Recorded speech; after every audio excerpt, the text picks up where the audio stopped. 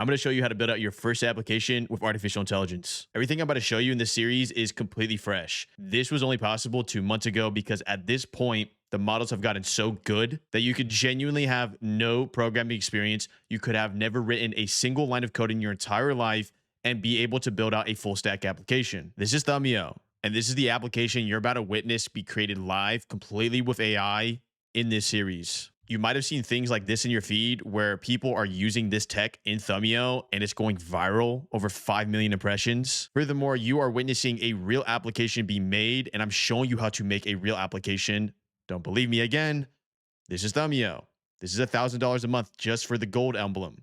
This is no joke. You're about to learn a real application development process from a real software engineer and how to build out applications that actually scale, make you money. That Thumbio has over 10,000 users. You can check it out. Description down below, thumbio.com. So by the end of this series, you're going to answer 2 fundamental questions. The first one you're going to answer is, finally, I found a YouTuber that actually has software engineering experience that can actually teach me how to code with AI. 6 hours of free content. You're not going to pay me anything. The second one is that if by the end of this series, or you get halfway through this series and it doesn't feel like this is as easy as it should be, or maybe this isn't for me, then honestly, maybe it isn't for you. Because right now, this is fundamentally the easiest it will ever be to create an AI application. And by the time it gets any easier, the market's already cooked. It's already oversaturated. So what I implore you to do is the next 1 to 2 years is going to be the most foundational moment of your entire life, possibly, if you're taking advantage of this market. Now I'm going to go ahead and pass it to Corbin.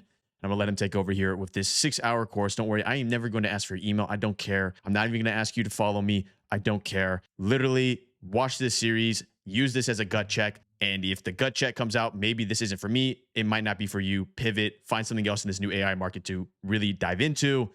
Without further ado, let's jump out to this free course provided by yours truly, Corbin. Let's build out a real application by vibe coding the entire thing in Google AI Studio. Now, here's the best part of the series you just found yourself on. I'm a real software engineer. And what that means for you is I can combine the world of vibe coders and real world development knowledge and make it extremely easy to understand. To put simply, my objective with this series is I'm going to build out an application episode by episode, as if you've never coded in your entire life. And the application we'll work on together in this series will be Thumbio, but the steps and processes you'll see, you can quite literally apply to any application, any idea. Therefore, this is the most cookie cutter series you'll find on this topic. Let's jump in. Welcome back, y'all. Today's video has been a highly requested series. This is going to get its own playlist, so make sure to check it out in the description down below. It's going to be called something like Google AI Studio Vibe Coding. In addition, right off the bat, make sure to leave a like. Also, hit that hype button if you're here early. We got to push this out because this is going to be a groundbreaking playlist. And I'm not over-exaggerating here, because here's the missing puzzle piece that's not currently in the content space. There are really intelligent engineers that know how to program. These individuals are already working for Google. They're already working for X. They're already working for Facebook.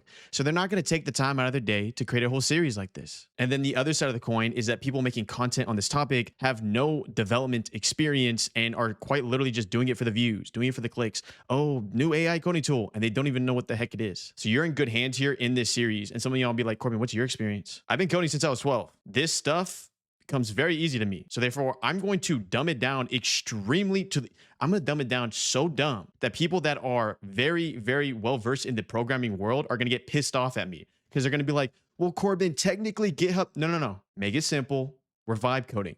Let's build an application that goes to a secure.com URL that we can make money on, or we can get impressions on, or we can just share to our mom and be like, look at this cool thing I built. All right. Let's do it. So episode 1 here is going to be the tech stack. This is me and you. You got the cowboy hat on. Oh yeah, Texas. And what a tech stack is, just think about like the materials to build a house. And we're going to jump into that in today's video. The next episode is going to be app UI and app value. What does that mean, Corbin? That means quite literally you're watching this on YouTube or you're watching this on X. You hit that little like button. That's user interface. That's just fundamentally the little front end. That's what we call it as well. App value. What does your app provide as value? The app value we're doing in this series is going to be the ability to upload any image and create really cool thumbnails in a chat-like interface. If you watch my other videos, you know exactly what I'm talking about. My earlier Google AI Studio videos from this week. What is your app value? What is essentially the thing you're doing in your software that someone's willing to pay for or do some type of freemium service for? E.g. Hulu. Like, why am I subscribed to Hulu? Because I want to watch TV series that are cool to me. The next episode will be on sign up. How do we create a secure way for users to actually sign up with your platform, whether that is on Google, Microsoft, email and password, everything like this. After this, the next layup will be database. How do we create a database that's going to store the user's information and everything relevant to the user? Database is fundamentally important for you to understand, and don't overcomplicate it, y'all. Do you know what an Excel sheet is? Do you know what a CSV is? Yeah, think of a database like that. It's just where we store specific text data, and it has little pathways. And don't worry, I'll make that make more sense as we get going here. But just think of it like a CSV sheet. Oh, we got user one. What's user one's email? Email@gmail.com. Next in the series will be functions. How do we actually do a cloud function? What is a cloud function, Corbin? A function that runs in a server in somewhere in Nebraska in Google's huge server plants. We offload functions to Google Cloud, AWS. We do this so that we don't have to build the servers in-house. I don't know if y'all saw AWS and what happened to them like last week. A lot of big companies just went down, but don't worry about that part, okay? We're just vibing here, so we'll go GCP. But Amazon, if you want a whole series dedicated to you, hit me up on the DMs, my email. Following this, we'll do storage. Now, storage can be PDF files, image files. For our specific context, we're going to be leveraging storage here so that we can store the user's past thumbnails they created on our platform. Maybe this isn't relevant to you, but this could be a cool episode for your context in the future. Now, one thing I could think of right off the bat of why this could be relevant to you is if in your platform, you have the ability for the user to upload a new profile image. Like here, my ex, functionally, they use a storage block here in order for me to upload my profile image. Corbin Brown. Check me out in the description. Next, we'll go over getting paid. How do we get paid here, Corbin? What is the ways to monetize? It isn't as simple as just a subscription-based services. There's actually alternative ways you can make money in your app. Some of y'all are going to like that episode, and some of y'all are just genuinely here to vibe code and just build something for a friend. I get it. There's a huge spectrum here, y'all. I know for sure a lot of you might just be here because you're like, Corbin, I always wanted to code, or I always wanted to build out software. I always had a software idea. That's why I'm making this series. It's for everyone that's had that extreme barrier of entry into this topic. And trust me, I know how developers work. I know how those little developing firms work. Like, oh yeah, we'll build that out for you. Can you give us 30 grand? Yeah, you don't have to pay that anymore. You literally don't have to pay that anymore. Like if those development firms haven't changed their pricing by now, oh, get ready. And then finally live app, Prost, which is cheers in German. Sprichst du Deutsch? Let's jump into episode 1 here, which is tech stack. So I'm going to be pointing you to a bunch of different resources here found on this channel. I've been doing this for 3 years, yo. If you just found me now, hello, I'm Corbin. Tech stack is going to be fundamentally important, as this is how we're going to build the house. In other words, build the app. One thing I want to point out as well is that the word app, website, software, these are interchangeable. It's kind of an ubiquitous term when I say app. I think in the early days of development when I was coding for iOS apps kind of meant mobile, but the term has become more generalized. Therefore, when you hear me kind of jump around and say app, software, website, it all means the same thing. Don't overcomplicate it. Let's do it. Tech stack. You want to build an e-commerce business. You want to sell on FBA, Amazon. How do we do that? Oh, we need to find a manufacturer for the product. Then we need to find a fulfillment center within the state so we can ship within X amount of days. Like those are the functional steps to creating an e-commerce business. But how do we do a software business, y'all? I told y'all, we're getting vibey. So look at my little drawing here. And this is why I told y'all as well, people that have a development background, they're just going to get triggered because you're like, oh, Corbin, oh, this guy doesn't know what he's talking about. He's calling GitHub insurance. Let me just explain this, okay? Because some of y'all just be getting aggressive for no reason. Who's going to build the house? Who's going to build the app? Let me just real quickly add a body here. My bad, Google AI Studio. Well, those are some long legs. Nice. Functionally, who's going to build the app for us is going to be Google AI Studio and Cursor AI. Google AI Studio, we do all the work within the cloud, e.g., you just on your website, right? You're on the website, Google AI Studio /builder, or whatever they call it. We're building. Cursor AI comes into play here due to the fact that we're going to need to download this code locally and work with it there for other types of services we want in our app. What are you saying, Corbin? The ability for a user to sign up? We're going to have to do this within Cursor AI. The ability for the user to upload a thumbnail, we're going to do this with Cursor AI. But this isn't going to be your 2018 type of a tutorial where I'm sitting there looking at a code file, just typing it out. Hey guys, look at line 8. No. Everything I'm doing in this tutorial is going to be completely prompts and completely vibe coding because we can do it now. Therefore, with Cursor AI, the builder, we're going to then connect this to GitHub. And the reason I'm calling GitHub insurance here is that if you're ever building a house or you own a car or you have a house and you don't have housing insurance, you need that, right? Because if your house gets absolutely destroyed, You're going to want to be able to get that money to rebuild the house. How does GitHub work as insurance for this context for your app? GitHub has a ton of functionality. There's a ton of use cases. You've probably heard the thing like version control. If you haven't, then version control. But the idea behind GitHub is that you have app v1. When we're building our app v1, version 1. You've heard this before. You play Call of Duty, you know when they release a new patch 6.01, you know the situation.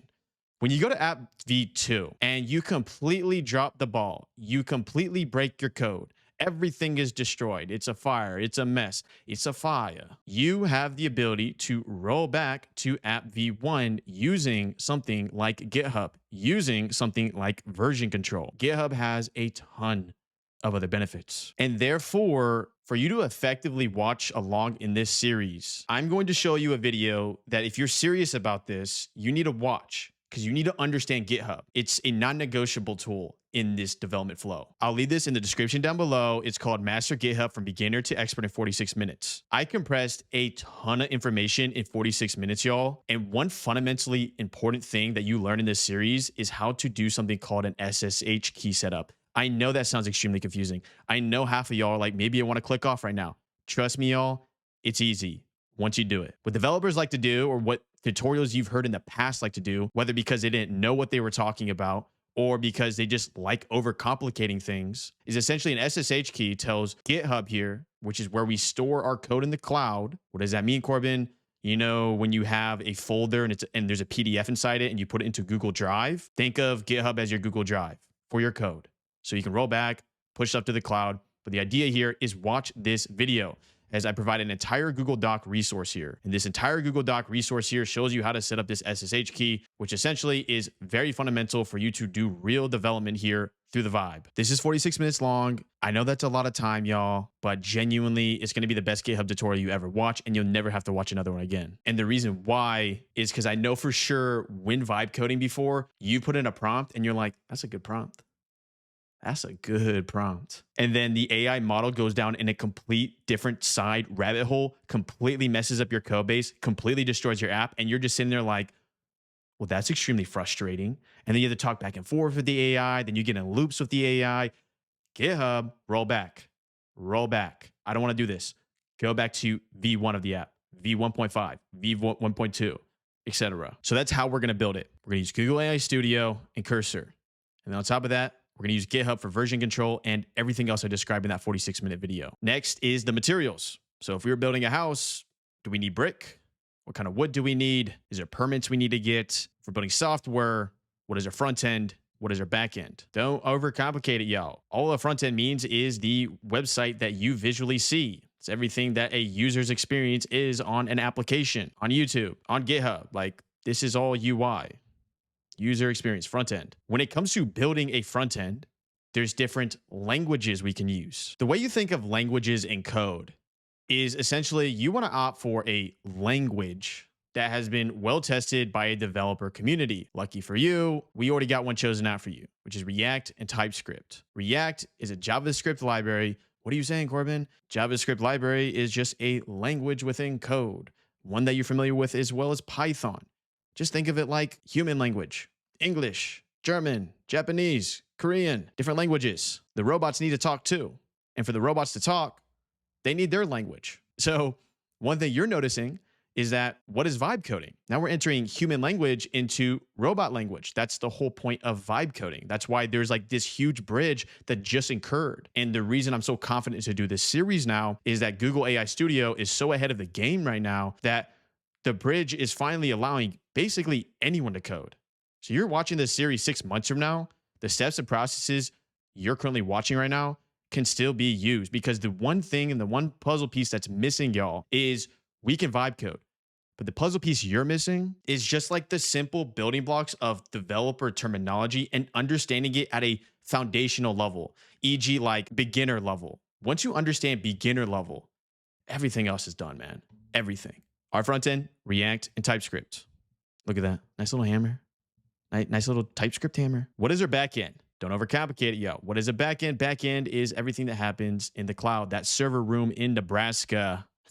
Shout out to Nebraska. But the idea of back end is going to be where we run different logic. So, for example, user comes to your platform, your app. Hey, I want to change my profile image. I click upload. I upload an image. When the image is being uploaded, this is handled by the backend. A server in Nebraska is just going off. It's firing it. It's firing it. What language are we going to be using? Python. Why are we opting for Python? Well, one, because it just seems like everyone loves Python. But two, because a lot of AI platforms are pretty native with Python. What does native mean, Corbin? Native means that, you know, the best way to, I know the best way to explain this. This is actually very easy to explain. Why is it that Macs have very powerful hardware, but it can't play video games? That's because that the code to make those video games are only made and ported for PC. Therefore, it runs better on an Intel chip because of the fact that it is native to PC. The code is read better by the machine, by the PC. You could have a Mac with 128 gigs of RAM, an absolute monster Mac. You try to play CSGO, it's going to lag. Even if you do cloud gaming, even if you do all these different like little boot camps, like it's going to lag. It's going to be horrible. How do I know? Because man, I used to love CSGO. I used to play that all the time. I can't play anymore. After they removed the unilateral ability for me to play on Mac, I can't play CSGO. I would have opted you. You already know I would have. Idea here, though, is that Python is native and a lot of big platforms like OpenAI, Anthropic, they use Python and code. There's other reasons for you to use Python as well. But all you need to know is that if you have the intentions to build out an app that is integrated with AI, like the value point has something to do with artificial intelligence, you are inclined to use Python. If you're developing a video game and you're vibe coding a video game, that's a different story. That's a different tech stack. Shout out to Rust, though. Use Rust. So this is the language, but we need the language to actually be spoken. And therefore, we're going to use Firebase and GCP. These are both Google products. Part of the reason why I'm using GCP and Firebase is due to the fact that all the way over here, we're using Google AI Studio. Therefore, long-term in this series, you're going to be able to vibe code your way a year from now and have probably a way cleaner integration between the three platforms. But your first question might be, why is there GCP and why is there Firebase? Why isn't it just one? What Google did essentially is make Firebase for builders like you and me to have an easier experience building with their entire suite. Everything I can do in Firebase, for example, user sign up, I could in theory do in GCP, but it's just way easier doing it in Firebase. So why even go through the pain of GCP? So where does GCP come into play? Google Cloud. It comes into play with more administration type of situation. So what do I mean by that? I mean that Firebase over here is going to be your nice little beautiful Firebase app. I love it. I can host my website. I can sign up a user. I can store their data. GCP is administration where IAM principles come into play. What is an IAM principle, Corbin? Essentially, what this allows us to do is more security-oriented stuff and more of the architecture of a software. This gets a little bit more confusing. I'm not going to lie to you. This is definitely a little bit more confusing, but don't worry, you have me. So I'm going to show you how to set this up correctly so that these two can be absolute lovers. They just love each other. So, they're going to, have a really great relationship. Hashtag couple goals. So that's the materials. The materials are simply, we're going to use an open source framework like React and TypeScript. What do you mean open source, Corbin? I mean that essentially this is just free code that you can use. You have no strings attached. This is very weird in the software world. If you're coming from a different industry and you hear the word free, there's usually strings attached. And there's usually a little bit of a gut feeling like, I know you said it's free, but like, what do they gain from it? Like, what's their benefit? Us developers are such nerds that sometimes money isn't even in the thing. Let me say it again. Us developers are such nerds that sometimes it really isn't just about the money. Sometimes, genuinely, it's just free. It's just open source. It's a weird concept to get around. I get it. You're a capitalist. You're a capitalist. I get it. I get it. Don't worry. I like my money too. I love it.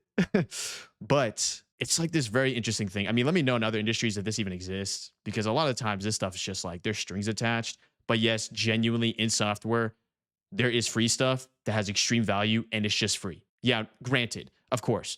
If it's free, e.g., what's an example of this, Corbin? DeepSeek, they just wilded it out. They allowed you to download an AI model that's as powerful as GPT-5 locally on your computer. Granted, you needed insane hardware. Why would they do something like that? Why would DeepSeek do this? A ton of free exposure, a ton of free views, a ton of free impressions. Yeah, that obviously translates to stuff further down the road that could equate to money, but the actual underlying thing is free. Yeah, I get it. I get it. Y'all gonna throw in the comments, well, nothing in life's truly free, Corbin. Okay, maybe you're right. All right.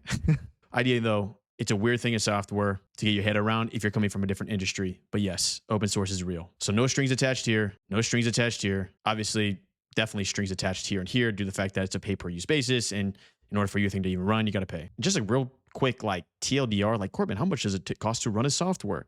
It is dirt cheap. As you get bigger and you scale, yeah, it's going to cost you money. But if you provide enough value for the return rate, you'll be fine. Why do you think some of these software companies are getting insane evaluations when either they're negative in income or they're pre-revenue? Like, why are they getting 10x? Why are they getting 50x? Like, what's happening, Corbin? It's because software is probably one of the most cost-effective businesses to run. It's insane the kind of margins you can make on software. 90% profit, that's not unheard of. And maybe that's partly why the reason some of y'all are watching this, which actually led perfectly to the next part of this video. Income. The bank. How do we make money, Corbin? Stop yapping. How do we make money? My bad. All right, my bad. You got a couple different options here. And there's more than what you see behind me. I put PayPal and Stripe here. I'm going to use Stripe in this series. I put PayPal here as well because of the fact that I know some of y'all that are international maybe don't have access to Stripe. What's crazy is I'm pretty sure y'all were able to effectively not worry about Stripe and use another service called Lemon Squeezy. But the issue with that is I'm pretty sure Stripe bought Lemon Squeezy. So it's a little bit of a gray area. But PayPal, Lemon Squeezy, these are going to be your ways to integrate a payment processor. Integrating a payment processor is kind of painful in the sense of that it's just a non-negotiable amount of percent that you have to give up when creating a software. Stripe, I believe, is like 2.9% plus 30 cents on every transaction. That doesn't sound like a lot, but imagine you are selling a subscription for like $2. You know, that 30 cents eats at it. You know, this is like a pretty big hit on margins when it comes to software. Now, granted, I mean, this sounds a little bit like woe is me if your software is making 90% profit, but it's just part of the game. So PayPal, Stripe. The other one over here is like Google Ads. If you're creating much more of like a free service, but maybe there's ads on the left and right. A good example of this would be like StockTwits. StockTwits, I'm pretty sure you could pay to have ads removed. So maybe that's your model where an individual goes to your website and then the ads are there. You're making impressions on that. But if the individual pays for like some type of monthly recurring revenue, then the ads go away. So there's another monetization model there as well. But there you go. This is episode 1. This is the tech stack. This is how we're going to build it. The next part of this series is going to be app and UI and app value. This is when we're going to jump over to Google Studio here and build out the application. Now, to be real with you, what's going to occur here is we're going to build out essentially all of the user interface, all the pages, everything with Google Studio and the app value. My app value will be the thumbnail editing. I'm not sure what your app value is, but what I can tell you is that Google's ecosystem when it comes to APIs and all of its different abilities is very, very vast. And what they're showing here is not all of it. If you just type in like Google Cloud APIs, there's a ton of stuff, y'all.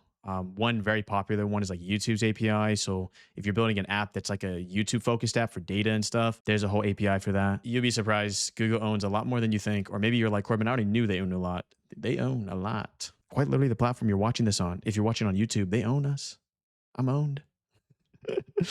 So that'll be the next part. So make sure to subscribe here. Make sure to stay tuned. Make sure to check out that playlist as you can quite literally just bookmark it on your little Chrome browser. Maybe using Safari, maybe using Internet Explorer, whatever you're using, you can click it and be like, did Corbin post today on this series? And then you'll be like, oh, he did post. All right, sweet. Let me hit the like. Let me hit the hype. Let's keep going here. Last little shout outs here. Make sure to follow me on X as well. I do a lot of cool little mini posts here where I show like new features.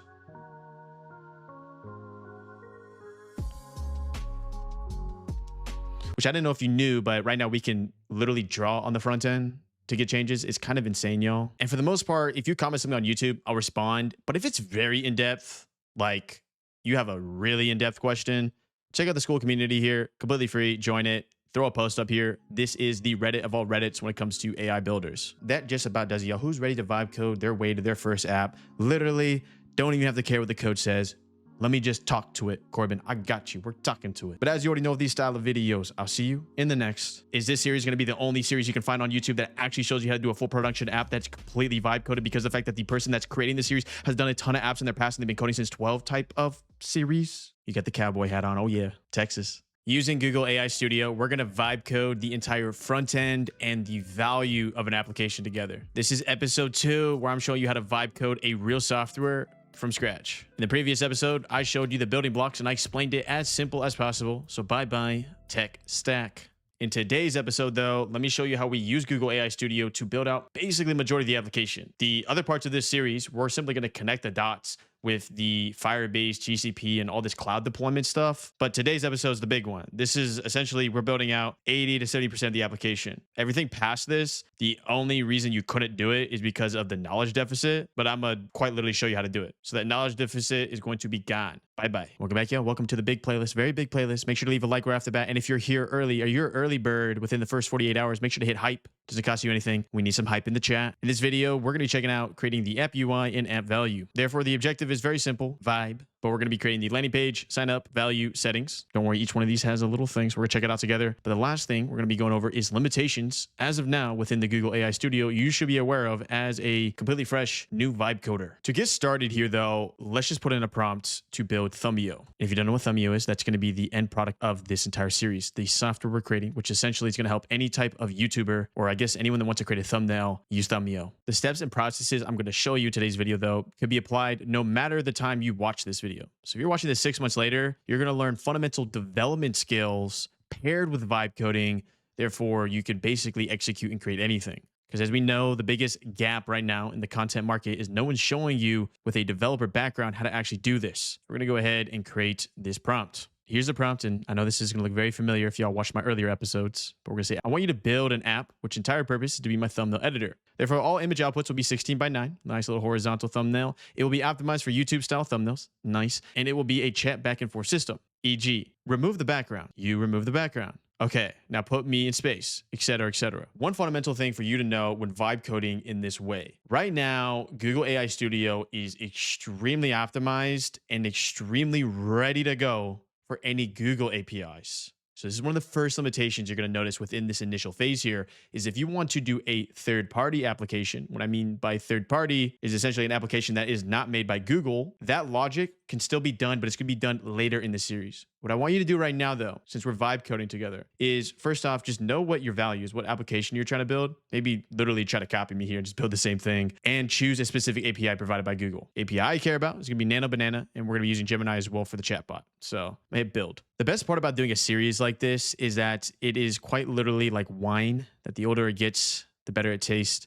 Because everything I show you here, if you're an early bird and you're watching this now, like in the last couple of weeks, you know, you're early, right? So the tech is still a little buggy, still a little issues, but maybe by the time you watch this, Gemini 3 already came out, Gemini 4 already came out. It's just going to make this process so much easier. But you still got to know the developer terms, which I'll show you. Let's go and let this build. So while this builds, let me show you what we're going to achieve today. My objective is to build out every single page in the book of this application. So we need to do the landing page. Don't overcomplicate it. What do I mean by landing page? I'm going to just delete that. I don't like the V anymore. Landing page is going to be where the individual arrives when they go to that live.com, .io, .org, .net, whatever you're putting your domain as. When they go to that website, this is going to be the first page they see. That's why it's called a landing page. The individual is landing from the search engine. There's a ton of ways to go about this. As your application gets bigger, you'll probably have more pages than unauth. When I say unauth, I mean a user that has not signed up or is not signed into your platform. This is a software I've created. It's called Bump Ups. This is the landing page. There is a ton of other pages that exist, such as pricing, such as enterprise, such as startup. The reason we do multiple pages when a user is not signed in is for search, so that if an individual is looking for AI video analysis and is an enterprise client, we made the enterprise page for that. I can dive deeper here, but for now, all you need to understand is we're going to build out that simple landing page where we have a top fold. Why is it called top fold, Corbin? Essentially, that is the first piece of content the individual sees when they log into your page. It's the top of the browser. This is fundamentally extremely important that you create a really good top fold for two reasons. The first one is that this is what Google is going to prioritize when it crawls your website for SEO traffic. What is the first text that this is going to see other than the nav bar? Number one AI video model. Nice. In addition, the second reason it's most important is that this is going to decrease bounce rates. When I say bounce rates, that means when an individual clicks on your website and they found it through search, or maybe a chatbot, now maybe it's AI model that found it, they don't click off right away because they're like, wait, this looks sus. If it looks good and it's solid, it's going to keep the individual longer on the website. Lower bounce rate. Bounce rate is fundamentally important as well, as that is the way when the search engines crawl and provide and show you in search how much they value your website. E.g., I search up AI video model. How high is it indexed on the relevant search? Is it number 3? Is it number 5? Is it number 6? When you're scrolling down, Obviously, the way we translate that in the future is whether or not the AI model that you're chatting with for search, if that's how you search, like Perplexity AI, decides whether or not your link is a good link. A big indicator of that is the bounce rate. This has great correlation with YouTube as well, right? So if someone clicks on a video and leaves in 10 seconds, that has a negative analytical damage on the video. So it's like, I don't want to push this to further people. Next is the meat, or maybe tofu if you're a vegetarian. Meat is like the content. It's the main stuff in the page. This is other stuff like FAQ. And then finally, this is the footer. Any website has a footer. Typically when you're not logged in though, because there's no reason to show a footer. For example, the footer is usually the stuff at the bottom, right? These are like the links that you see at the bottom, the TOS, terms of service, privacy policy. Every website, when you're not logged in, will typically have a footer that you can use and reuse as a component. When I say component, just think of it essentially as like if you ever played with Legos and you have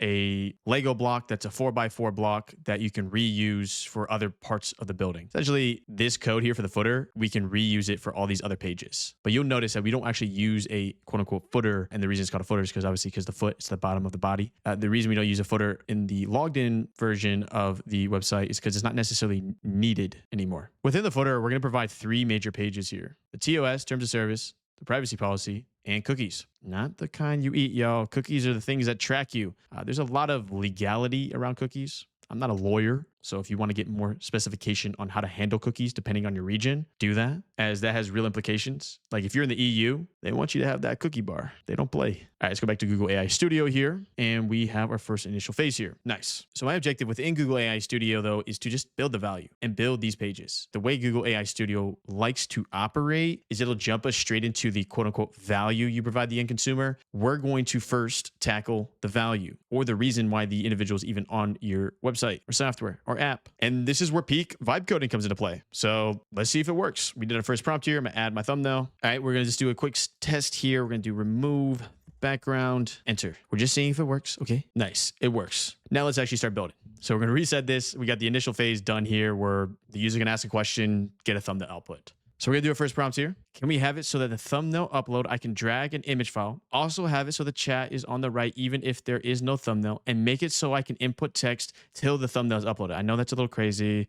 Input text, yeah, till the thumbnail is uploaded, but that's the point. That's the first thing you can learn about vibe coding. You don't have to use perfect grammar. Some of it can sound like a little bit of gibberish, but the AI is so good now. Is able to contextually understand, oh, he means that if there's no thumbnail, don't allow the user to chat with it, right? So we're gonna let that process, but because the fact that the first page we're tackling here isn't the landing page, it's the value page, let me show you what that is real quick. So I'm gonna remove this, bye-bye. This is what we're gonna objectively create right now. It's gonna be a nav bar here. That's what we call it in software, navigation bar. It's gonna have the underlying logo. So we don't have anything right now, so we'll just generate something. It's gonna have a profile tab here, thumbnail uploader, chat, and then history. Fundamentally, the value of my product is for the individuals to provide a thumbnail and we can chat with it, edit it, and make it look really cool. We're also going to want to store this as history. So we're going to want to have all this information put directly here. Now, if the individual hits profile, this is going to get into the settings tab, and why a settings tab is important so we can do other stuff within the app. For now, let's build this first. Then we'll do the landing page. Now, here's something important that I'm about to do right now, which you might want to save into your notes or in a sticky note. But I'm going to essentially say in this chat right now, for everything that requires real data, use dummy data. Dummy data is what we call in software placeholders. What I mean by that is that when we get to, for example, the user's profile and it needs to show the email associated with that user, don't even worry about putting in the real user's information. Just worry about putting dummy data, dummy@gmail.com. We just need to show visually in the UI right now where the data is supposed to go. The method I'm going to show you, though, is that by the time we are ready to push this to the next level, all this is going to be plug and play. All of it's going to be dynamic. It's going to make it extremely easy to get this to production. When I say production, a live application that anyone could use on the internet. The best part about coding like this as well is that we can test as we go.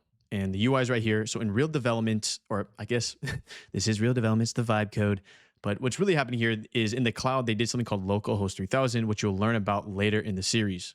For now, all you need to care about is just test and see if your application works. I'm gonna upload a thumbnail. Cool. It was able to upload it. Nice. All right, with this saved, I'm actually gonna update the name as well. Let's put the domain thumbio.com as this is where the software is gonna go. That's all good. One other thing, just as notes as you're building out the front end, if you come over to devices, you can see what it looks like on mobile. You can see what it looks like a tablet. What's extremely awesome is, I mean, it's gotten so good to the point that where it's actually optimizing for these different screen displays. Early front-end development was very frustrating when it came to this. And when I say early, I mean basically what, like a year ago, where AI wasn't this good yet. So with this done, I'm going to start a new chat. To do that, I'm going to say reset conversation. what I want to do is that little dummy thing I was talking about. So I'm going to go ahead and say for all the changes from here on out, if data is needed, just use dummy placeholders, etc. Ready? Question mark. That line right there, when you start a new chat, you're going to want to use that. As what you'll notice later in this series is when we plug in real data, we're going to be doing that within Cursor AI. So I went ahead and did that as well so we get these little suggestions because a lot of these are actually pretty good. So for example, improve, undo, redo.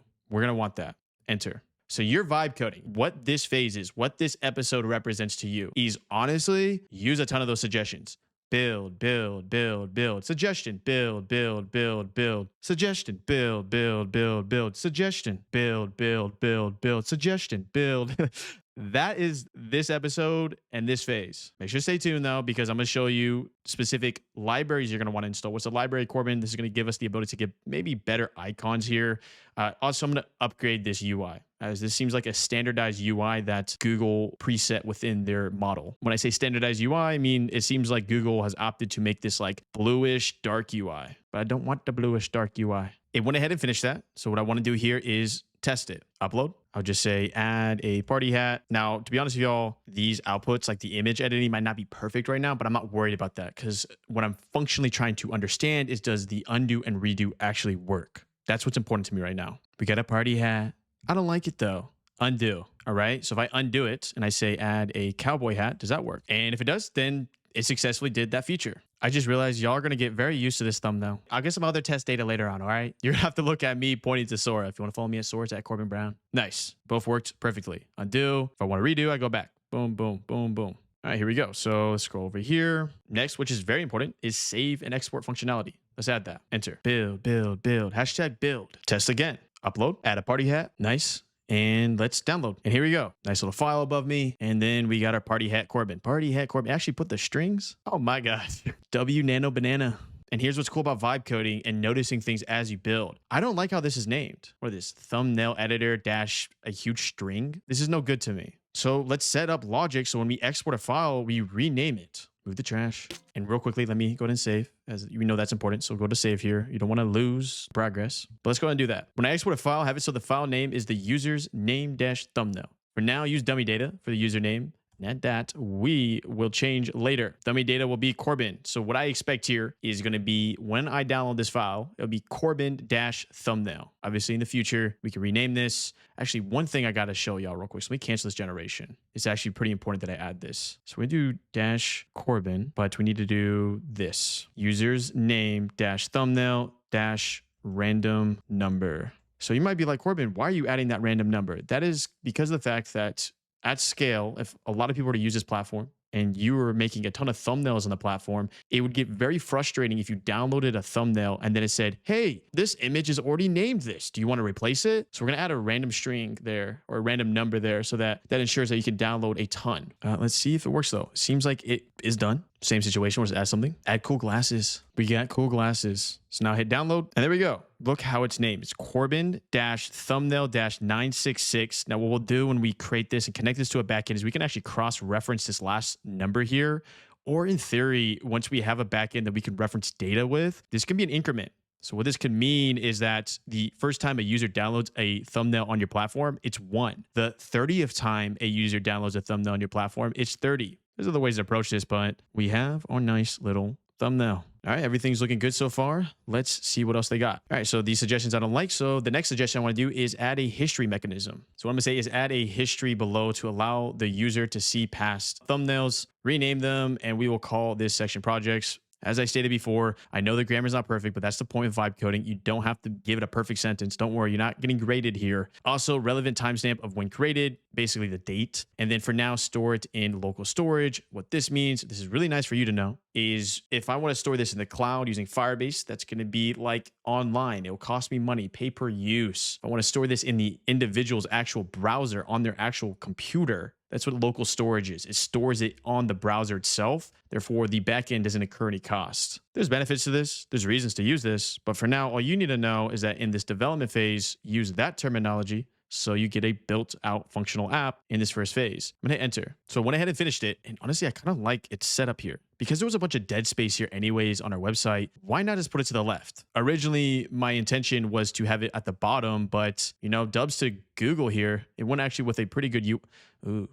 Okay, we'll actually adjust it for mobile. And this is a good thing that you just saw that right now, as we're gonna have to make sure by the end of this that this looks good on every single type of platform or device, I mean. For now though, let's see if it works. So I'm gonna simply drag my image here. Okay, we got project one here, add funny hat. And let's see if we can rename this apples. I like apples. All right, apples, nice. Actually changed it up here as well. Okay. Funny hat, the gesture, nice. And then once that's done, all right, we need two things here. First thing we need is the ability to create a new project. The second thing I'm going to do is actually I am going to opt for this left projects tab to be under the thumbnail and the chat. And let me explain why. If I come over to a website like cursor.com, what you'll notice is that the width, or what we like to call the viewport, which is the entire browser, seems to be shrinked in. The width is only this much, but there's all this dead space here and all this dead space here. And what they're doing here is pretty smart. The reason they're doing this is because of the fact that everyone has a different size screen.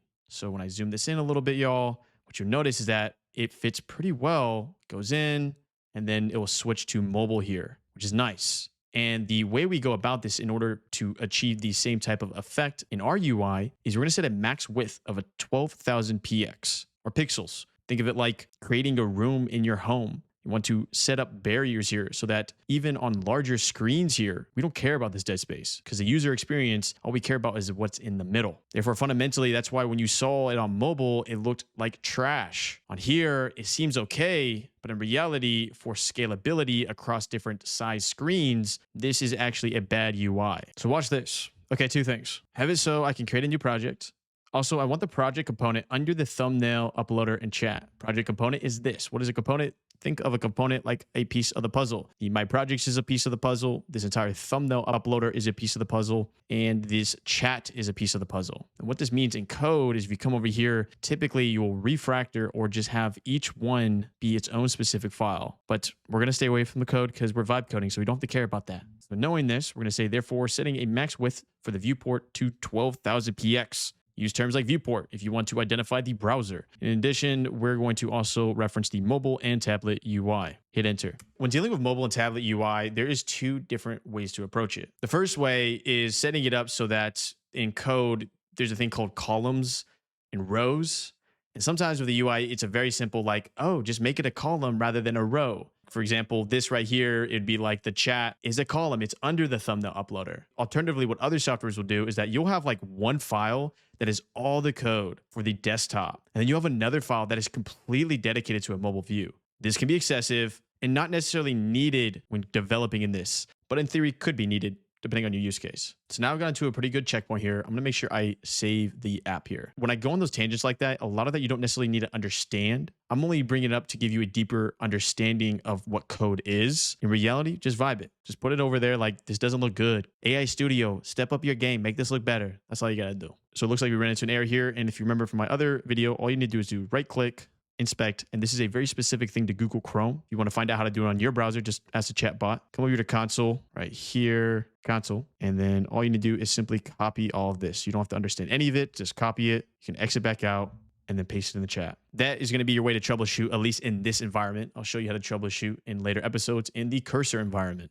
And there we go. With me simply pasting from the console to here, we fixed the error. Now, we got pretty far here. So I'm going to make sure I save this. I'm going to upload another thumbnail here and see if it works. So let's upload a thumbnail. There we go. Automatically created the project. Nice. Add cowboy hat. And then we'll let this generate. First off, let's not get too crazy here. I'm not going to hit new project yet. Let's just see if the actual value works, right? We want to keep making sure that something doesn't get broken before we jump to the next step. As one drawback of the Google AI Studio right now, they might have fixed this by the time you get to it, is version control is a little bit hit or miss here. You can't really use something like GitHub. I know there's that integration up here. Right now it doesn't work, but by the time you use it, maybe it works. It doesn't matter. In this series, I'm going to show you bulletproof way of even handling all this. All right, this works. I opened my mouth for some reason, like I'm hollering.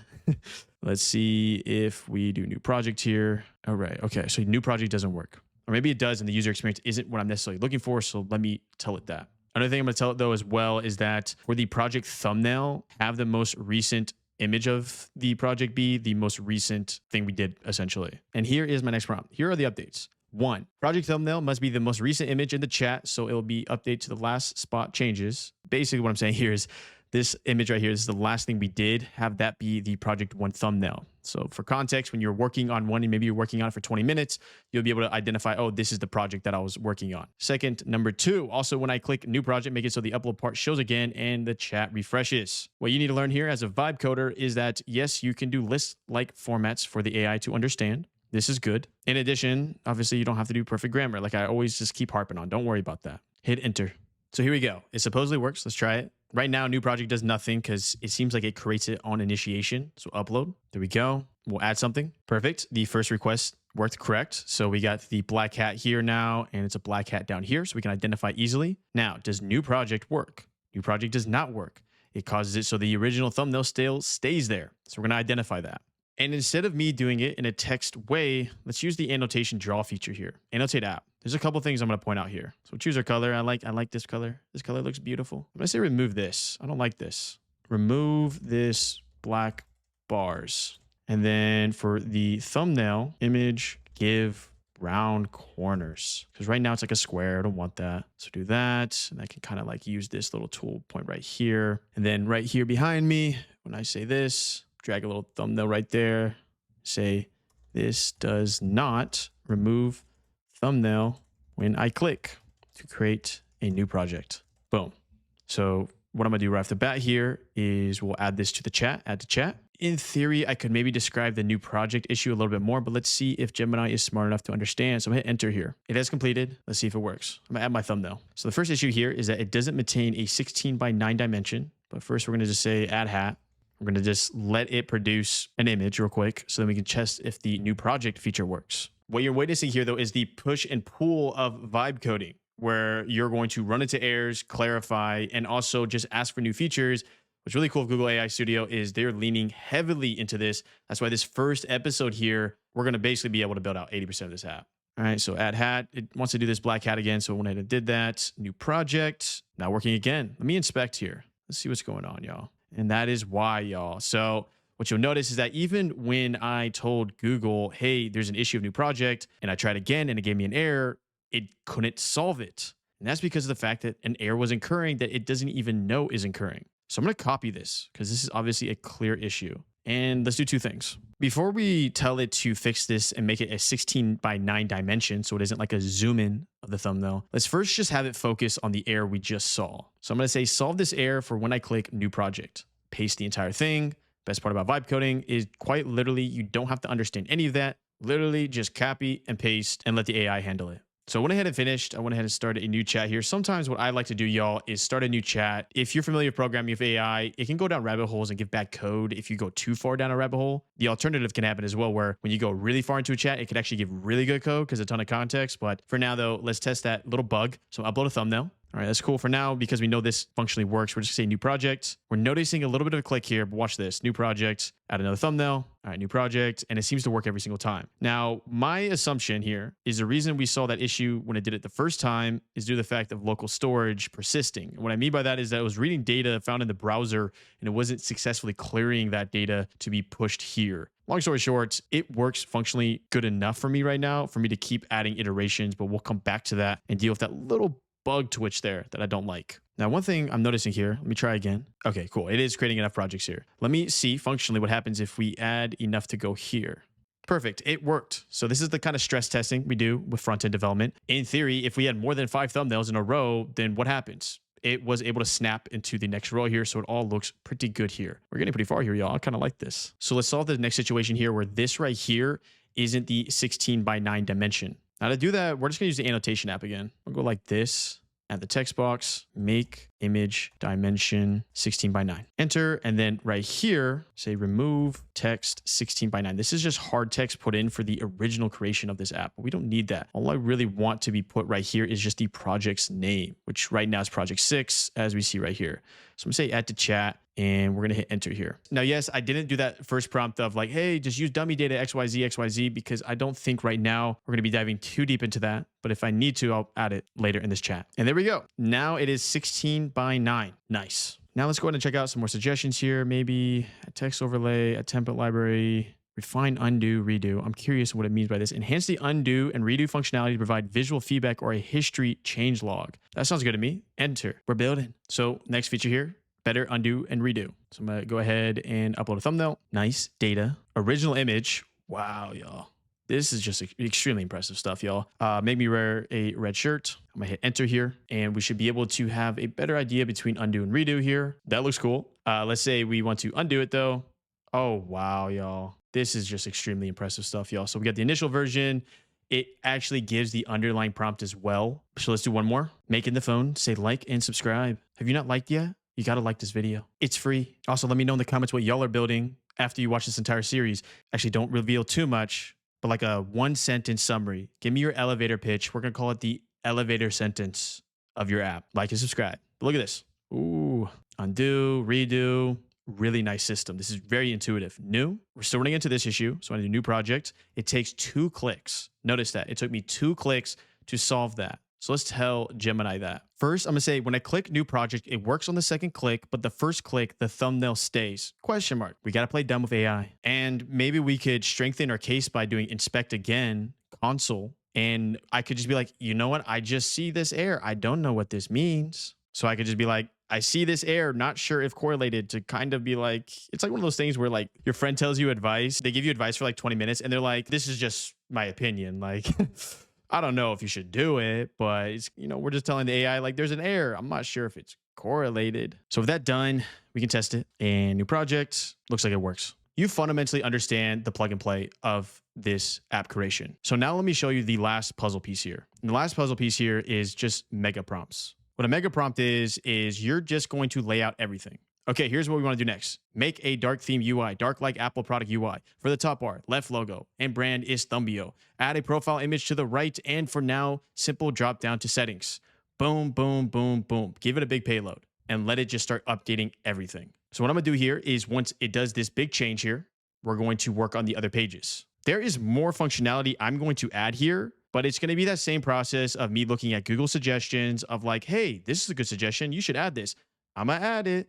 And then if I run into errors, that console log method. For now, though, let's do this big change here. And then the next objective will simply be the sign up and login UI. How do we do this? And then the settings UI. First thing we're going to tackle is going to be the landing page after we're done with this value page. And here we go. With that big prompt here, we have the ability to upload in a dark theme UI. So upload here. There we go. The profile icon was made with settings. This is good. It went ahead and shrink this down to Thumbio. It assumed it was a .io. It's not a .io. So I'll clarify that. And then we have our projects with dark theme UI here. Let's do the next thing that you need to understand on how to vibe code, which is going to be multi-page. Before we do that though, really ensure you save here. Now, if you want to be extra safe for this next part here, I would tell you to download the code. This is going to be some weird like version control that right now, because Google AI Studio is not good with version control, like app v1, app v2, that situation, you can download the code and I'm going to do that. I'm just doing it just in case. From here though, because we're vibe coding, let's just do this, right? I'm going to screenshot this. I'm going to drag it into here. I'm going to simply say this. Okay, this is our landing page design. Can you create it? And for now, just have a button that takes us to the thumbnail editor at /studio. What do I mean by slash? What a slash is that if I go to a page on a website, you'll see it up here, /enterprise. So what I want to happen is going to be /studio when it comes here. And the landing page will just be slash. What that means is that it's going to be with nothing after it, /nothing, the home page. So you could put /home if you want. With that screenshot that we got from the whiteboard here, which is very vibey, top fold, content footer, I can simply go like enter. I just learned something new about this studio that's going to be very fundamental for you to understand. Creating additional pages is actually very high risk because you could essentially lose all the code you worked on. So let me show you how to approach this correctly. Right now I got the landing page. If I attempt to go to the editor, it runs into errors. Essentially, this environment that we see with Google AI Studio, it wasn't built out to get to the point of having multiple front-end pages. I'm not worried about this. I'm going to show you how to build these out using Cursor AI. But I need you to understand this. Your objective then with this episode is just build out your value. So first thing let me do is I'm going to essentially tell it to revert its changes to take me back to the thumbnail editor. So for some reason, if you found yourself like, oh no, I messed up. If you didn't save your changes, you can simply just go down here and be like, hey, revert changes. Let me see if I reload, if it'll go back because I didn't save these changes. I never clicked that little save button. This is why I told you to download that code. Now it did lock it in. This is no good. As you'll notice when I go to a different page, it's unable to connect. It's just because of the environment we're in. So this is not you. This is not a you issue. This is the limitations of this currently. What Google AI Studio is amazing at for vibe coding is the value you provide your end consumer, e.g. this right here, app value, which End of the day is important because that's how you get paid or get traffic or people even give a crap. So let me revert this code. I'm gonna say remove landing page and just go back to thumbnail editor. If this doesn't work, I'm not worried. I downloaded the code for this specific reason. But let me just see if it's smart enough to navigate back. And it was. But I show errors like this, y'all, so you understand that if you're coming at this with like no development experience and you're completely vibe coding, you might think you're the issue. But in reality, it's probably the platform. This is a very common thing in tech. So you have someone like me to tell you, and don't worry, like it's not a you issue. This is a Google Cloud issue and Google AI Studio issue, which will then bring us back here, which actually makes for a really good transition to the limitations part of this video. Let me delete this. Your first major limitation that I've noticed using Google AI Studio. Now, to be completely transparent, yo, by the time you watch this, maybe 6 months, a year, 2 years from now, they might have improved the platform or XYZ. But the idea is fundamentally understand these are the ground rules when working and prototyping and creating your application within Google AI Studio. Number one, env. And what does that mean? Basically, anytime you want to connect to any API, like OpenAI's API, Google's API, the secret variable, this cannot handle it. It just breaks. It doesn't want to show you anything. If you go to the code, go to Gemini service, this right here, it doesn't want to show you it. Don't worry. I'm going to show you how to get access to that and set it up correctly. When we do the series later on here, env, no good. Other APIs, no good. You try to integrate MailChimp here, it's going to freak out. No good. Version control, obviously no good. As we just saw here with no GitHub, that will probably be solved very quickly. So keep in mind, GitHub integration, I mean, they quite literally have it here. This will probably be solved pretty fast. But keep it in mind, right now, it's broken, et cetera, et cetera, et cetera. I guess another example of something that was broken was the ability to do multiple pages. But to be real with you, the home page, this page, the sign up and log in page, and the settings page, I can do so fast in Cursor AI when I show you that it's not even an issue.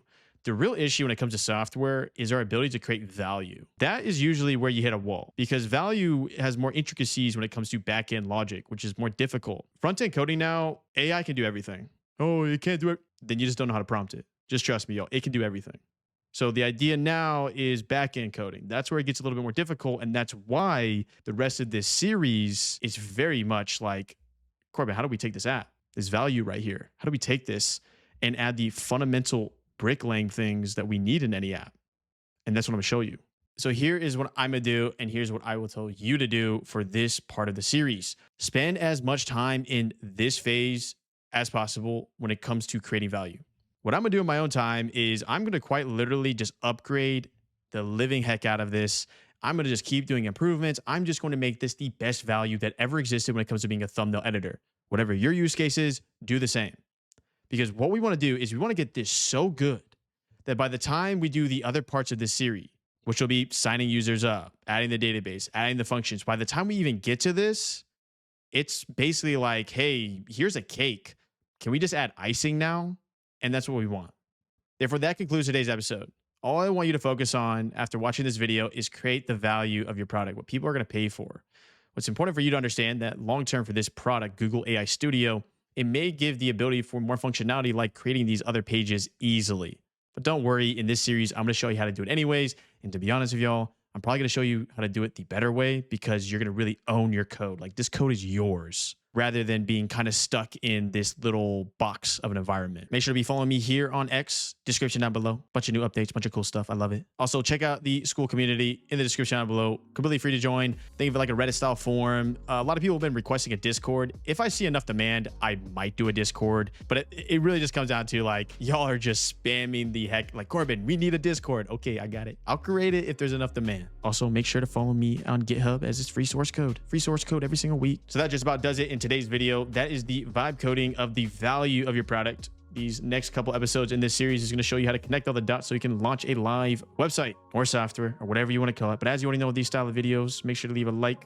I'll see you in the next. The Google AI Studio gets so good that basically you don't even know how to code anymore. So all you have to do essentially is just vibe code for the value of your product, and then everything else I'm just going to show you how to do. Therefore, anyone in the entire world could launch a software product knowing 0 lines of code type of video. Build, build, build, build. Suggestion. You've officially created your app in Google AI Studio, but you might be asking yourself, what's next? Well, now I'll show you what is next and how we integrate with backends like Firebase, Supabase, Vercel, and any other type of backend, as the steps and processes I'm going to show you in today's video can apply to anything. Therefore, let's see how we do this. Let's jump in. Welcome back, y'all, and welcome to episode 3 of an ongoing series here. This is the finished software. We're not finished, but I did a lot of value here. One thing I want to point out real quick, if you see this, like, you're currently offline. Obviously, this is very buggy still. So Google AI Studio, I am still online. I can still make edits. Everything is okay. This is just a glitch. It's not a you thing. It's a Google AI Studio thing. This series, we've been tackling a lot of stuff. So we did the tech stack in episode 1. We did the app value in episode 2.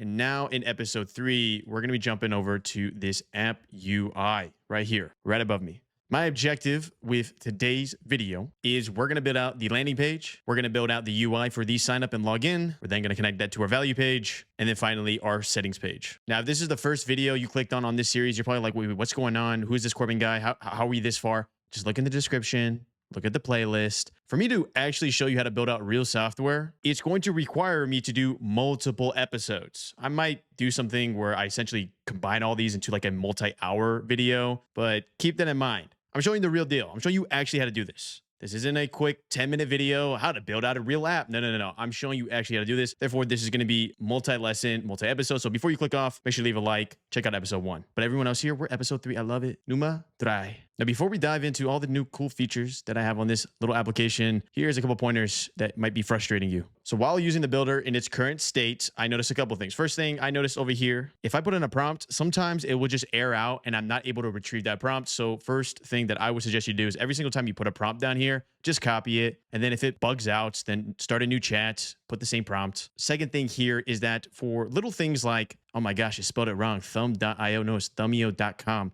and other features that I saw throughout the platform here that are so minor that it's not worth a prompt here, I'm just going to fix in the later steps here. All right, enough yapping. Let me show you all the new features. This took me around 2 days. I would say probably in total 6 or 7 hours. And not because it's like, what's next? Because when using this chat feature here, it does take time to code out some of this stuff, but it's really good. So first thing, new project. I wanted to give the user the ability to enable AI analysis and suggestions. You might be like, what are you even talking about right off bat? What I did was I went the extra 20,000 yards, y'all. I told y'all in the previous episode, build value, build. This is probably one of the most impressive builders I've seen when it comes to building real value and not having any errors. So the first thing I added was like, okay, let's quite literally get vision context of the image. So if I drag my image here, it's going to analyze the thumbnail. Also, let's have fun in the UI.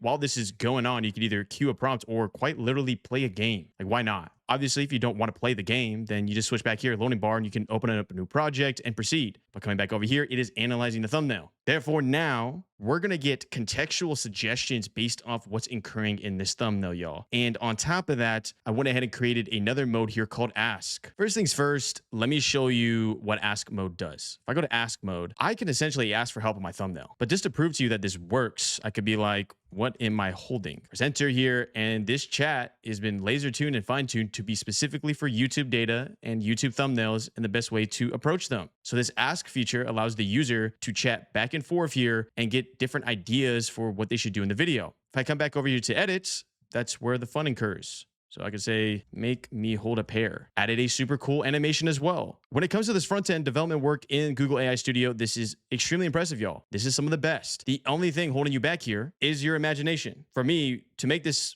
little UI that you just saw here with the llama, 8-bit llama going around and little sparkles and little paintbrush, that was just me being like, can this do this? And it did. So push it to its limits. I'm holding a pear. Amazing. Another thing I wanted to do was the ability to redo prompts. Furthermore, you can see these suggestions are specific to the original thumbnail. I could reanalyze here to get more specific suggestions to now the pear. Another good thing with software is our ability to do regions, especially in a thumbnail editing software. Therefore, I could go to my face here, add a prompt like, make me wear shades. You know what? I don't want to do that. Or go over here to the monitor and add something specific to the monitor. If I click that, boom, whatever it may be, that is how we can do specific tools within the thumbnail editor. I also added a simple remove the background. So I'm like, move the background. What's really cool here is our ability that even if it messes up, I can redo this prompt and attack it again. And there we go. Now I can download it. Do I want a PNG or do I want a JPEG? Your choice. Fundamentally, what I'm trying to show y'all right now is just build as much value as possible. This was all vibe coded. All these new little tools. I didn't even show you this one. This gives you specific templates for your type of thumbnail that you want to produce. I got a Mr. B style. I got a cinematic vlog. MK BHD tech. So for example, I could be like Mr. B style and we preload a template that I created vibe coding and it'll add it to this thumbnail. Birthday burger, mega cheese explosion, mega. And it doesn't stop there. New project, went ahead and chucked this in here. I can analyze the thumbnail again. I could play the game again. I went ahead and added the additional feature of folders here. So if I come over here to the right, I hit folder. Now the user can be like, you know what? This is going to be for YouTube thumbnails, or maybe, for XYZ client. Let's just do that. XYZ client. These are all the thumbnails I made for XYZ client. This thumbnail I've been creating right now is for that client. I'm going to simply just add this to that folder, XYZ client, add. XYZ client now has the relevant thumbnail. Are y'all starting to see the power of this? No one knows about this yet. If you're watching this, you are extremely early to the curve. There is quite literally 0 barriers to entry to create an application now. And right now, the sentiment for vibe coding or just creating apps from simple language is, oh yeah, cool front end, but it can't really do anything. Yes, it can. So you just wait. This information is going to go mainstream in a couple months because obviously it takes time. But you're an extreme early adopter right now if you're watching this video, because what I'm showing you right now is one of the most impressive workflows I've ever seen in any app builder, hands down. XYZ client, nice. Okay, I want to delete that. Oh, move back to home. Automatically knows contextually to not delete the thumbnail. Go straight back to home. Super nice. And the best part about this workflow as well is that, I go back, original image, I want to start from fresh again and can proceed. Furthermore, I wanted to add the additional ability for the UI so you can drag these cards around and chuck it in a folder that way. Nice. So what I want you to take from this little project section here of new folder, home, and categorization of different value we provided the end consumer, so in this context, different thumbnails, how does that translate into your application? Because in reality, organization is fundamentally extremely important in any software, so you could really let the user become ingrained into your environment and your system. If I made this thumbnail software where it was just a one-off and you just kind of had a history log, yeah, it would be cool still. But because of the fact that I added the simple feature of projects and folders and the ability to categorize, gives the user the ability to essentially get insane value out of it for something that took me to code, or quite literally vibe code, for like 2 minutes. Okay, maybe like 5, because you know how this AI is. All right, the last thing I'll show y'all before we take this code out of this environment due to the limitations of this environment that I explained in episode 1 is this. Also, look at this. It's glitchy. It's broken, Corbin. Oh my gosh, I can't read what it says. Is everything over? Don't worry. We'll be able to fix that in Cursor AI. Little bugs like that, don't even sweat it in this environment. But wanted to add this. Share feedback. Use this. 100% use this in your Google AI Studio app right now. Pause the video. Go to it right now. Send the prompt. I don't care. Share your feedback is going to be a fundamental piece of your software that you're going to want. For me, thumbnail editor. Who are you? Are you a YouTuber? Are you an editor? Are you a developer? Next, categorization. Do you want a new feature? You want to report a bug? You want general feedback? And then finally, the ability for information. I'm going to show you how to connect this to a real database so we can collect this data. Why is this important? Because of the fact that in reality, when you build out software, you're going to be able to add new features every single day or every single other day, or over time, as you keep building out a software, new ideas are going to come very apparent to you. But using something like this, you are quite literally crowdsourcing what is the highest thing in demand for you to work on next. This is such a lightweight addition and feature to add to any application that I know when I add this, I can in addition create a script that's going to automatically analyze all this data for me to let me know what's objectively the next thing for me to do. Long story short, this is me basically saying, why go through the heavy lifting of trying to really do deep market research when you could quite literally have your users tell you what to build next? I have a ton of other ideas I could do with Thumbio. I was having too much fun in this builder, but I knew how to make this video. Also, you put the feedback here, like, hello, cool, amazing, submit feedback, and you'll be able to receive that data. So here we go. I know that was a little long, y'all, but I wanted to show you all that so you could be like, oh, this is no joke now. I didn't even look at the code and I was able to get this far. What you're gonna wanna do next is you're gonna wanna download the app. Now, by the time you watch this video, there might be more options here for other integrations like Firebase, or alternatively what it has now, GCP. Now, yes, in this series, I'm going to show you how to do this with Firebase just because it's a Google product. It integrates natively. Let's just make it easy on ourselves. But if you're watching from the perspective of like, Corbin, I don't like Firebase. I don't want to use Firebase. Let me use Superbase. You can still watch this series and do everything I'm about to show you. Therefore, first step, whether you're using Firebase, Superbase, Vercel, whatever you're using, even if there is a native integration here, I implore you, download the app. Click download app. Once you download it, it's going to be this nice little zip. Double click. This is going to give you a folder, as you can see right here. This is where all your code is. What I want you to do with this is put it somewhere special. I'm going to put it in my documents folder on my Mac. Once you put it in your documents folder, come to your IDE, Integrated Development Environment. I'm going to be using Cursor AI. I don't know what you should use. Use whatever you like. I've been liking Cursor a lot lately, and they just pushed out a massive update literally today, 2.0. Amazing stuff. You're going to hit Open Project. You will simply navigate to where you just placed that folder I showed you. So for me, it was in the documents, and it was called the exact same thing, thumbio.com. So once we do that, we have all of our information here. We got the env.local. It's actually really nice of them to leave it here for us. So once we do that, I want you to do two major things here. First thing we're going to do is let's create our Gemini API key. This is what gave us the ability to do all those cool features, such as the chat, the nano banana, all of that. To create your API key correctly, what you want to do is you want to go back to Google AI Studio. You're going to go to your bottom left here where it says Get API Key. You're going to click it. The next thing you're going to do is simply hit Create API Key. Once you hit Create API Key, name it. So I'm going to name mine Thumbio, and then we can select our cloud project. So right now I only have one that is showing. I'm going to create a project. Project name, do the same name. In reality, I probably should have named the key maybe like Thumbio Burner, because I'll delete the key anyways and then use a prod one for production. But for the sake of this series, as of now, it's fine how I did it. We got choose on the imported project, Thumbio, name our key, Thumbio, nice. Once you do that, you're going to come to the right and hit Copy API Key. We're going to come back to our env file, and trust me, if you don't understand what this means yet or why we're even doing this, it'll make more sense as we get going here. But for now, all I want you to do is paste your API key here. It should start something with along the lines of AI and then just a string. It should be pink, or I guess it's whatever theme your IDE is in, but it should be a string. It'll be pretty obvious. Once you do that, we now should connect this to GitHub. But before we even connect this to GitHub so we have really good version control, let me show you some vibe coding prompts. So I'm gonna come over to agent tier. I'm gonna connect to browser. I'm gonna do browser tab so we can see our UI and website at this moment appear here. The next command I'm gonna do is going to simply be run the app. What's gonna occur here, especially if you've never developed in your entire life or have limited development projects, is it may need to install necessary dependencies to even run the application. And what I mean by that is, if you remember from episode 1, the React framework and TypeScript, it may need to install React itself for it to be run locally on your computer. This is a long-winded way of me saying all that complexity, you really don't even need to care about anymore. Because when I say run the app, this is just going to know that, and it's going to do it for me. Obviously, I don't need to do it because I already have those packages because I have a ton of different apps, but for now, we're going to hit enter. Now, this series is going to be very much vibe codey. I'm going to try to limit as much as possible the code files to not scare y'all. But what I'll do is here and there, I'll interject real knowledge in the sense of development so you can start building those bricks. One piece of real knowledge, package.js on. And I'm saying real knowledge, you know what I mean? Just like the developer fundamentals. This right here, scripts, you might be asking yourself, why is it looking at the package.json? Well, it's looking for available scripts. Where are the scripts?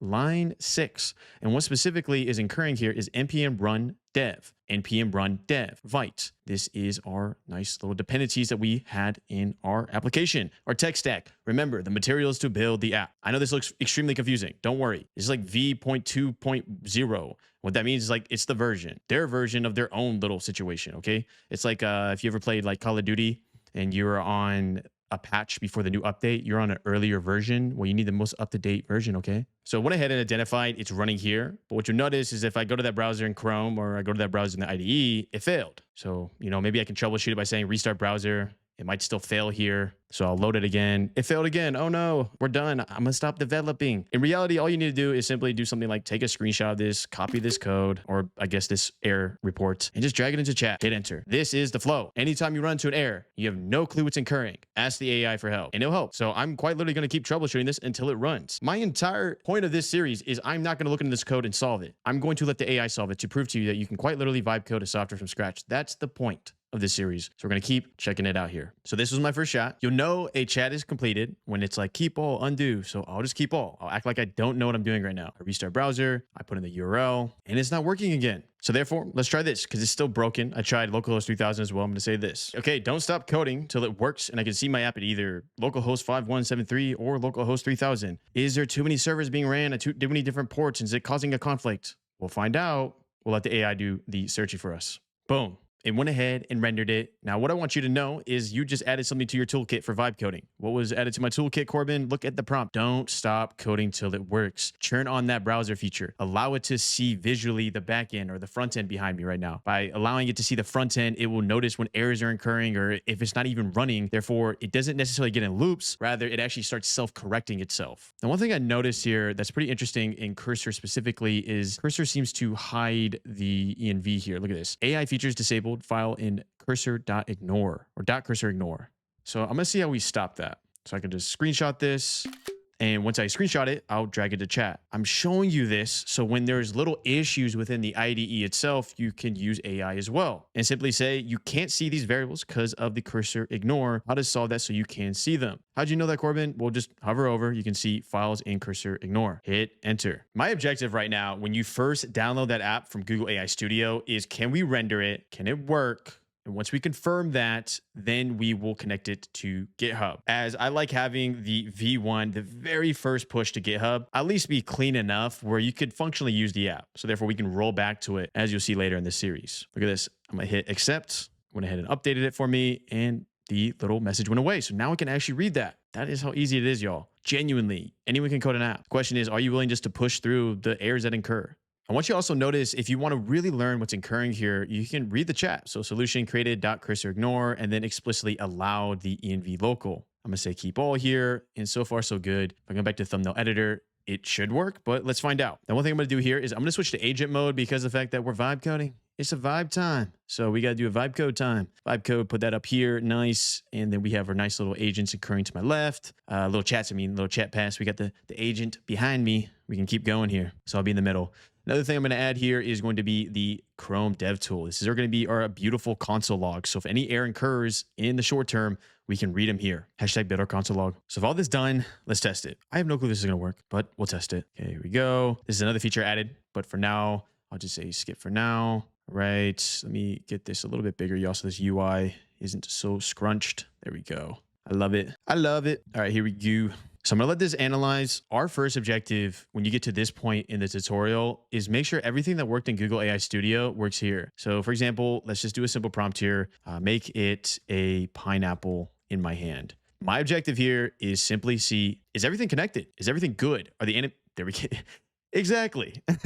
Exactly why we're doing this. So we got an error. Failed to get response, failed to process image in Gemini. So we see this. This is the steps, y'all. You get an error. Go to the console log like I showed you how to. Copy all of it. And then what we'll do here is since this chat is pretty good and we've done a lot with just running the app, I can click new agent here and then paste this error. And then make sure you have the browser tab on so you can visually see this and then hit enter. What this will do is either request certain information from us in order for this to work, e.g. like, oh, the reason it didn't work is because you didn't provide XYZ API key. Or alternatively, it's going to look further into this issue and just solve it naturally. I'm so glad when things like that happen in videos, y'all. When I'm trying to describe a specific error case and then the error happens live, it's beautiful because as you already know, vibe coding, you're going to get errors. So if you know how to troubleshoot the errors, then you can quite literally build anything. Now, sometimes when copy and pasting, it could be overkill. If you just want to alternatively just read it, it could be very clear the error as well. So you'll notice here for me is error calling Gemini API error, code 429. I don't care. What's the message? You exceeded your current quota. Please check your plan and billing. Oh,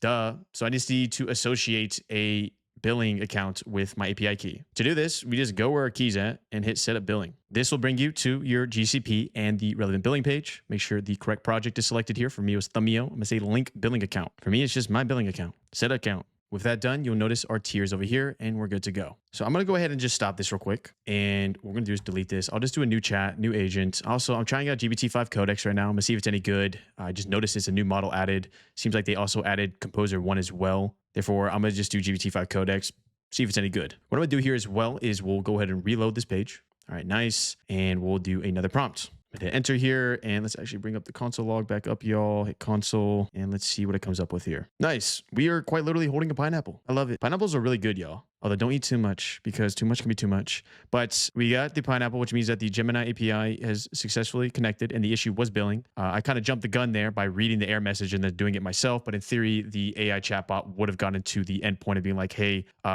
you didn't set up a billing account. Oh, my bad, my bad. But that works. Let's check out other features here. Come over here, ask, be like, what am I wearing? Because right now I want to test the vision, whether the vision data is correct. So it should say I'm wearing a red shirt. And let's see, I'm gonna have to adjust this UI a little bit. A cool white baseball cap. Oh, it's cool. A snazzy maroon or deep red long sleeve sweater. Yeah, no, spot on. And then it says, looking sharp, buddy. Thank you, Gemini. Thank you. All right, so everything functionally seems to work now. Honestly, I could keep messing around here, y'all, but as you already know, you get the fundamentals. How do I solve this part? How you solve this part is simply use your application, build with your application. If you run into errors, use the console log, copy the entire error, put it into a chat, proceed. What's next? What is next here is connecting this to GitHub for version control. You are going to absolutely fall in love with GitHub. It's just going to be your best new friend. Like, you're going to love him or her. GitHub is going to allow it so that when you were using Google AI Studio before and you would push out a little update and then it would absolutely cook your app, you couldn't really roll back effectively. Oh, I love GitHub. It's going to be able to do that for us. So what you want to do is go to your repositories and you're going to hit new. You're going to give that repository a name. Obviously, I would name it basically exactly what you already created. So for me, it's Thumbio. I would probably do private and then hit create repository. If you do public, anyone in the world can see your code. So unless you want to do an open source project, choose public. If you want to do maybe I want to make some money projects, do private. Create repository. So once you've created your repository, this is going to be what it looks like. Don't worry, y'all, that have already watched my GitHub video. I'm not going to dive into setting up your SSH key, or alternatively, what is GitHub? How do you use GitHub? Don't worry about that. We'll do a little bit of here, but like I said in episode 1, y'all, you got to watch that 46-minute tutorial because I'm not going to be adding it into lessons like this. So if you find yourself frustrated, this next prompt, you're like, this guy didn't even teach me how to use GitHub. This is a joke. You didn't watch the 46-minute video. You got to watch some prereqs before you get to this point, y'all. All right, we're going to do this. First off, SSH that we learned in the other video, copy it. So here's the vibe coding prompt to connect to GitHub. Connect this code repo to this via SSH. That link we just copied, yours will be different, whatever your project name is. So make sure your project name's here, or your repo name, I suppose. Make it so that the main branch and the make the first commit be like and subscribe. Smiley face. Have you not liked? Have you not subscribed yet? And then hit enter. I love this. This is the best part here, y'all. Y'all gotta understand. The missing puzzle piece is understanding GitHub. It's going to make everything easy. So I'm going to do this thing. If this is the first time you ever ran a GitHub command, it's going to have to install Git itself so we can even run Git commands. If that doesn't make that much sense, don't worry. Or just simply ask an AI model, what did this guy just say? He just said something about if it doesn't have Git yet, it has to install Git. What is installing Git? What does GIT even mean, Corbin? It doesn't matter anymore. We're in the vibe coding age. You can literally build an app with zero knowledge of coding. Like, trust me, y'all. I don't even need to put out a crazy little X thread to prove it. I am quite literally recording it. So I went ahead and said repos now on main. Let's check it. I'm gonna reload. And it's not. So if I reload, oh, I followed this guy's tutorial. It sucks. Okay, then just simply do this. All right, didn't connect yet. What are you talking about, cursor? Screenshot it. I don't see it in my GitHub repository. Push it so I do. That's simple, y'all. Enter. Sometimes these AI models, even though they're absolutely amazing, will hallucinate or lead you down a path of, am I wrong or is it wrong? Part of the time, or maybe most of the time, it's wrong.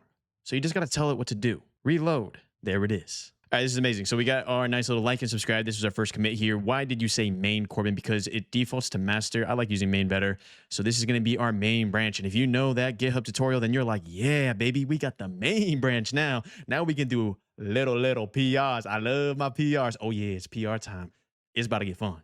So this just relieved a ton of stress off my back. And that's because when using Google AI Studio, I quite literally felt like I was in a dark room trying to shoot a scary monster. And if I shot the wrong thing, then it would all break. Because Google AI Studio does not currently have version control.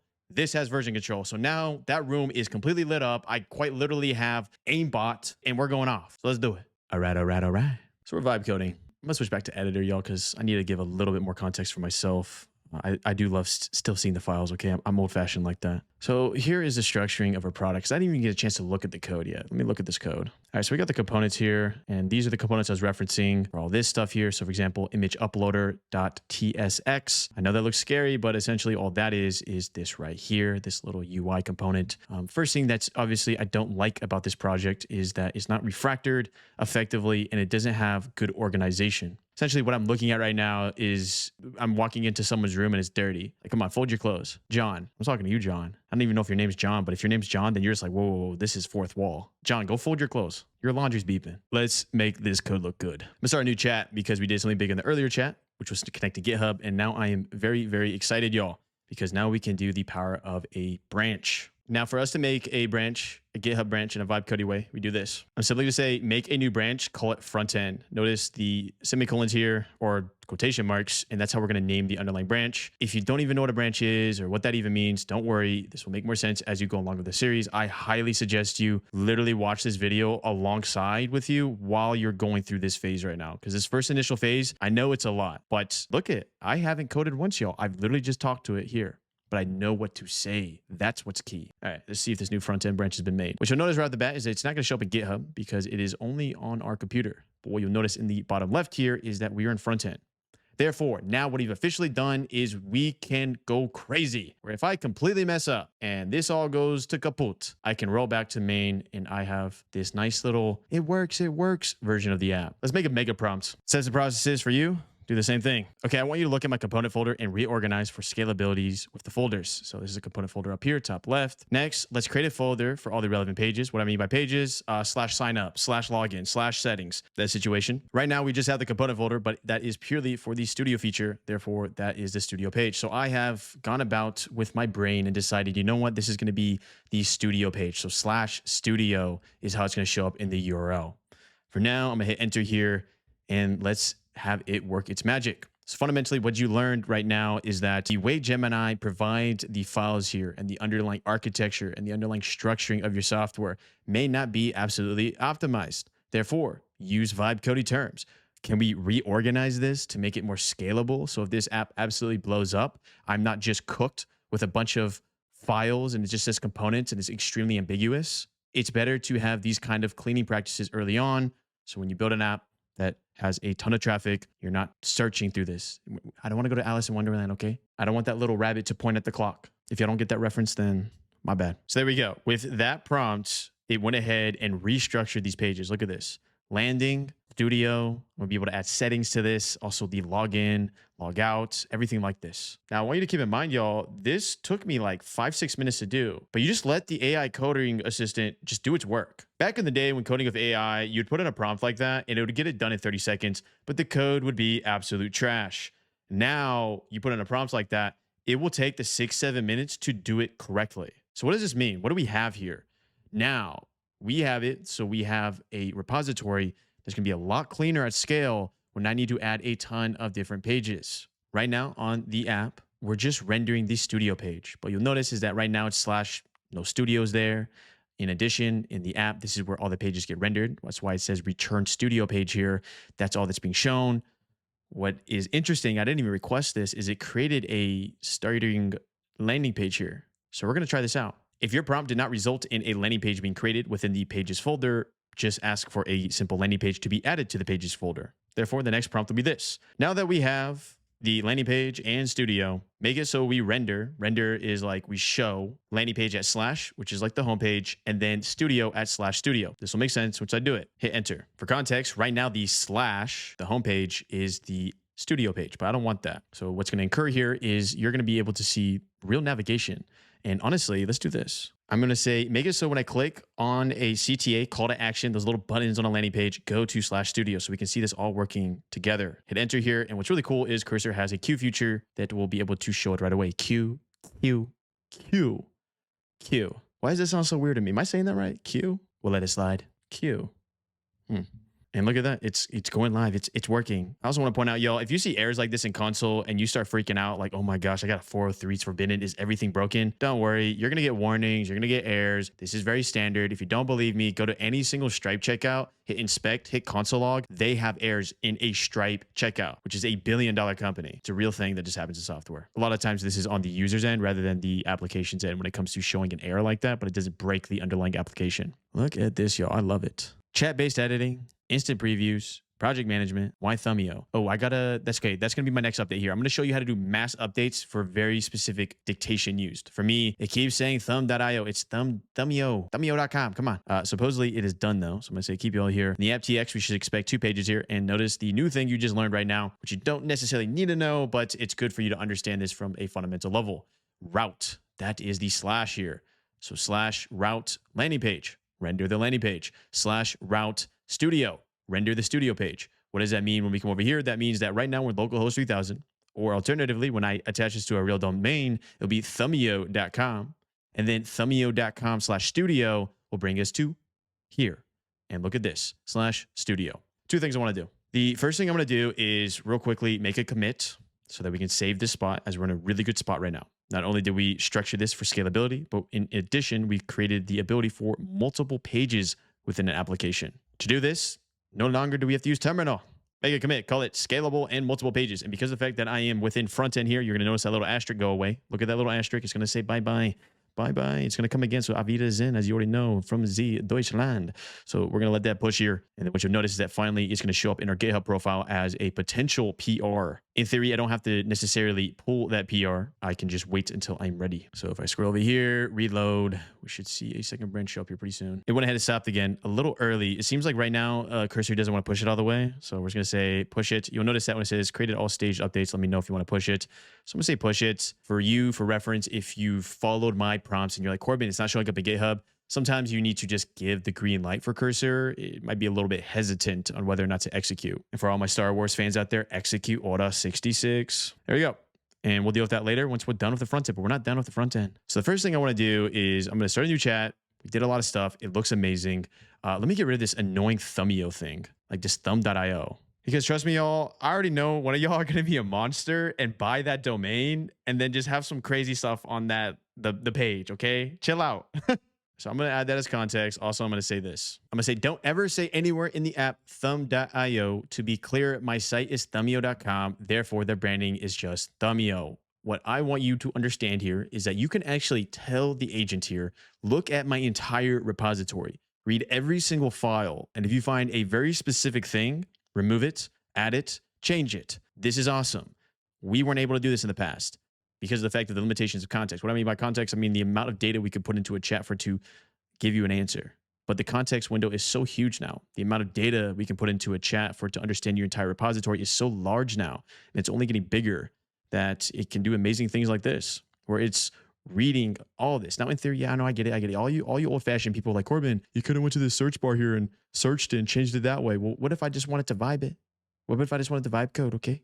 So this push out. We're going to keep on. We should see Thumbio up there. Amazing. Looks beautiful. Next thing that's kind of annoying me is like thumbnail editor AI up here. And that has to do with your index.html. What is this, Corbin? Your index.html is how this will show up in search. And what I mean by search is this right here. Google Perplexity AI shows up in chat. It's this hyperlink here and the underlying description. Therefore, what I'm going to do here is this. I'm going to create a new chat. I'm going to hit at index.html. Now we're referencing the specific file behind me. I'm going to simply say, I like the UI as the coloring looks good so far, but change the title and meta description to match Thumbio and our purpose, best YouTube AI thumbnail editor. What is your purpose? What is your reasoning behind your application? And let's just update this entire index.html. So when it gets crawled by Google, I noticed it said crawled in an earlier video, which probably sounds extremely confusing to some of y'all. Crawl is just another way of it's just Google's way of saying when their little bots look at your website and extract the title data like, oh, this is a thumbnail editor.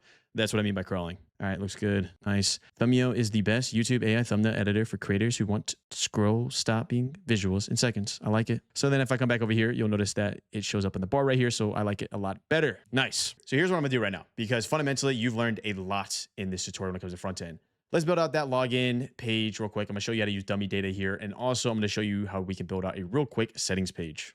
Everything else when it comes to Corbin, how do I build a better footer? Very simple stuff. That's just vibe coding it. If you recall from earlier in the tutorial, we had these little vibe coded designs created. So let me just go over the objective, right? So create a good top fold like I described in episode 1 or 2, forget which. Get some good content there. What the heck does your thing even do? And add a footer with the relevant links that I described in an earlier episode. One big thing about the top fold that I suggest you to do, here's a nice little pro tip, is use a recording software like Studio and just create a real quick demo. 20 to 30 seconds, real fast. You don't need to be a professional. And when I say demo, y'all, we come over to my X. I'm talking about like one of these demos down here. Whoa, super cool. Amazing products. Like, this is literally 30 seconds. Do the same thing for your product. Show your product in under a minute. You'll get crazy better conversions. And then just put it here. You'll be good to go. I guess let me know in the comments if you want me to show you how to do a video like that. That actually might be pretty useful. I'm not too sure if you guys care about that though. So landing page, we'll just say it's done because I'll just do that on my own time. I don't want to waste any of your time right now. Let's just do the sign up and log in real quick. All right, so to do this, we're going to start a new chat here and identify that we need this page. So here's a prompt. We need the login and sign up page. Add it to the pages folder, this right here, where the landing and studio is. And for now, let's do email and Google login, make it look like the attached images, and we'll grab those pretty quick. I'll show you what I'm talking about. And for now, the CTA goes to these pages, the sign up, log in, and then for now, the dummy data. And when I click Google button, it takes us to /studio. So what are these screenshots I'm talking about? In theory, I could just have it program a sign in, sign up, login page. But if there's a page you like, so if we come over to bump ups, I like this page. I could just screenshot it. Go to the sign up version of it. Looks amazing. Screenshot again. I mean, this is how simple front end coding has become, y'all. I will simply drag these in here. Now, to be fair, it might not be able to get this little Google logo, little images here, but it's going to essentially get everything I want in a sign up page. So let's see it do its work. I'm going to hit enter here and it's going to proceed. Remember, always have that browser feature on. Always have this on. This is going to save you a ton of headaches.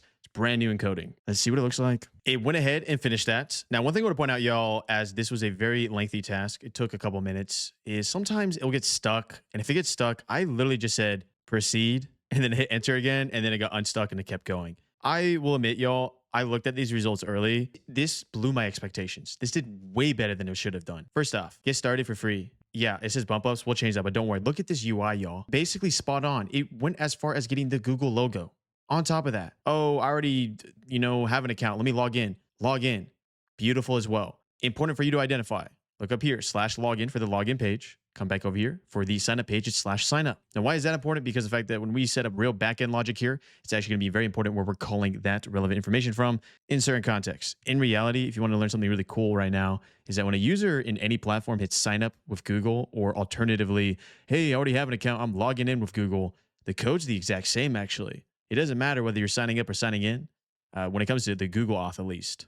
Now, let me just fix something real quick. What you'll notice is that because it literally copied that to a T, it has like bump AI, bump ups here.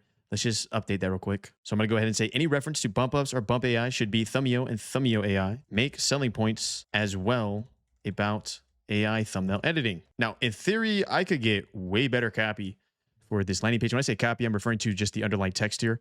I could get way better copy if I really wanted to and dive a little bit further. And what I mean by that is I would suggest you run a new chat and you would essentially tell it, hey, look at my repository, understand the value I give my end consumer. Once you understand the value I give my end consumer, for me, it is thumbnail editing with AI. Provide very specific copy for the landing page that's a little bit better, I suppose. More features, because yeah, it's project management, instant previews here, and then behind me, chat-based editing. But there's a lot more we can do within the studio right now that I would probably want to highlight. For now, it is going through. It's ensuring that everywhere there was bump ups is now Thumbio. Join thousands worldwide crafting AI-powered thumbnails with Thumbio. Generate scroll-stopping thumbnails in seconds with Thumbio AI. Upload. This is not true. Well, actually, upload local or YouTube videos and capture that. That's not true. That's from bump ups. But the idea is that I would kind of dive a little bit deeper here and obviously change the more specific about the copy. But look at this, y'all. We quite literally created a sign up and login page that looks good. And then we have the dummy data now where if I click this, it takes me to Studio. Let's do the last part of this tutorial here where we set up the settings page. If you remember, our settings page was something along the lines of this. So let's just make my life easy and screenshot it. They said, can we short Figma stock? Does Figma have a stock? Because if it does, I would love to short it right now because you don't even need design anymore. Or maybe in certain industries you do, but for coding, not really. All right, so I'm gonna do a new chat here.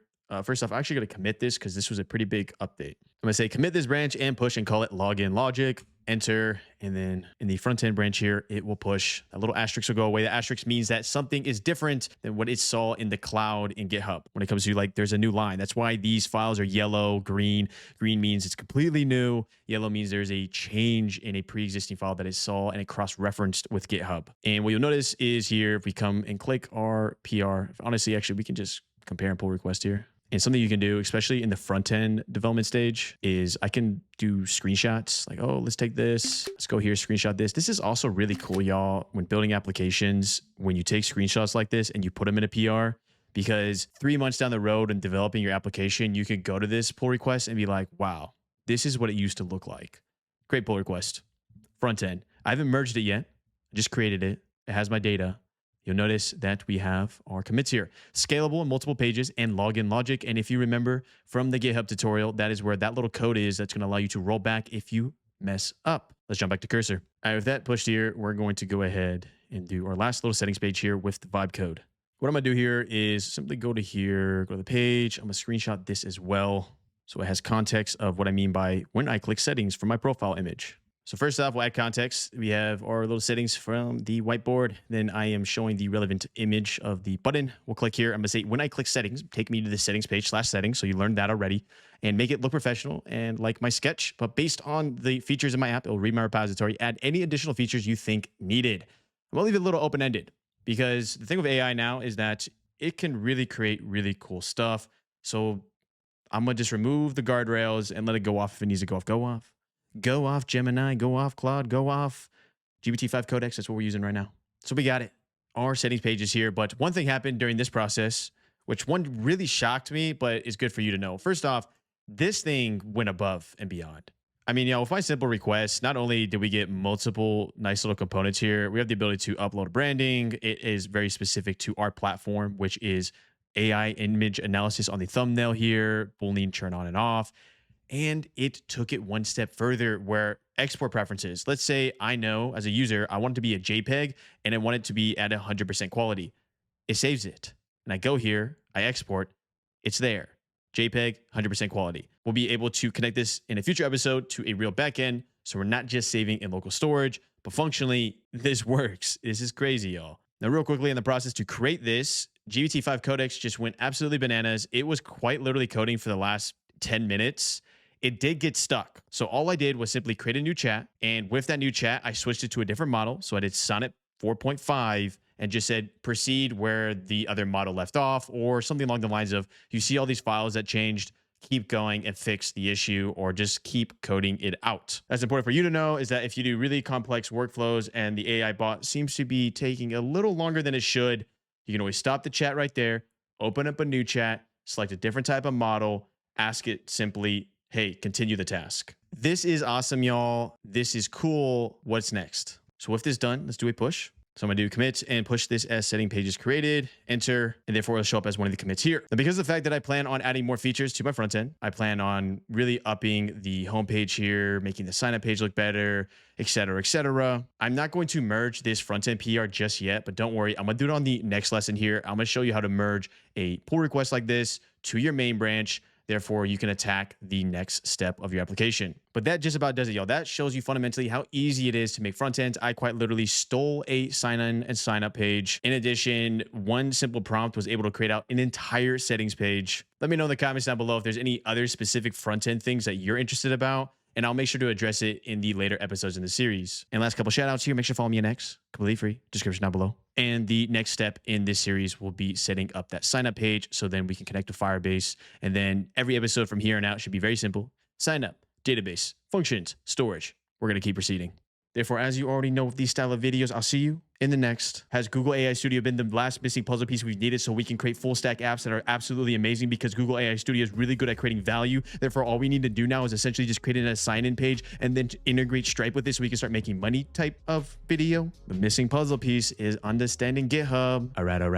How do I take the app that I completely just vibe coded in Google AI Studio, and not exaggerating, y'all, in one day was able to build out the entire landing page, choosing your leet, classic leet, cowboy leet, neon leet, setting up monetization with how much it costs to use the platform for thumbnails, effectively setting up price tiers, setting up the login and sign up, building out the entire front end for the value of the product, such as uploading this thumbnail and being like, put me in COD in the background, Call of Duty. We got Leet working on the image. Boom, Call of Duty burger battle. Furthermore, I went ahead and created the settings page. This is no joke, y'all. Account, Leet Lab, billing, usage, capabilities, connectors, privacy. It's not done yet. There's more. This is like Oprah Winfrey right now. There's more. Upgrade plan. I built this entire thing in one day. Let me show you how. The video you're about to watch right now, I don't know how long it's going to be, but it's going to be one of the most in-depth, value-filled video when it comes to front-end development you will ever watch in your entire life. And I am this confident saying this because I can see how much pushback I'm getting in on this series where it's like, oh yeah, totally, vibe coding.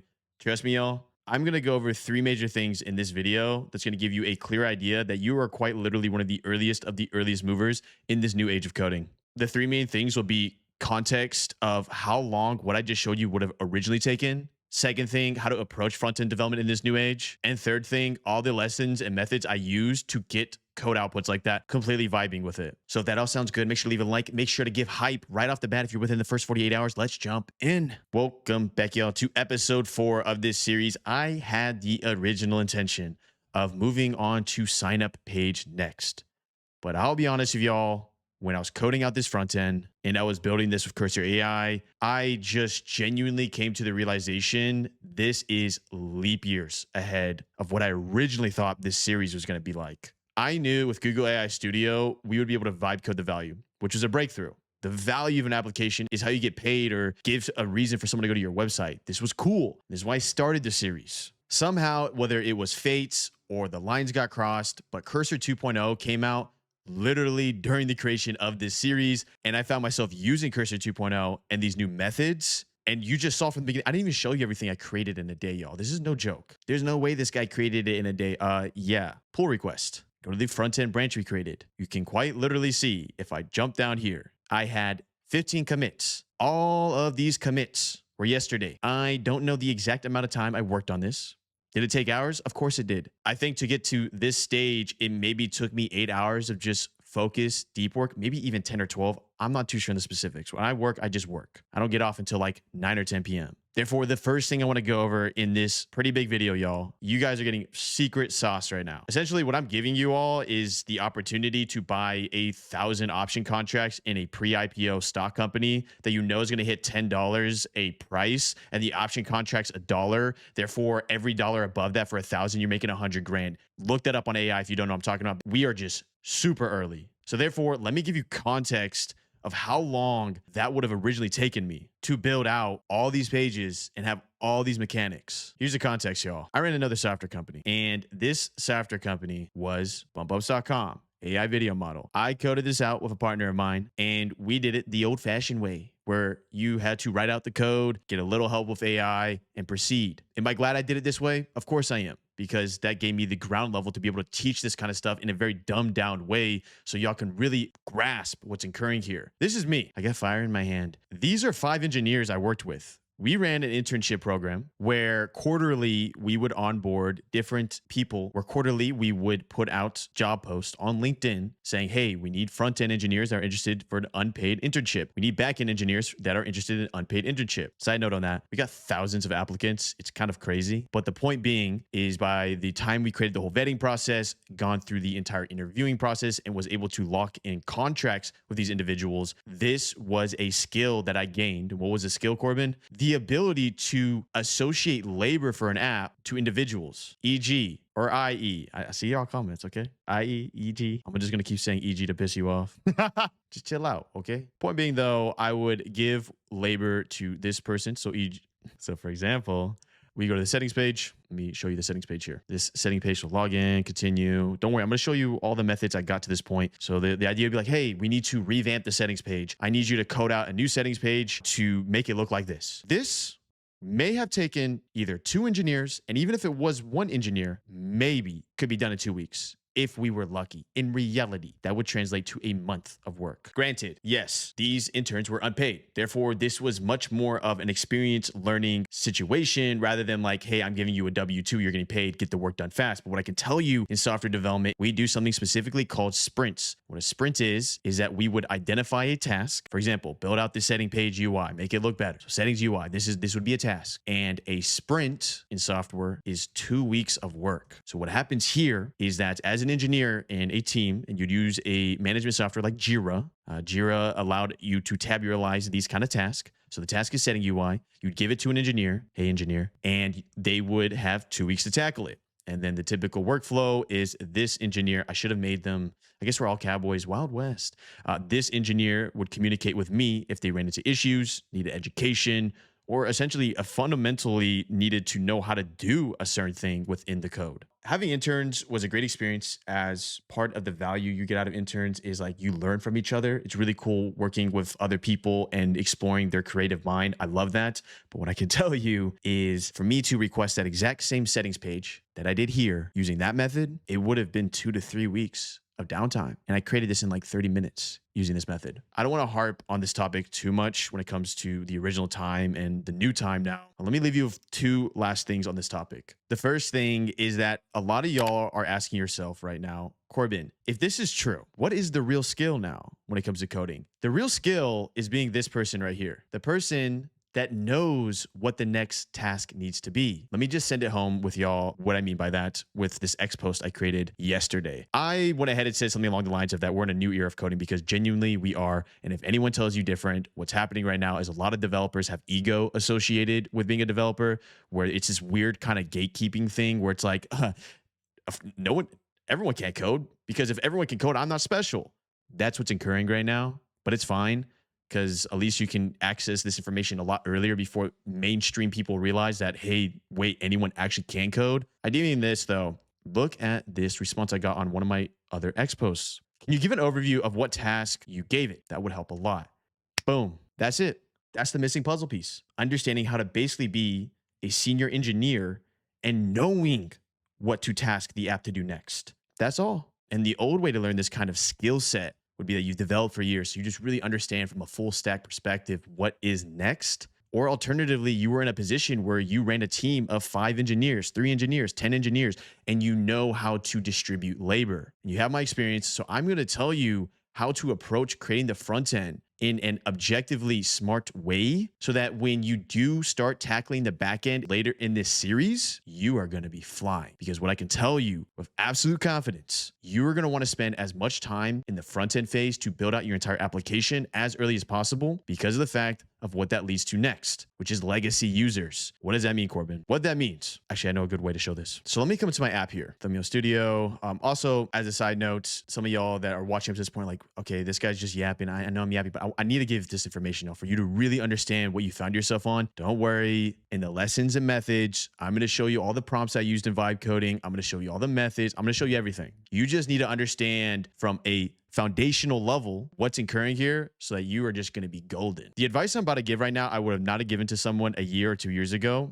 but now I'm inclined to. The advice is this. You want to build out your app where the baseline of your software architecture can handle growth and you're not shooting yourself in the foot when it comes to legacy users. Now, let me give you a very specific example of that because I know that sounds like a bunch of developer jargon and you're like, this guy is just sounding very ambiguous right now. When I originally was going to create Thumbnail, if I scroll down here to choose your llama speed, right? You got 3 different tiers and I can do a whole nother video on this monetization. Actually, there will be a whole nother video of Corbin, how'd you find yourself at the price of $19.92 and $24 a workspace, which may change when I do some more math, but I'll do a whole nother video on that. Don't worry. It's later in the series when I will dive deep in the weeds with you so you know how to price your product. That's not the point of this video. The point of this video is legacy users and what that even means when building our front end. Originally, I was building out this application to be one individual could either be free, studio, or agency. As I kept building, I realized, well, if I ever wanted to expand this where an agency on Fiverr, Upwork is like, yo, this platform is beautiful, but I need like 5 seats for all the different editors in my team and my business, like full-blown businesses using this software. I realized, oh, I need to build this to handle a thing called workspaces or the ability to handle team plans. To make this a little bit more clear, if I was building out this software architecture just to handle one individual on free, studio, and agency, so I log in, continue with Google, I'm here, but I don't have the UI of workspaces up here, the ability to create different workspaces, manage workspaces, create a workspace, add a new seat, have it so that Creator Lab is 3 different editors I work with, and they all have a shared access to the data of all the different thumbnails. If I didn't approach the beginning of my front-end development with this logic, and I did it with just an individual, e.g. there was no workspace feature, there was no ability to add seats, it was just me jumping over to Thumbnail, and I'm just creating a thumbnail. For me to add this additional workspace feature, if it was just an individual at first, that individual who is a legacy user, it would be extremely painful for me to migrate them to handle the new type of data structure to handle workspaces. So if I originally went with version 1, building this out without the idea of what a legacy user is or what that means, where one individual would choose between the 3 different plans, plan A, plan B, plan C. And just because it's basically around Halloween, ABC, it's orange, it's orange. What I'm about to say right now, if you're coming from no development experience, is going to sound very confusing. Just stick along with me. I need to explain this to you. So if by the end of my explanation here, you're still confused, then what I want you to do is like your TLDR is like, would you need something like seating for your price subscription model? Would you need these extra layers? What I'm trying to say here is MVP 1, the advice I would have given someone a year or 2 years ago is bare bones it, just get a product out, just show value, push. No.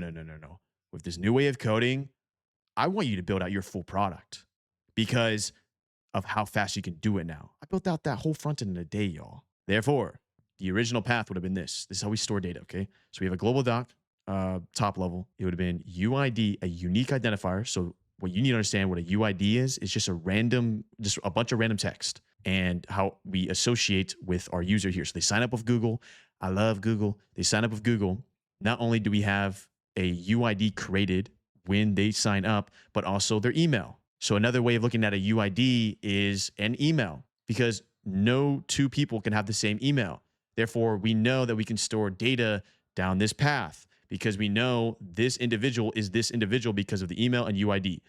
Point being, though, unique identifier means that if you have 50,000 users in your platform, all 50,000 are going to have its own custom random string automatically created. You don't have to worry about that code. It'll be automatically created. UID, and then, we would just create the relevant docs here. That's fine. It's amazing. Beautiful. The docs, when I say docs, that's just another way of me saying like a data point that stores something, okay? Point being, if I went my original route, where it's a single user on Studio, I would have been cooked. The reason why is I want you to notice something. Look at this URL, workspaces, WS client drops Studio. What you'll come to realize is that each workspace is going to have its own specific data point associated within the docs, which means if I went with the original path here of just /studio, which was exhibit 1, Nummer 1, it would have been an absolute headache. Because now what might occur here is that I don't have to transport this legacy user to the new data path here, which would be data path 2. Now I'm just spitballing here. I don't know the specifics on the data path yet. We're going to have to work on that together, and I'll explain why I do what I do. We're going to still have the global doc of user UID, so we know who Tim is over here.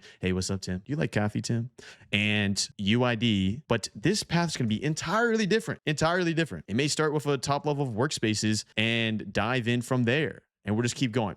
TLDR, build out your entire front end. Take time on this because in reality, the work that I just showed you here, if I was going to code this out the old way, everything I just showed you here, man, I can't even give you a number. It's hard to gauge. I would say at least a minimum of 3 to 4 weeks. And that's you having a full-blown understanding of front-end coding and really knowing how this all interconnects. I did this in under 10 hours, around that range. We're in the new age. That just solves that one. TLDR, like legacy users, if you don't understand what I said there, don't worry. What I basically want you to take away from everything I just yapped about is build out your front end, take time here, because the last thing you want to do is in the future of your application, how do I know this? How does this guy know this? Because trust me, with bump ups, we went through 3 or 4 different phases of essentially needing to migrate legacy users, thousands of developer accounts, thousands of bump ups accounts. We had to migrate them to the new data path structures. Not only does that break your front end, you have to restructure the front end. Not only does that break your back end, you got to restructure your back end. You have to write a custom Python script in order to even handle all the data move. It's not fun. So approach this first phase with complete clarity of everything you think you'll need in the front end. Yes, you're going to miss some things. I'm going to miss some things. But by the time you miss that thing and need to migrate a legacy user, potentially, you would have been so far down the rabbit hole of developing an app, you'd be like, I got this far. I might as well learn the next step. All right,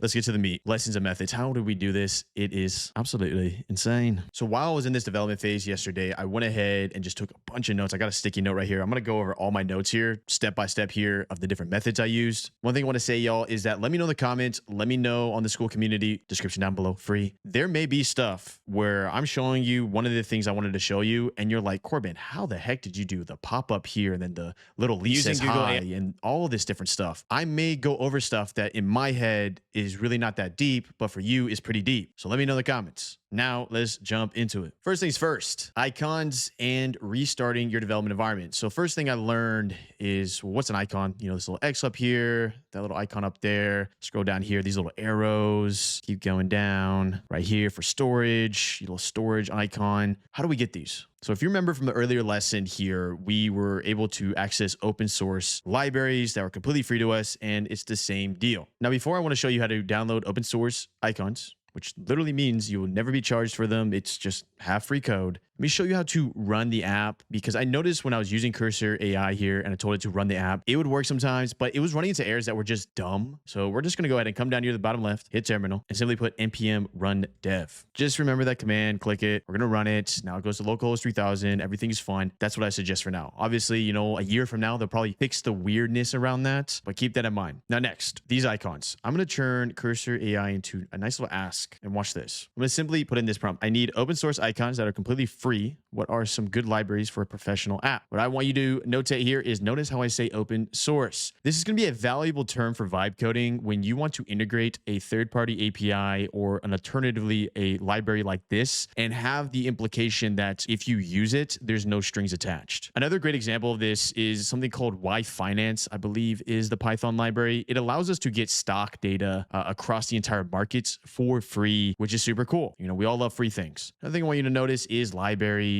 You don't have to use this terminology. Completely free, not exactly 100% needed. But once it gives you a result, use this ask mode. This is very powerful. And ask those questions you're wondering. Ask those questions like, this seems like really cool. Are you sure that they won't come after me if it becomes $1 million app? And you get your answers. But look at this. You know, for example, the one I'm using is Lucid and it says current. Pretty smart, right? And I essentially just said install Lucid icons and replace all. Hit enter. But obviously you need to be in agent mode, right? You can't just be an ask. And it did it. But one thing you need to learn is that when you install libraries like this, whether it's open source icons or a third-party API, which will make more sense as we get in this series, you need to restart your development environment. And what your development environment is that localhost 3000, this thing being ran locally on your computer. If you're ever wondering what the heck locally on your computer even means, that essentially means that if your computer were to blow up right now, the server would be dead because it's running on your hardware, your actual computer, no internet.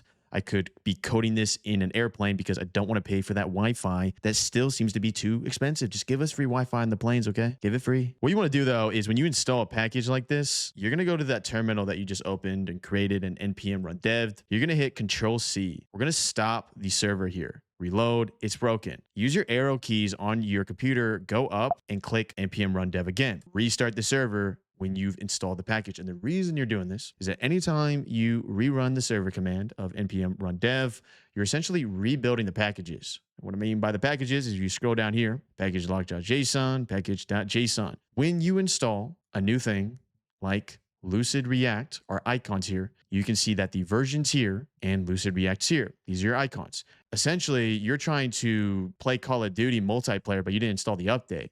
So install the update, and then you won't have any errors. Fundamentally, what you just learned right there is going to apply to any type of open source library that you ever install in your application. What I encourage you to do is take the time to search up what an open source library is. What does open source mean? What are the potential things you can use open source in your specific application? Like literally, what are you building? Corbin, I'm building X. Okay, take that to an AI chat and be like, hey, I'm building X. What open source libraries would probably be a good fit here? So what you realize was really cool as I built out other applications is that a lot of stuff that you pay for online can be integrated into your application for completely free. So what I mean by that is that a lot of times when an individual is paying for an API service, like OpenAI's API, for example, if I want artificial intelligence integrated into the app, in theory, I could run my own server. In theory, I could download that model and run it locally in my server, or then alternatively use something like GCP and run that LLM that I downloaded to GCP and hit those endpoints because I own that model. Why don't people do this, Corbin? Because of the fact of how much these AI companies have scaled up their API infrastructure so that if your app does blow up, you can lean on OpenAI's tech. It's like, why is there no AWS GCP competitor really? Because they've already built all the server rooms.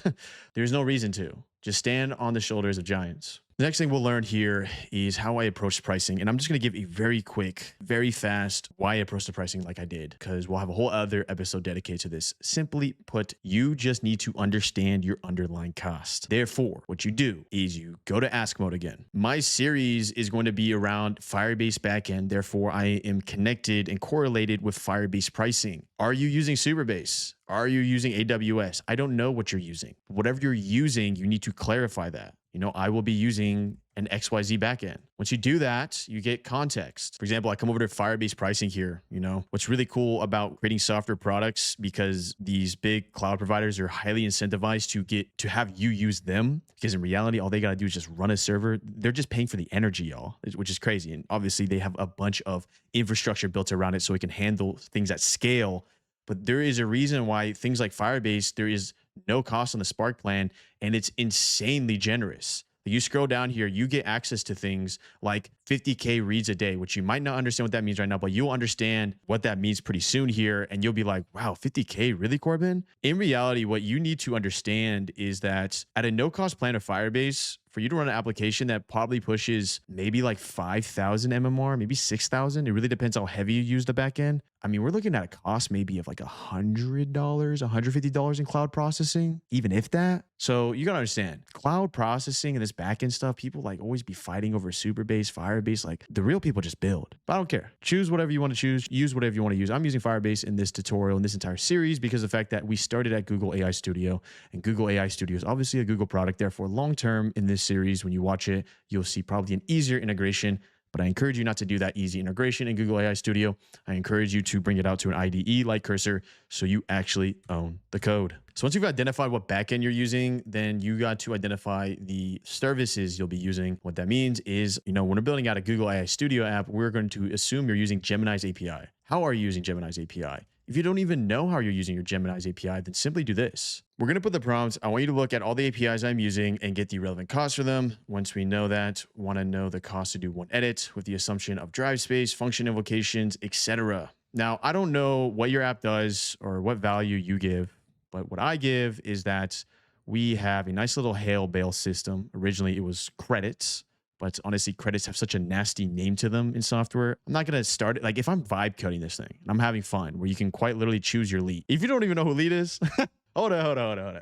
There's a reason this sweater's out. All you OGs that are watching this, they know this sweater. All the new people that have just found me right now. Oh, this is a big sweater. If it's a llama sweater in the video, it's a big deal. That's Lead the Llama. He's an OG.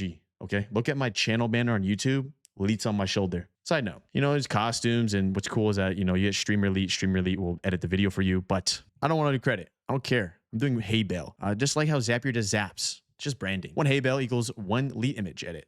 One lead image edit cost me money in the backend. That is a Firebase invocation to actually run the function for me to call GCP and be like, hey, I need you to run some code for me. Firebase invocation. This costs money. With the Gemini image editor, Gemini Flash image, or Gemini API Flash, whatever the model's called.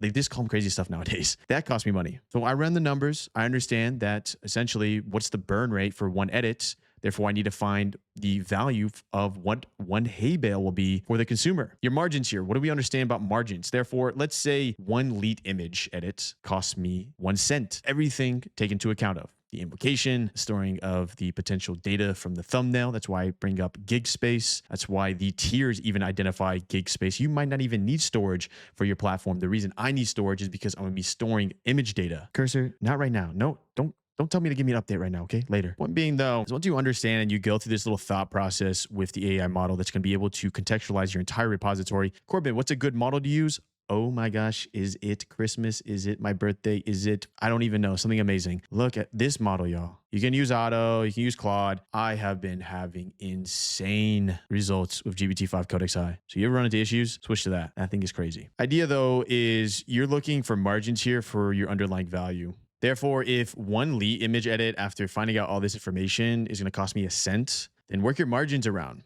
Do you want to charge 10 cents per hay bale? Do you want to charge 5 cents per hay bale? What's a healthy margin, Corbin? To be honest with you, it really depends. I would encourage you, if this is your first time running and creating an app, you don't have to shoot for the 90%, 80% margin here. Shoot for the 60, shoot for the 50% margin. You just want to create enough value to justify someone using the application. So for me, the margin I'm shooting for, I think is around, if I remember correctly, around 70% margin. Therefore, there's a whole credit system, right? So the user could pay me $20 a month, and then for 250 hay bales, which equates to around 31 thumbnails, I did the math. They could also be like, you know what, I just want to be on the free tier. Free tiers are always important. You got to give the user, especially in software, the ability to just try out the product, because they might try it out and be like, this is trash. And if they paid for the product, you're going to get an annoying, very annoying refund email. So you might as well just let them use it. Let them like code themselves or vet themselves out of the whole system. Last thing you need is a bunch of emails saying, I need a refund. Just use the $0. It's all good. We also have little elite hay bales. This is one-time purchases. I'm going to take a step back from some information I said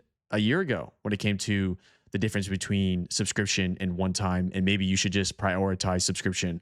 The step back I'm taking is prioritize tiers, prioritize clarity, but do give the option of one-time purchases, but just make it extremely clear the intention behind it. 60 days, these hay bales expire. They're gone. They're burned away. Leet can't eat them. Hey, Leet, yummy packs. Leet can't eat them. And the only reason I'm adding this is because in reality, a lot of people might be scared to subscribe for 19 bucks. I know that's a scary number. So I know a lot of people are going to use this for free. And I already know from my experience of using it, because I've been making thumbnails for 2.5 years, I'm like, whoa. You know a product's good when you'd use it. Just put it simply like that. You know a product is good. If you're coding out your software and you ever get to a point where you're like, this is kind of good, but I don't think I would use it. Maybe I'm not the target customer. You've already messed up. You've already messed up. You want to build out a software product that you would use, because if you would use it, you can probably find 1,000 other people that probably want to use it. That's your canary in the coal mine right there. Your canary's dead if not even the developers willing to use the product. I was using it and I was like, yeah, this is next level. For my 2.5 years of experience of making just thumbnails, this is next level. Therefore, I know a lot of people are going to be on free. They don't like subscriptions, but they're definitely going to pay $8 for 50 hay bales or 25 for 200, because they know that maybe they don't need to do 30 thumbnails, but maybe they want to do 12, but they don't want to buy a subscription. They just want to pay me $8. The way you do package though, which is very important if you ever do a one-time purchase service within your software, is you want to overly price these. You want to disincentivize one-time purchases. The purpose of these is just to grab money that would not have existed because the user was already turned off by the subscription. Therefore, if I remember correctly, I think my markup on this is like 120%. It's some ridiculous number. I do that on purpose because I'm like, no, don't buy the quick fix pack. Just pay 20 bucks and you'll be good to go. Keep that in mind. Let's go over the next little lesson or method. So what you'll notice is if I scroll down here, some of the components here have placeholder frame 1, placeholder frame 2, etc. What you'll also notice up here is that, yeah, there's a thumbnail now, but originally this was a placeholder. So what does that mean for you? That means when we code here, and I highly suggest as well, if you plan on doing very big tasks, I'm going to show you some crazy agent workflows pretty soon here. You do really big tasks, always talk to the model first. Don't let the agent just get going. Get context, really understand what you're about to tell it to do. The idea is that if you tell the AI model to code out your entire landing page, code out my entire landing page, and then, just vibe code it. I want to make it look like Apple, or give me a dark theme, or make it look like bumpups.com, like whatever it is, vibe code it out. What is fundamentally extremely important you do though is add this to your prompt. Anything that requires an image, text, etc., just use placeholders and dummy data. If you don't add this line, what the AI model will do is it would approach a card like this and be like, oh, this would be a good card. We can't do it though because we don't have the image. Literally, let this thing go crazy. Let it out. Like, take off the leash. By leaving this line here, it's going to give you these insane type of UIs, and it is going to give you these user interfaces because of the fact that it knows if it runs into a situation like this, for example, where it's like, we would have originally coded this out, but we can't because we don't have the relevant user's image. Well, now it's going to code it out just to give it a placeholder. And then how do you add to the placeholder? We'll add an image to your project. What I like to do is create a folder called assets, images, organization, and put the relevant image in there. And then once you have the image, then you would essentially come back here, take a screenshot of this right here, and be like, hey, for placeholder frame 1, frame 2, frame 3, go ahead, and I can literally show y'all. Go to this folder, images. Images. You see the ones named XYZ? Use these for, see the ones named XYZ, if I can type, y'all. XYZ. Use these for frame 1, frame 2, frame 3. And what's actually really funny, now that I bring that up, is someone asked me on X, like, what is the fundamental skills that we should be learning now? And I kind of went over that in this video, but the idea is like, if you really just want to be a monster, then learn how to code without AI, and you would just be like, off the chain. Isn't that a saying? Off the chain? I don't know. But the big thing, the other thing that I thought was funny is that even if you don't want to do that, the next best skill is learning how to type fast. Because if you can type fast, you can shoot these agents off crazy, like July 4th in the fireworks. So what you just learned right there is use and leverage dummy data in your front end, especially in the beginning. And this is why I've told y'all multiple times, really take your time on your front end here. It's going to make the back end process so much easier. Let's learn another thing. The next thing we can learn is this right here. Now, personally, I'm doing Leet. I'm doing the Llama. There's a bunch of other cool stuff I've added to this software. Why am I doing Leet the Llama? Because I can, and that's part of the fun of what vibe coding is now. It's all about creativity. In reality, big companies probably wouldn't opt to have this kind of crazy branding because you're working with multiple engineers. And right off the bat, your first issue is if you're working with 6 engineers might have 6 different ways they want to approach the branding. If you're one person, one engineer in this new age of coding, you can do whatever you want. You are the executive decider. Therefore, this is probably going to be my icon. This is probably going to be the little character, Lead the Llama, is what it is. One thing that was funny is I was under the original intention of, I got Lead the Llama. I want to add Lead the Llama throughout the entire application, the login page, et cetera, et cetera. But the way I wanted to go about it is like give Lead different costumes, like the party costume. So I went over here and I essentially just said, make a dummy component. Give me like 5 different costume designs for Leet the 8-bit llama and just let me see them. It did that. And I was clicking through them. And when I say dummy, this is what I mean. So what you'll notice is, this is one example, right? So I was like, I need different variants of the cowboy hat. I made this component. I had AI made this component purely for the purpose of me just to kind of look at it and be like, okay, I like variant 3. Let's go with variant 3 throughout the entire application. Now delete this code. I literally just created this code just to pick the cowboy hat for Leet. But that is something you can learn. Every single piece of code doesn't necessarily have to be in your final product of your application. You might go down rabbit holes where at one point here, I was going down a rabbit hole of finding my user interface color palette. Therefore, I would do something like agent or ask. I'd be like, give me 5 different color palettes I can try. And what I mean by color palette, y'all, is, this purple, this dark blue, like all this coloring, right? It gave me 5 different options. It was like a neon one, a lighter theme. I literally just went down the rabbit hole and I was just like, you know what? Try theme 3. It recoded the entire UI to show me what theme 3 looked like. I was like, you know what? That looks like trash. Roll back. It rolled back. That's how you plug and play, y'all. So that's how you get your coloring. Now let's go over an important lesson that can happen when vibe coding that you need to know about so you can mitigate this. And one thing I was noticing that it was doing is that, for example, for the landing page, it had put all of the code in one file. So in reality, the original landing page here wasn't 75 lines. I think it was like 800 or 900. And what I mean by this, I'm sorry if I keep saying what I mean by this. I'll just keep talking. I'm just going to keep talking.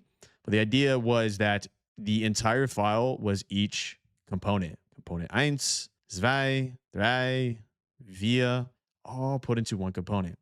Now, this can be very clunky at scale for multiple reasons, but what you need to understand is a term called refactoring code.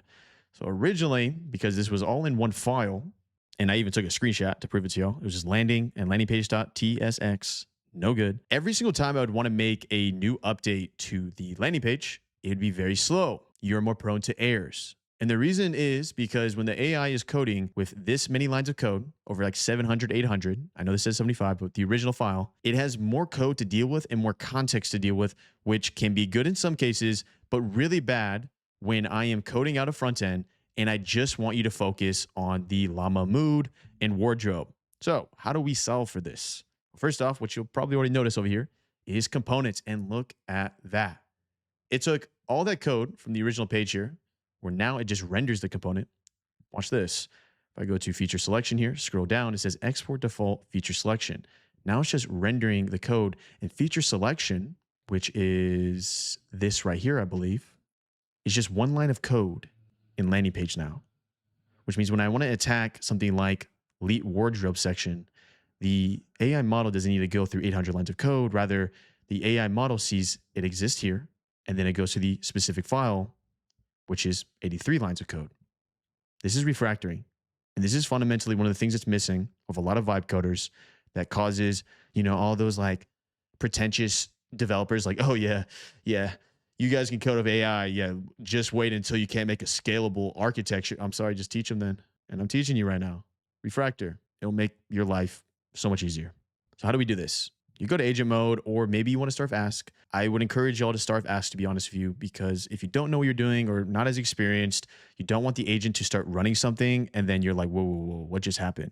When I use terms like refactor or make the code size smaller, use those kind of terms in your vibe coding. It will understand. But the idea is like, I notice and then I do at landing page.tsx, it has all the code.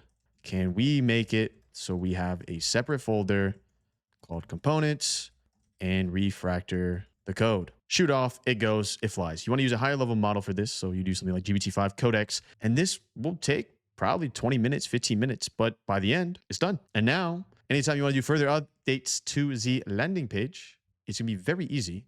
And you just did something else, which is very amazing, is because of the fact that you were able to now make it so that our nice little elite wardrobe as its own file, I'm going to be able to easily transfer this kind of code to another page.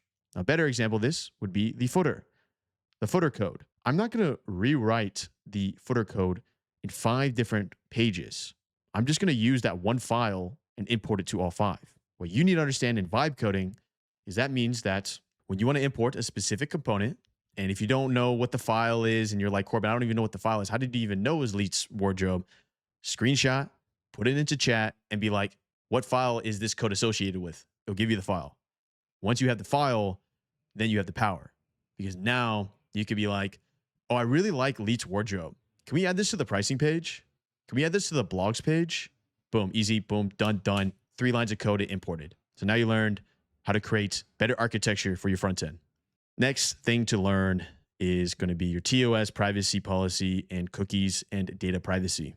Everything I'm about to say right now, I am not a lawyer. This is not legal advice. This is just coming from my experience of running another software company. So take it with a grain of salt. Literally, if you want to skip this part of the video, you can, but I'm going to tell you from my experience. Terms of service and privacy policy, non-negotiable, you need it. I made my terms of service and I made my privacy policy.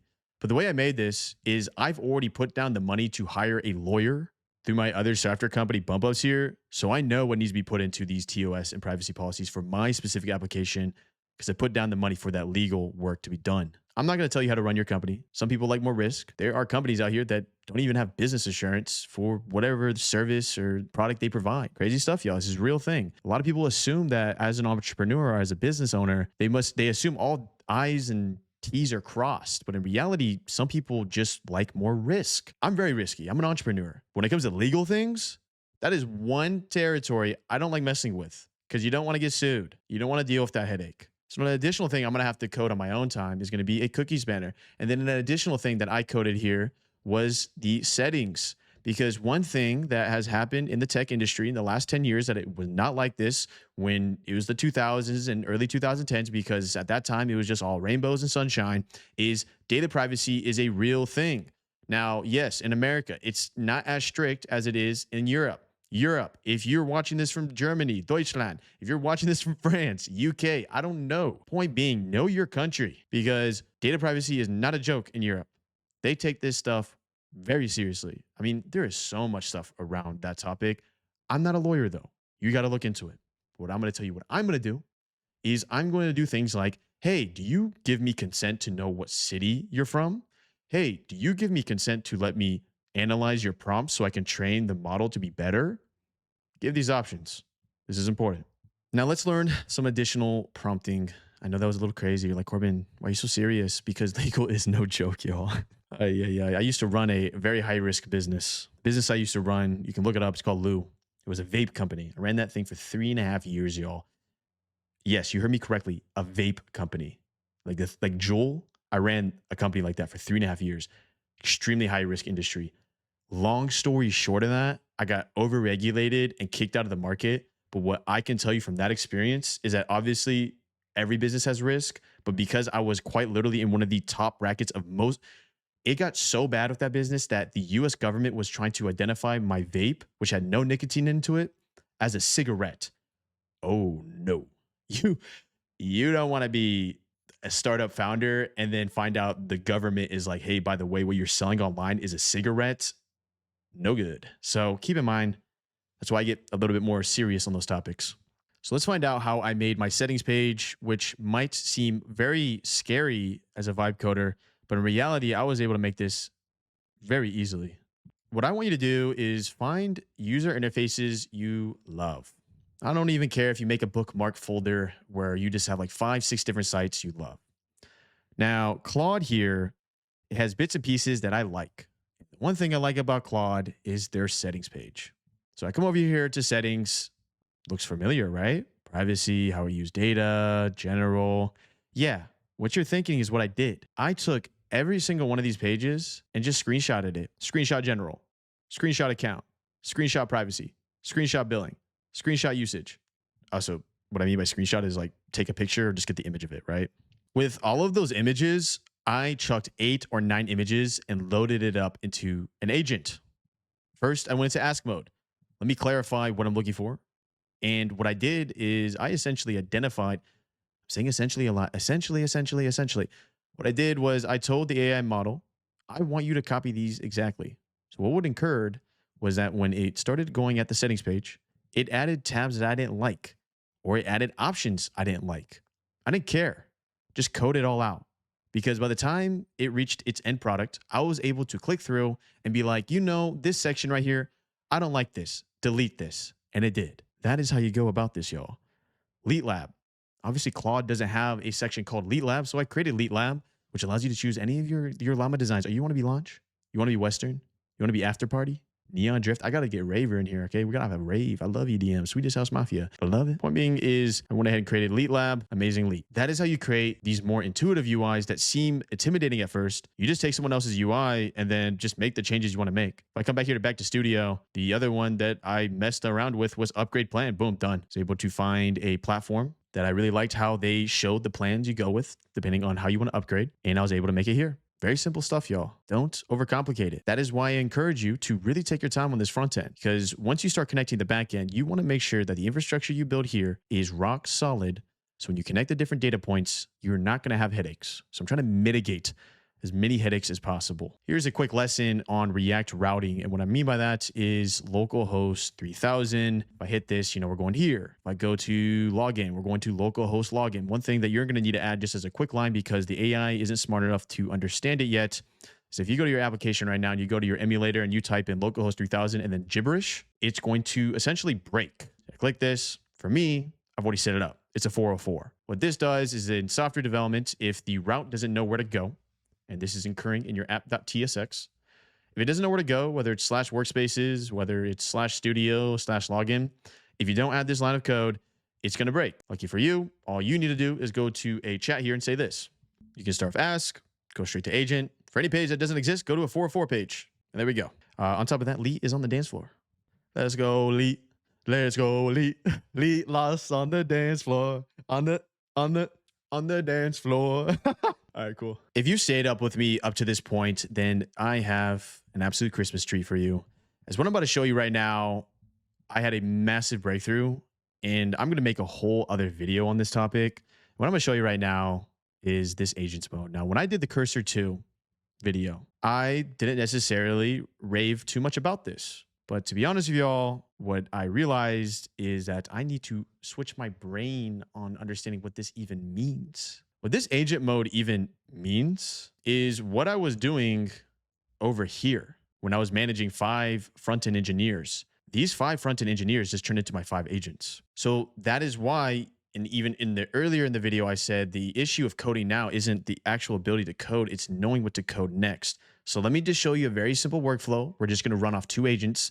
In reality, when I was coding this out, because mentally, I knew every single thing I needed to do in this application from my experience building out applications in my entire life. I knew it.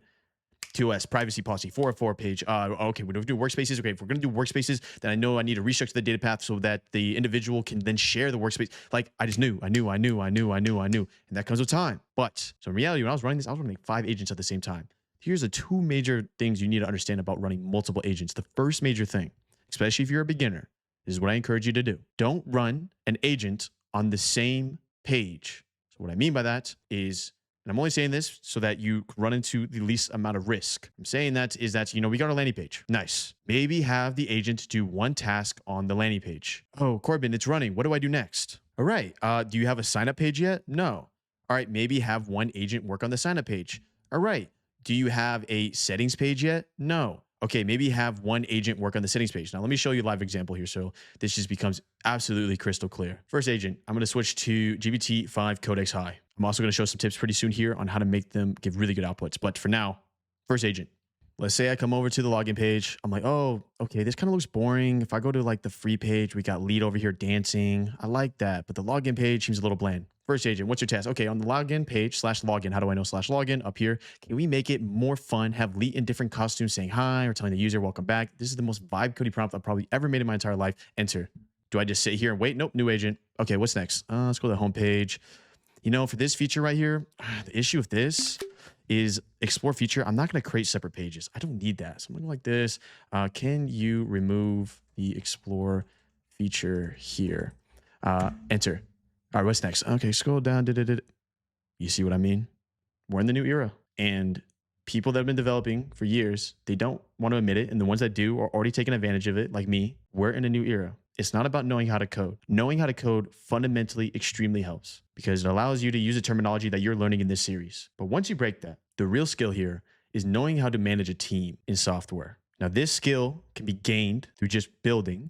Once you build out your first app and you understand 0 to 100, your next app will be able to be completed extremely fast. And I built out bump ups for it to get to where it is now. That was 2 years of work. For me to build out that exact same application, give me 4 weeks. This is what I'm talking about, y'all. This isn't hype. This isn't me trying to get clicks. This is just you came extremely early to genuinely a new revolution in coding. These are going. Look how long they're taking. I like that it takes long because while these are going, I am just shooting off more things that I know I need. I go to settings. I go to Elite Lab. Maybe I want to add another costume here. Maybe I want to add Surfer Elite. You know what? Let me add Surfer Elite. That's a good idea. Screenshot. Okay.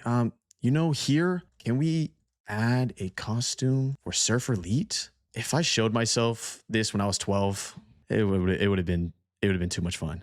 Y'all really don't know the pain it was before AI and coding and how long it would have taken just to code out such simple files. It's not even about like, oh, you don't know how to code. No. You would know how to code. It's the issues that you literally have to type out 100 lines. Every single character you're typing out. It's not a knowledge thing. It's not like I don't know how to code that file. It's like I know how to code that file. I need to type it out. Like typing an email or typing a Google Doc. But if you mess up on one character, you miss one semicolon, you miss one bracket, the entire application breaks. People just don't like this is insane, y'all. Oh, okay, remove explore feature. Did it work? Let's see. Let's go back to login here. Scroll down. Okay, cool. It did. So just one of the main points. All right, I like that. Keep all. All right, next. These are still working. Let's shoot off another agent. This is the workflow. This is going to be your massive unlock. This is what no one knows about yet. This is the 6 months, 12 months runway we have. So I'm going to let these keep cooking. And they're done. I don't even care that took 9 minutes. I don't even care that took 4 minutes because I know functionally what to do next. So I probably have 6 or 7 agents just going. And I'm not over exaggerating, y'all. Once you code more, learn more, build more, you will know what I'm saying is true. And you will be like, wow, I'm glad I got into this so early before this all becomes mainstream. It's going to be an absolute mess a year from now. And when I say absolute mess, y'all, I want to be very clear about something. Every single market has an opportunity. Amazon FBA, your golden years was like 2011, 2012. What is Amazon FBA? If you ever used Amazon, it says Prime, you're using their fulfillment center. That was golden years in like 11 and 12, 13, 14, 15, 16. You enter a little bit later. Okay, now it's just an absolutely oversaturated market. You don't even want to touch it. I don't even want to touch it with a 10-foot pole.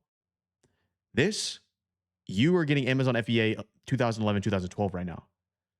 Just wait for this to be oversaturated. I don't know how long it's going to take, but it will happen. All right, make login page more fun. I go to login. Oh, cool. Shuffle fit. You know what? I don't like this. I can literally just come over here and be like, undo all. All right, bye-bye. Code's dead. Let's go to this other one. Add surfer costume Leet. So you already know Leet. He loves surfing. I want that those like garlic shrimp in Hawaii, North Shore. If you know, you know. Oh, those garlic shrimp are so good. Put that lemon on it. Put the butter on it. All right, settings. Where is my surfer Elite? There, where is he? It says it's here. Am I just not seeing it? Maybe it messed up. So what I do is this. Maybe I reload. Let's try that first. I don't see Surfer Elite. What occurred here is in my assets and where I have Elite avatar, it did create Surfer Elite. But the issue is that it didn't render it on the settings page. And the only reason I know that is because I know how these all connect. But if you didn't know that, all you would need to do is simply be like, I asked for Surfer Elite to show up here, but it didn't.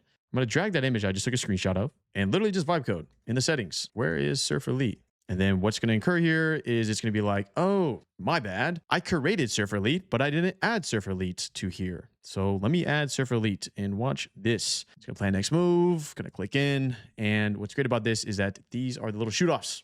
This is very familiar to territory for me because of the fact of when running those front-end engineers, each one would have its own pull request and each engineer would provide me with code. And I'd have to ensure that it wouldn't conflict with the main branch. It wouldn't break the main branch. And in addition to that, I had to ensure that the actual underlying PR was good code. So knowing this kind of information, you know simply that the issue with the code output here wasn't that it messed up, but rather it was misguided. What I mean by that is that maybe in my original prompt, I should have been more clear that to add it to the pick your llama fit slash settings. This is what I'm talking about when people say AI coding is trash. No, your prompt is trash. All right, with that done, we got Surf Elite. Oh, wow. Surf Elite's awesome.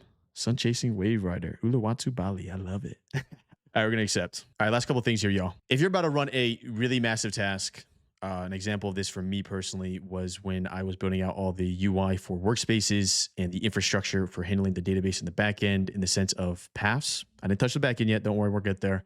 You want to essentially tell the agent to read the entire repo, and understand it. What I'm saying here, when I say repo, is all of these files, every single one, read every single file here and just understand it. Put it in ask mode, hit enter. It's going to maybe take a couple minutes, but once it's done, it's going to be like, cool, I know what your app is. What do you want me to do? You switch it to agent mode and ask for that really big change. You know, maybe this is as simple as the settings page, but you use that methodology for really, really big changes you're about to make to your application because you want to tell the agent everything about your application. Now, one thing that people might harp on is look at that context window, 272K context window. What that means for you is simply how many files of code can it understand before it breaks and needs to reset? How much data? 272K context window, if you want to have an idea of what that means, 2022, September, I believe that's the date. Check me in the comments if I'm wrong. JetGPT 3.5 came out. April of next year in 2023. I've been doing this for a while, y'all. GPT 4 came out. You want to guess how much context window that had? 4K. Just 4. Via. We're at 272K now. So I can guarantee you, by the time this stuff becomes mainstream, when you have a very large application, that'll probably be 1 million context window, maybe 2 million. This tech is exploding. Here's the last thing I'm going to go over. Check out my other YouTube videos on my channel here. I'm going to go over other things I learned in this process. I just don't want to make this video too long because I can already tell this might even be an hour. I don't know what this is, but here's the last thing. Last two things. First thing, if you use a prompt like this, read the entire repo and understand. One really big task you could give the AI model when you've gotten to the point where you've added a ton of files, do your commits, etc., is look through my entire code repo and make sure it's scalable. And at first, it can be a little general, but I would dive into a really deep ask conversation of what that means for your specific application. Because I don't know what scalable means for your app because I don't know what your app is. I know what my app is. So I know what scalable means in that. I'm telling you, though, in a vibe codey way, is talk to the model and really try to understand what that means for your app. Now, one version of scalability that you saw, which was pretty cool, was taking the landing page here and going from 900 lines of code to refactoring them all into different components. And now nice. Now it's a cleaner code base. I'm able to attack it better, etc.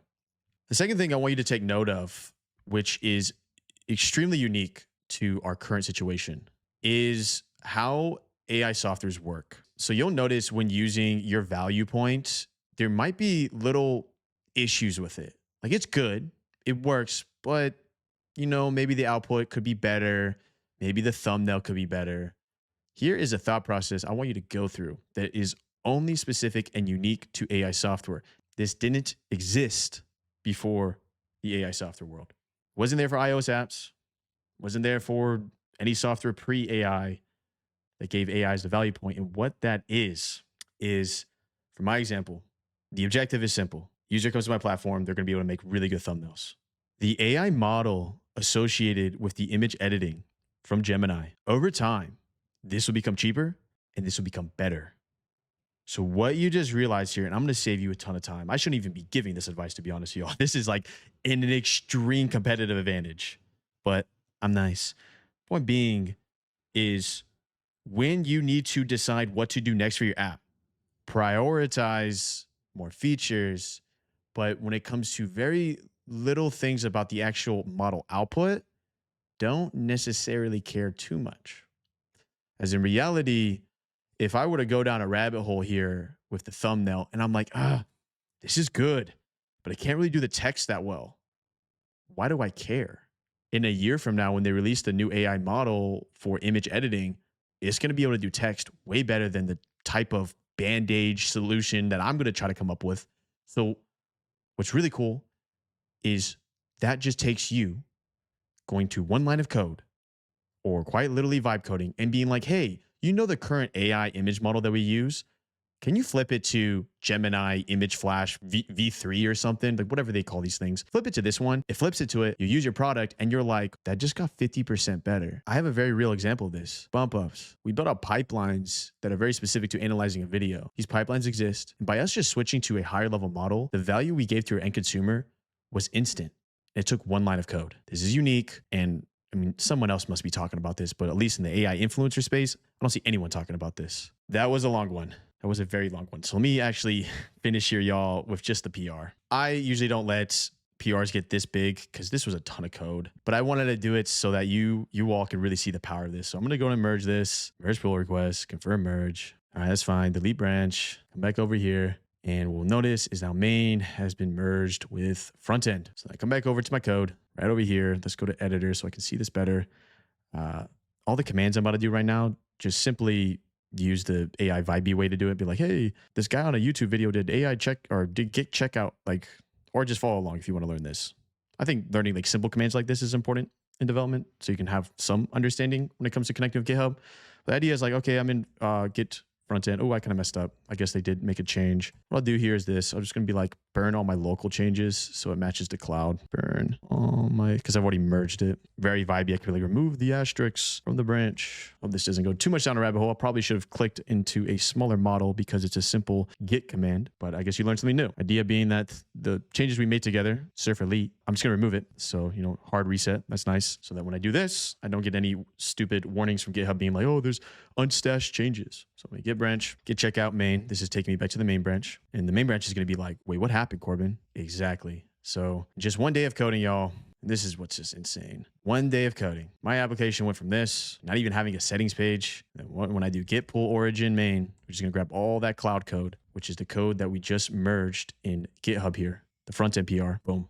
Oh, we're in a new age of coding, y'all. You might be like, Corbin, why is there an error? That's because quite literally, look how many files on the left over there it's adding. Thousands upon thousands upon. It's just too much, man. It's fine. We're the early birds. That just about does it, y'all. Make sure to leave a like. It is completely free. Make sure to leave hype. This series is really just beginning, y'all. I realized that quite literally anyone can code now, and we are so early to the pivot of Cursor 2 and Google AI Studio that, yeah, this series might be multiple hours. This might be a 5 to 6 hour series, but who cares? Anyone that's watching this series is going to have a significant competitive edge compared to everyone else in the market right now. I'll see you in the next. Did Cursor 2 just quite literally code out an entire front end that would have originally taken a month for one engineer, but maybe even longer for any engineer that was inexperienced type of video? Let's go, elite lost on the dance floor. Welcome back to the series where I'm showing you how to build out an entire app with just human language. This is episode 5. And in this episode, we're going to be able to take our application here and make sure we clean it up and make it look absolutely beautiful for the back end. Therefore, I went ahead and added a little extra step here because I realized in order for me to truly show you how to build out a real application, we're going to need one last little step here, which I'm going to call prep. And the purpose of this step is going to be so we can clean our code, have a wiring structure for how we're going to connect our data paths. This will make more sense as we jump in.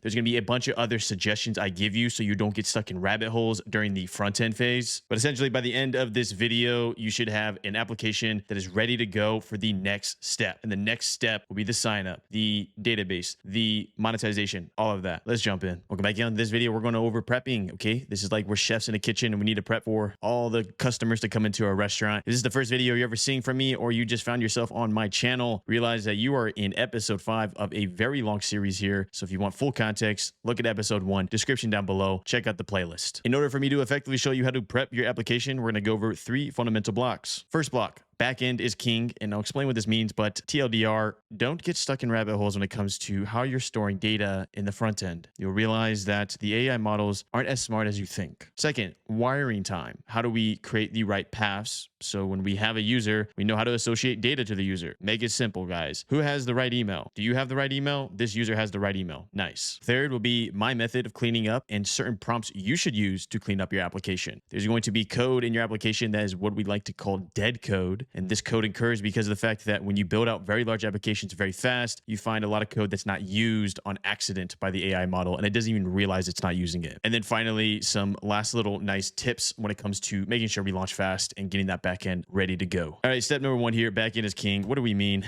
Little rabbit, it's time. So I found myself while working in the front end, the AI model likes to quote unquote over optimize things. So what would occur is that I would find a bug, and we'll jump over to the IDE pretty soon here. Don't worry, we'll jump over to Cursor and I'll show you. I'd find a bug. I would, go through my troubleshooting steps, which I've shown on this channel, how to solve bugs. If you don't know what I'm talking about, check me out on this channel, click my name and literally just look at the video for error solving. But the idea is that because of the fact that if we don't have a backend yet, what would occur is that the AI model is working within the boundaries that it exists in. Therefore, if it knows it can't use the backend as a way to store the data, it's going to really go down rabbit holes that's going to be making bad code, but it thinks it's making good code because it's solving the bug in the front end. Let me just make this simpler. Essentially, when you're working on your application here, if you're running into bugs and you solve the bug, and then for some reason, another bug just seems to appear or it doesn't seem that reliable, yeah, it's time to move on. What's occurring here and what I found when using these AI models is that they're really smart. Of course they are, but they're limited by the environment that we provide them. So when approaching just like front-end development with no backend, in order to store data in a browser, there is something called local storage. But there's also a more effective way to store data in a browser called IndexedDB. Index.db can store larger data files, e.g. your thumbnail. And if anything I'm saying right now, you're really confused and you're like, oh no, he's speaking alien language again, just go to a chat. What is the difference between local storage and index.db or just db? You hit enter here and we'll just let it generate. But the idea is that local storage is going to be more for simple values. For example, project 2.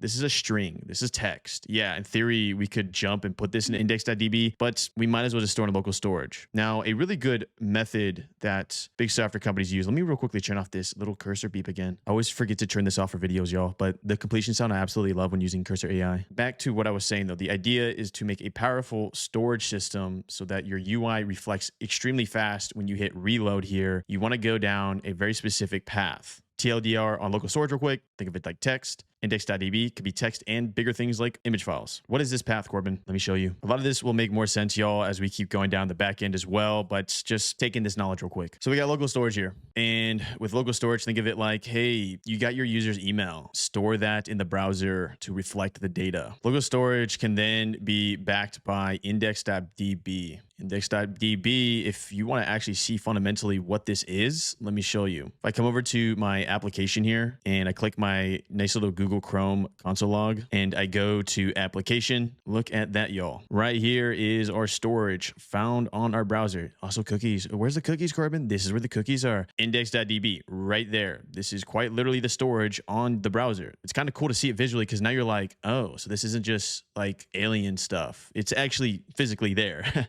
And your console log can print out what's being stored in your index.db and also your local storage, what's being stored there as well. Why is there this weird thing where it's like, why isn't this just local? Like, why aren't these combined? What's occurring here, Corbin? It's because of the fact that when loading data, if you ever load data on anything, like go to YouTube and just like hard refresh, you'll notice is like, it'll do like a little gradient loading UI where it's like a gray box, but there's nothing there, like no thumbnail, no title. That's because like, that's the initial click. Like the first milliseconds of like, there's a page. The next thing that's going to be loaded into the page, the fastest is going to be from local storage. We're talking milliseconds here. Load the local storage. Show them the title. Show them the metadata of the views, whatever it is. The next thing that takes a couple more milliseconds is going to be the index.db. Seconds matter in development because if you don't do this kind of logic and you build an application, you could have pages that just look broken when you're loading them because of the fact that you're not loading the data correctly, or it just looks horrible. Because if I reload this, my hay bales go to some dead value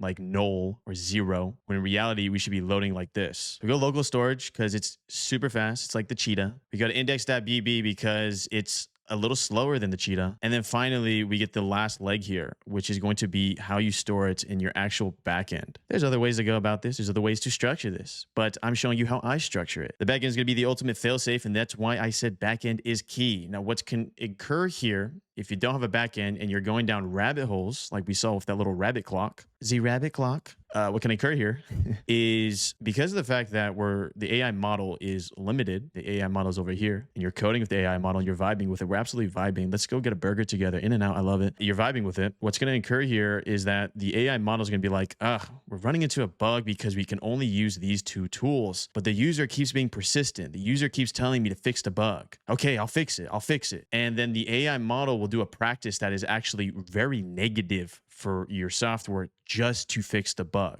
So what you need to understand, and the whole point I went down this little tangent about data and how it's being stored in the front end is, one, you just need to understand fundamentally how this even works when you're building out applications. But two, you need to understand fundamentally that yes, when you're building here and you don't have a backend, you are going to run into errors that in theory you could fix, but when you fix it, you're putting on a band-aid on a broken arm. Let's do it the correct way. Let's put a cast on it and build the backend. So backend is king, and you just learned some really cool architecture when it comes to data. So don't find yourself over optimizing, okay? We'll deal with the optimization once we connect our backend. So what is the next step I want to show in this video? That is going to be wiring time, and we put the user in all these little cheese blocks. Okay, I like mozzarella cheese, the little string ones from Costco. You can get bulk. Amazing. I love snacking on those. I got cheese here. Cheese just represents data. What's an example of a data point, Corbin? Your email. But the idea is, how do we create data paths that are effective? And I like doing this in this phase because this phase, we still haven't connected the backend, but we have all the context we need to even create said paths. So let me show you some paths here, and then we're going to create some together. Oh, it is absolutely pouring outside, y'all. I don't know where y'all live, but it's raining like crazy in California right now. Whoa.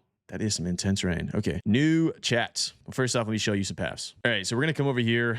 And first off, what I want you to create is I want you to create a folder. If you're watching my other videos up to this point, you've probably already created this folder, but just do it for me now. This is going to be your DAX folder. And the whole purpose of your DAX folder is going to be to store what we call MD files. And MD files are like your README file, where it's not actually read in the application when you're sending it to a user. Rather, it's for the developer's reference or the vibe coder's reference. So you're going to create a folder here called DAX. And I already went to another video showing you how to solve any error using this troubleshoot folder. So go ahead and find that. But the one that we care about today is going to be DAX. And then inside that folder, we're going to call it architecture. And I've already created one. This one's not fully up to date, to be honest with you, because I need to update it still. But this is an example of us setting up the wiring phase. And don't worry, we're going to do some prompts together so we can figure it out. But I want you to see this visually, what's occurring here. So let's just go to one of these paths. First thing I want you to understand what's occurring here is this users and UID. Users in software is what we call a global doc. What a global doc is a doc that is at the top level of that little Google sheet, Excel sheet. Remember I was explaining it like super simple? The idea is that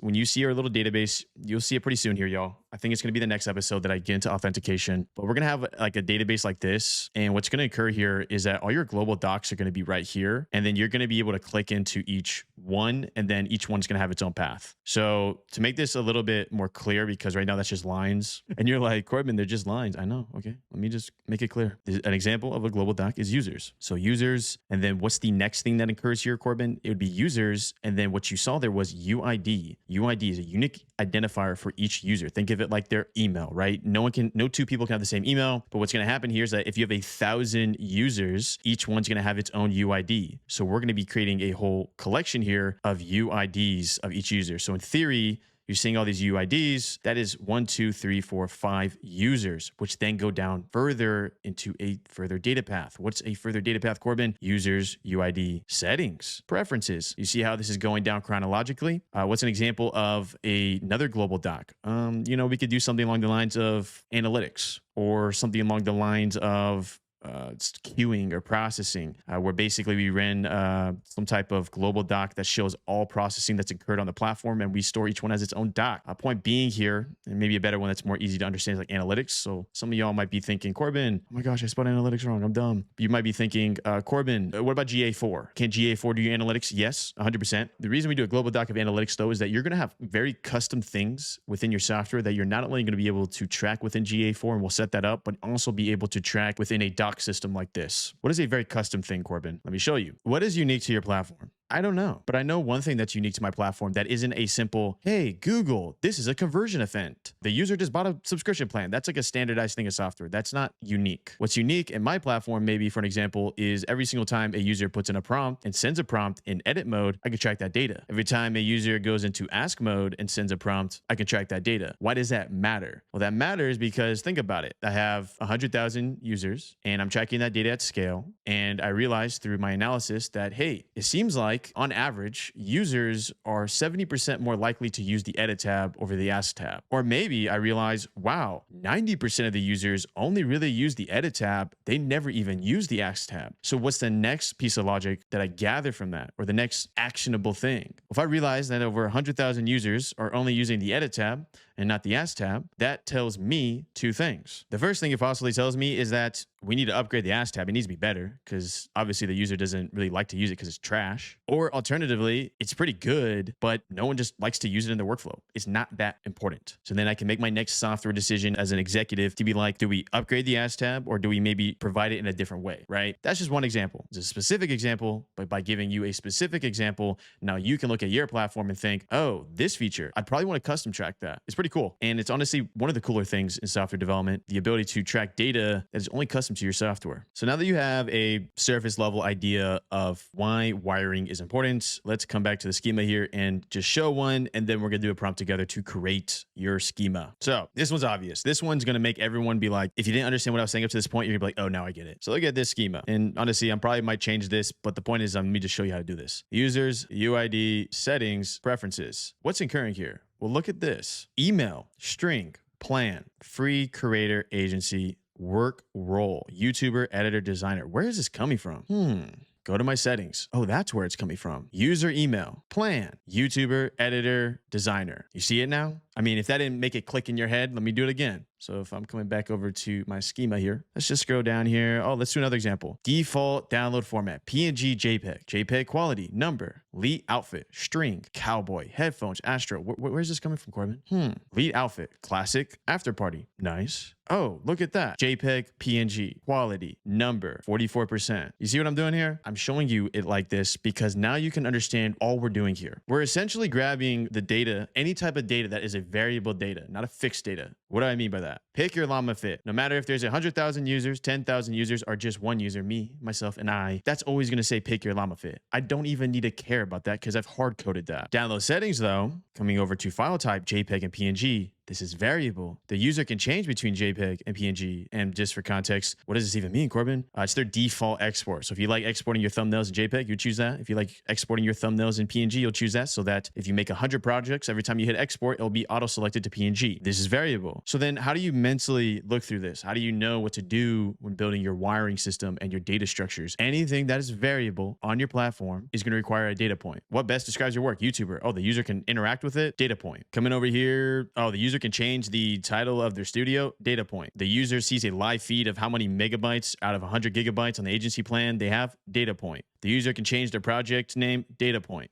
The user can move this to a new folder, data point. Any action, y'all. You see how simple this really is? I don't want you to overcomplicate this. It really is as simple as if it can be changed, then yeah, you're going to need a data point within the backend to track it. The whole purpose of local storage and index.db and then your backend, like why isn't it just Corbin? Why don't we just load the backend and have no local storage or no index.db? The reason we don't create an application where we just front load the backend data is one, because the user experience would be absolute trash because when you reload the page, it would take a couple of seconds to show the data. And two, the whole UI would just be fundamentally broken because anytime you loaded new data to come in, there is that latency that occurs with the backend, the cloud, the server in Nebraska, as I said earlier, communicating with the user's laptop that's in UK, England, like Germany, France, any of that, right? Like that is fundamentally why you need to have that nice little protection layer of index, of local storage. This is also another reason why a lot of experienced devs trash talk vibe coders because of that nuance when it comes to data. If you don't create an application with that kind of structuring, your application is just going to fundamentally break. All right, let's keep going here. So now that you understand at a simple level why we create data paths like this, and last thing I really want to harp here is that notice that everything after UID is going to be the exact same for every single user. So settings and preferences, scroll down here, UID achievements, that path is all the same. Also, let me show you y'all how to make an MD file look good because this looks scary right now. I know. On Mac, it's Command-Shift-V. On Windows, it's I don't know. Just ask an AI chat. But look at this. It looks a lot better now. Command-Shift-V, and you can kind of see this look all beautiful and clean. UID achievements. So UID, billing, current subscription. Everything after UID will be the exact same for all 100,000 users, all 1 million users, all 10 million users. And the reason we can get away with that is because of the fact of the UID. No single user will have the exact same UID.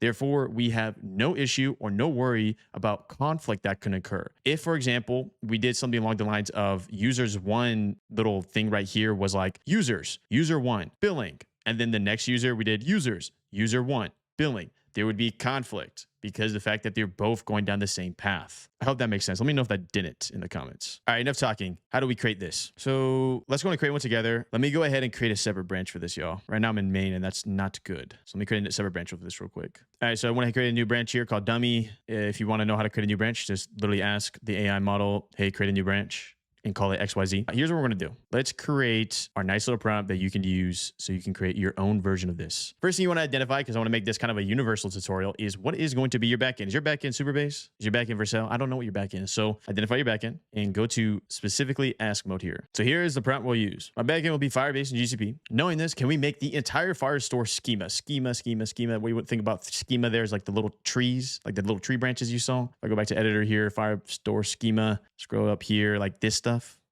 That's what we call schema agents. You might be asking yourself, Corbin, why do we call it schema? Why do we call vanilla ice cream? Knowing this, we can make the Firestore schema for all the data points on my platform and put it in my architecture folder that I told you to make earlier as MD. I need this to go down the path users UID. This is important. Make sure to add this as this is going to be the most fundamental part of any path. Any questions before we begin? Now I am going to actually switch this to plan mode. We can start a little early here. Sana is pretty good about asking me questions before diving in too deep. Some other models are a little too like, I just want to get going. Just chill out. So let's see if there's any questions first. All right, here we go. And scope, replace or extend. Replace the existing. So this is like the one I have currently with a new comprehensive version. Keep the existing doc and create a new separate file. So for me, I'm just gonna keep it. So do this. And let's go to question 2 here. Include collection for studio invitations.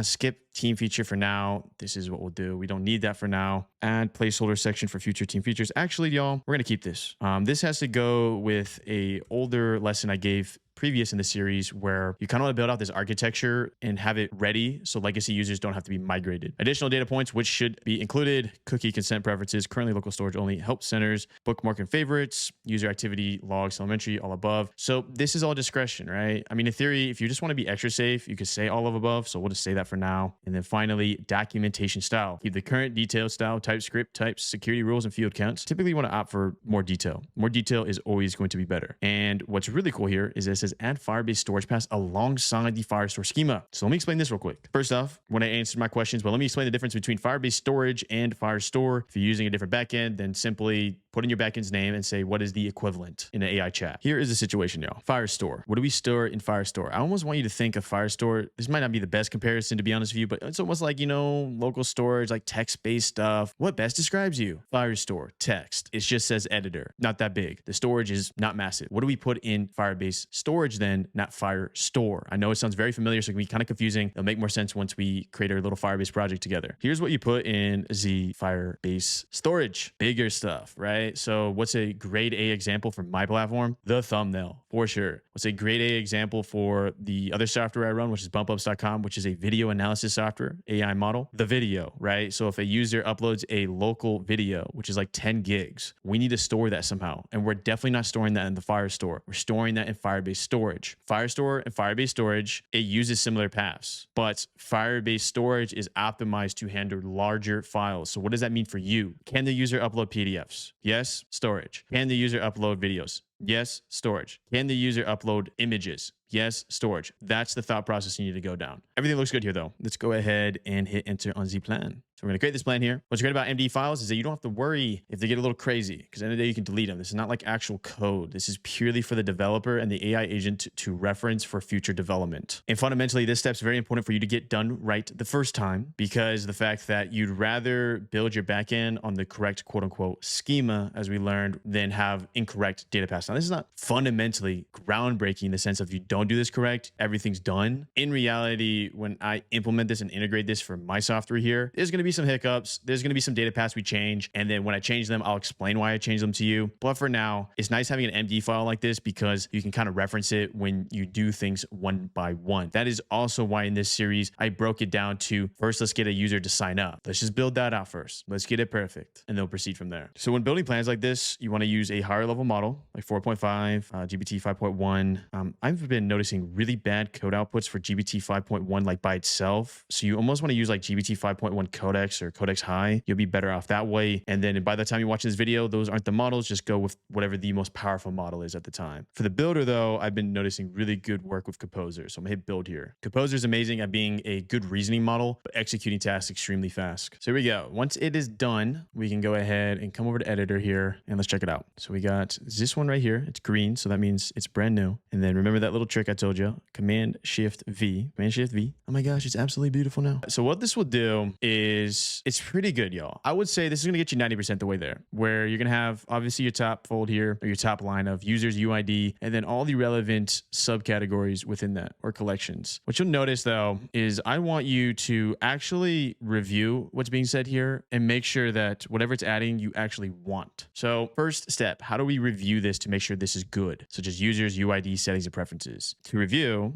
all you simply do is open up your software in another application and I would go to settings. And the first thing I would do is be like, okay, I noticed that login email, this is a variable. This is the actual user's email. Let me come back to this schema that we just created. Do we have that? Let's do this side by side, y'all. There we go, side by side. If y'all are wondering how I did that, let me show you real quick. So if you want to do side by side, like I'm about to show you right now, which would be extremely helpful. Let me delete this real quick. You're just gonna simply come up here to Z panels right here. And then it's gonna be like, oh, there's too much code going on. So you're gonna have your preview file here. And then this one is where we're gonna put our other file here, which was our local browser, which actually went away. So let me grab that real quick. We gotta kind of just open it like that, I guess, y'all.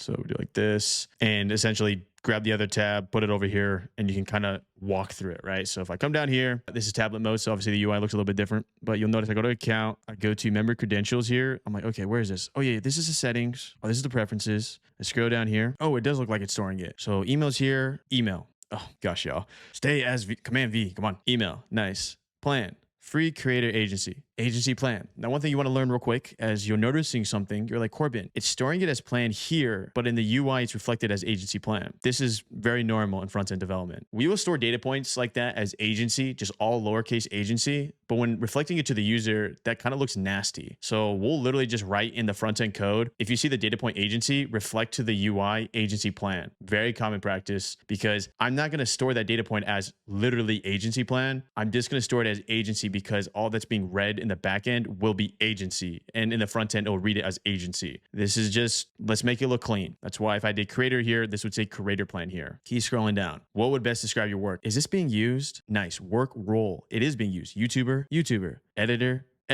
You see the process here? Go through this process like a razor. Look at everything. Make sure it's all connected. Two things will incur. The first thing will incur is that, you go to brand here. Some stuff will either not be there. And if it's not there, then you simply just screenshot, put it into an AI chat and be like, hey, you missed this in the schema. And then it will add it to the schema here. Or alternatively, it will add stuff that isn't even relevant. For example, brand logo. What are you talking about? That's not relevant. Where's the brand logo being used, Corbin? Nowhere. So why is it there? Delete it. AI is amazing. AI is beautiful. AI will get you 90% the way there. But yes, especially in this part of the phase, do look at this and go through it with a fine razor and find little things like this so you don't have it in your backend code and it's dead code. Sound good? All right, here is what's next, because the fact now that you know how to wire the app and you made that MD file, it's cleanup time. Here is a couple things I noticed when coding with multi-parallel agents and having all that code come out incurred. that was bad. The first thing was the logs. Those console logs got excessive. If I came back over here, what would occur is that anything I clicked, anything I pressed, any action I would run, it would just go crazy and it would give me like hundreds upon hundreds upon hundreds of logs. Like, chill out. What I suggest you to do is do what I did. I granulized the logs. And what I mean by that is if I come up here, I go to the config, I go to feature flags. I use a thing where I'm doing debug flags.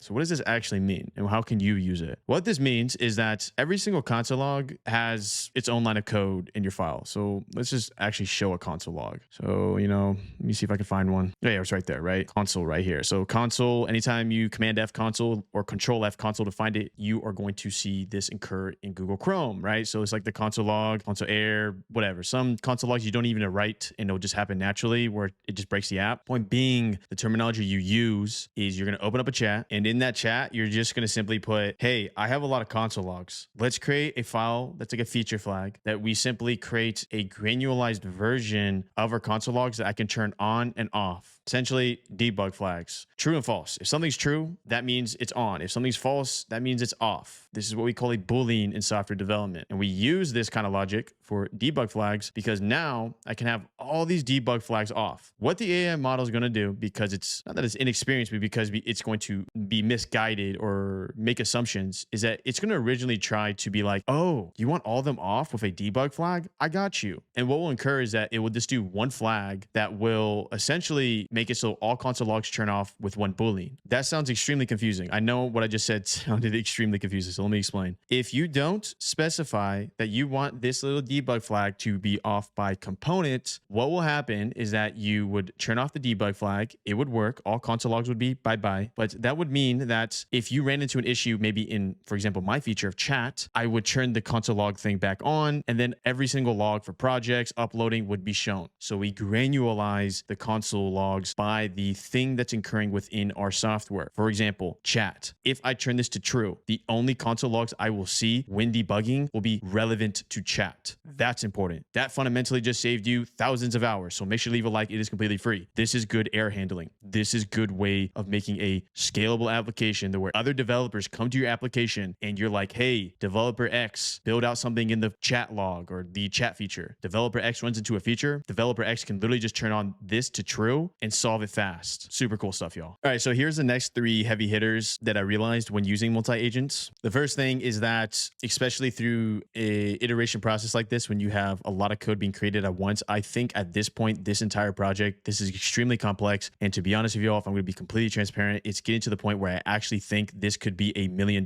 product. No joke. The amount of value I'm getting out of this and I'm realizing like, whoa, this could actually take market share from Photoshop has gotten me to the point to realize that what occurs when building out such a large application that can do so much, and this is like maybe 50,000 lines of code, maybe way more, you're going to get a lot of dead code. You're going to get a lot of legacy code. And you're going to get a lot of backwards compatibility code. What do I mean by this? Here's what happens. When you're building, this is extremely fun. And when you're building a lot at once, the code can get very bulky very fast. So what is dead code? In software development, what dead code means is that you have maybe 100 lines of code. Let's just go to somewhere. Give me some code. You have like, let's say this code right here. You have 18 to 28. Obviously, this is being used. But the idea behind dead code, oh my gosh, I was floating there for a second. The idea behind dead code is that the code, if it's not being used. So hypothetically, it's code that would be sit in your file like this, but literally serve no purpose. It's just dead code. You don't want dead code. You don't want dead code for a multiple of reasons, but let me just give you one that's going to make you be like, okay, I definitely don't want dead code. Dead code will make your AI outputs even worse. Why? Because you're loading in more data for the AI to analyze, and why give it 500 lines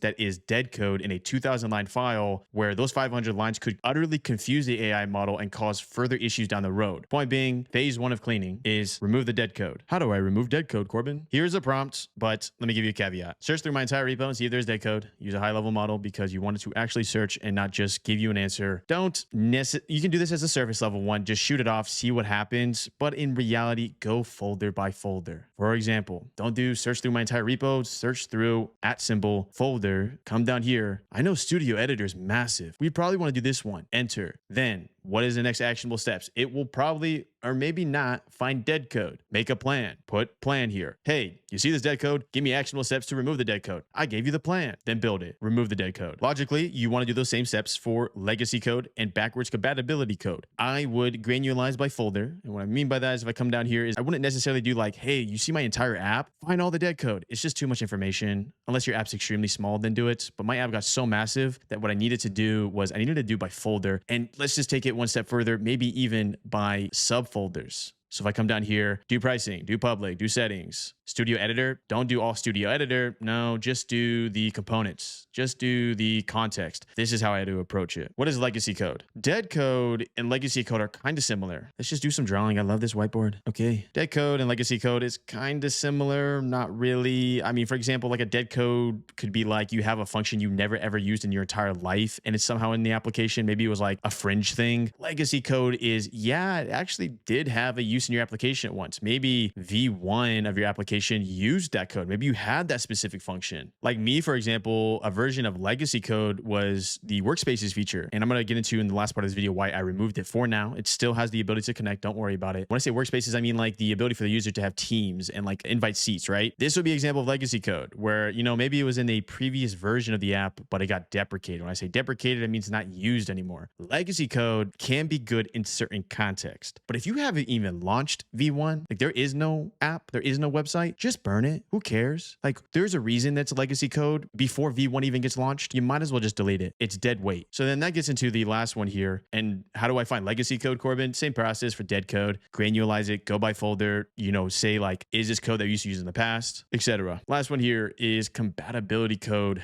This one was very annoying and I know why it's doing it. So we'll just say comp. What is backward compatibility code? So you're going to use that exact terminology, backwards compatibility. When you have a live application, version 1, it's production. You have 1,000 users. Backwards compatibility code is fundamentally extremely important because when you push out an update, you still want those 1,000 users to have the experience that the additional next 1,000 users will have. So this is an example of where AI is being smart, but dumb at the same time. And the reason it's being dumb is that it's making backwards compatibility for code that's not even live yet. Why are we migrating legacy users that don't even exist, but it doesn't know that? It thinks it's working on an application that's potentially in production. So this is like a prime A example of like you needed to watch this video so you had a software engineer's perspective to tell you this because no one's going to know this. But what I found out through developing using just straight prompts and this multi-agent parallel method is I would say I got like a couple days in and I realized, wait a second, did some search queries, literally went to a prompt and said like, hey, searching my code, is there like backwards compatibility occurring here that you didn't even tell me about? Oh, there was, and a lot. So without even realizing it, because I didn't request it when I made a fundamental change, this thing was creating a ton of dead code and dead code that is only specific to the fact that I haven't launched it in production yet. So where does backwards compatibility actually have value? It will have value and it's a real thing that I need if for some reason I have messed up. And when I created this original Firestore schema, I went about it in the wrong way. So docs, architecture. And what I mean by that is, you know, remember earlier in the series where I kind of had that eureka moment where I was like, oh, if a user wanted to invite a team member, like this became $1 million platform. And I wanted to have it so that multiple users could use it, like the same project, the same studio, e.g. a user could take their studio right here and share it with XYZ email or their team. My original structuring of those data paths, I would have been shooting myself in the foot. But now I don't have to migrate all these people and use backwards compatibility when I do add this feature because I went about it with the correct data path, the data path structure. This is a long-winded way of me saying that if your application is not even at a live website link yet, definitely look into your code base to see if backwards compatibility is happening. If it's happening, that isn't a positive thing where it's like, oh, cool. It's compatible with previous versions. Why do you care? Delete it. Until you get V1, that becomes relevant. But if you're not even at V1 yet, please delete it. There was hundreds of lines of code that I was like, I need to clean this, and I cleaned it. This is gonna be a long video, y'all. This series is gonna be massive, y'all. Make sure to leave a like. I don't even know how long this series is gonna be at this point, but this is just information I need to just spew, right? Because, you know, this is years upon years upon years of iteration and developer experience that you're getting compressed into like an hour video. If I were you, I would literally have a Google Docs or Notes app open right now and just write down these fundamental little pieces of knowledge that I can't spew to you in like a 60-second TikTok. Let's go to launch. This is going to save you and your lives a ton of value, y'all. Create a feature MD file. Here's what happens when you vibe code or just build out any software. As you keep building, the wheels and cogs in your brain are going to be like, you know, it'd be super cool. I got to add this feature. Also, I got to add this feature. Oh, wait, I got to also add this. This would be awesome. There's a lot you're going to want to add in V1. What I'm telling you right now is, for one, you're on the right track if you're having that kind of eureka moments. But for two, don't add it yet. I stripped this application down to not have the workspaces on V1 because I just need to get this out. What you'll also notice is that within my settings, I don't even have the achievements feature set up yet. I just have it so that the user gets classic and afterparty elite out of the box. But I did set up the data pass for the achievements because I know I'm going to build it next. But the reason I did that is because I just need to get V1 out. So what you need to do, because you're going to have a bunch of great ideas, is you're going to do something we do in software development, which is what we call a backlog. And what a backlog is, and I made a demo one for y'all. So feature MD here. Let me go ahead and hide our little cursor. Let me do Command-Shift-V again so we can see it beautiful. What a backlog is how we usually associate labor. This comes back to earlier lessons when I talked about when I was a project or a senior engineer, essentially, and then associating labor to junior engineers. We would use a software called Jira. Now, you can look this up, look up jira.com. You'll know what I'm talking about. This will allow us to create roadmaps and associate labor to specific tasks. You need to create the same thing. You need to create what I like to call it feature roadmap. Go ahead, as you already know of my style videos, this is a Corbin Brown video. So what you need to do is you need to screenshot this so you get your little feature template. What's an example of a feature, Corbin? Export presets, emotions addition tool, template suggestions. So what this does, and this needs to just stay beautiful, okay? Stop that. What this does is go to export presets, is that with that little template thing that you just screenshotted, you pause the video, you'll notice a couple things. Well, first off, built and planned. Most of these are going to just be planned, right? Give you a little coffee cup here. It's going to give a time estimate. And you know what's absolutely hilarious about this? In the old ways of doing software development, like I've described before, this is probably a little accurate, but the AI doesn't even realize how fast it is now. And I'm able to build out features that would have taken 2 weeks in essentially an hour. It's ridiculous. Give the time estimate if you just want to laugh. Next one, you describe the issue, why it's not in V1 or V2 or whatever. The current states, like whether it needs to be built in or not, features, integration steps, dependencies, note. You're going to have the AI do all of this. You're not even going to write these feature template, like these little feature logs. All you're going to do is simply create your little feature roadmap, and then you're going to talk to an AI agent and simply be like, I have an idea. I know some of y'all are like, I have an idea, but what is your new feature? So one very specific feature that I know I wanted to add to my little app, if I can find it, y'all, is I was editing here. And for some of y'all, you're like, Corbin, why does it keep going to the 404 page? Because I haven't set up the unique identifier for the studio yet. That's going to happen when I do the backlog or the back end episode. So you notice in this thumbnail how my original data was me smiling. I'm going to add a feature here where the user can actually change the emotion with a simple click. This is cool. This is useful. You could literally look pissed off and make yourself look happy. This is a feature I added to my feature MD. I don't want to build it out right now for V1 because I don't need to yet. It's already functionally a really solid app, but I don't want to forget it. So this is where you chuck it into your feature roadmap. What else is here? So we structure typically in software, when we have these big backlogs, timelines of when we want it to be accomplished. So what you would do is like target now would be under a month. These are features that once you have V1 out, you kind of want to build it and get it done fast. Next would be 1 to 3 months. And then following that would be 3 to 6 months. And then finally 6+ months. How do we categorize here? I would suggest you just to know where you'd want to have the feature built into it long term. 6+ months in the future, these are like, this would be a cool idea, or like, I don't even know if this is a good idea, but I thought of it. That's where you'd put those kind of ideas. 1 to 3 months, this is like, I really want to build this idea, but I know it's going to take a little bit more time than I would like. You put in 1 to 3 months. 3 to 6 months, you know, we can kind of pair this with 6+ months as well, but this is like more priority than 6+ months. These are ideas that aren't necessarily like, I don't know if I'm gonna do it. These are ideas of, I'm gonna do it, but first I need to build out all of this first, because some stuff builds on top of each other. So therefore, build your feature roadmap. How do I do this? Go to an agent. Hello, agent. Have 1 or 2 ideas that you don't want to put into V1. Just like if you don't have any ideas yet, just make up one, just so it has a little bit of structuring. The next thing I want you to do is use this prompt. I want to build a feature roadmap for my app, make it an MD and put in docs folder. As you created the docs already, here's the image for context, and here are my ideas. Now you might be saying, Corbin, I don't have, what image are you talking about? Literally the image that's on this video right now.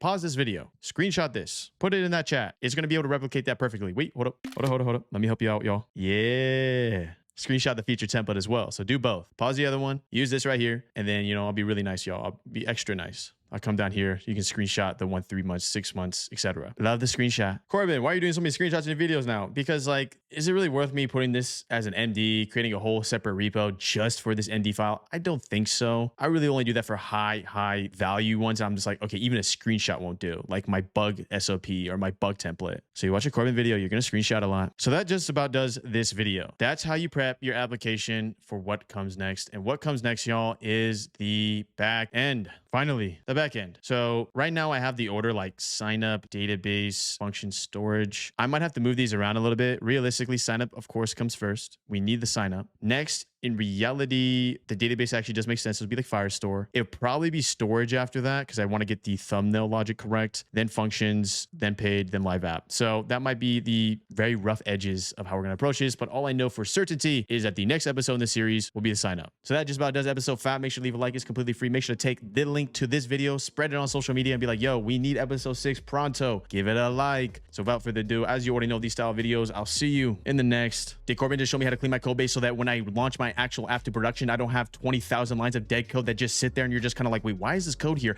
Because it's actually dead type of code. Affirmative. I'm going to show you for any type of application how you're going to be able to sign up any user, where we're going to be able to set it up so that the user can not only log into your application, but also sign up for your application. So therefore, by the end of this video, you're going to fundamentally know how to do this in a secure way where when the user signs up, they get their associated data, everything works perfectly, and you're able to start providing value to your end user. So therefore, let's jump in. Welcome back, y'all. This is episode 6 of our long-going series here. Episode 6 is here, so make sure to leave hype right off the bat. We are covering the backend finally. I know y'all were waiting for this. Sign up is first. We first need to get users on our platform. And as you can already tell with this video, I'm wearing the llama sweater, so you already know it's goated. If you don't know or you're new to this channel, anytime the llama sweater comes out, it's an instant goated video because of the fact that we are integrating the backend to our application now.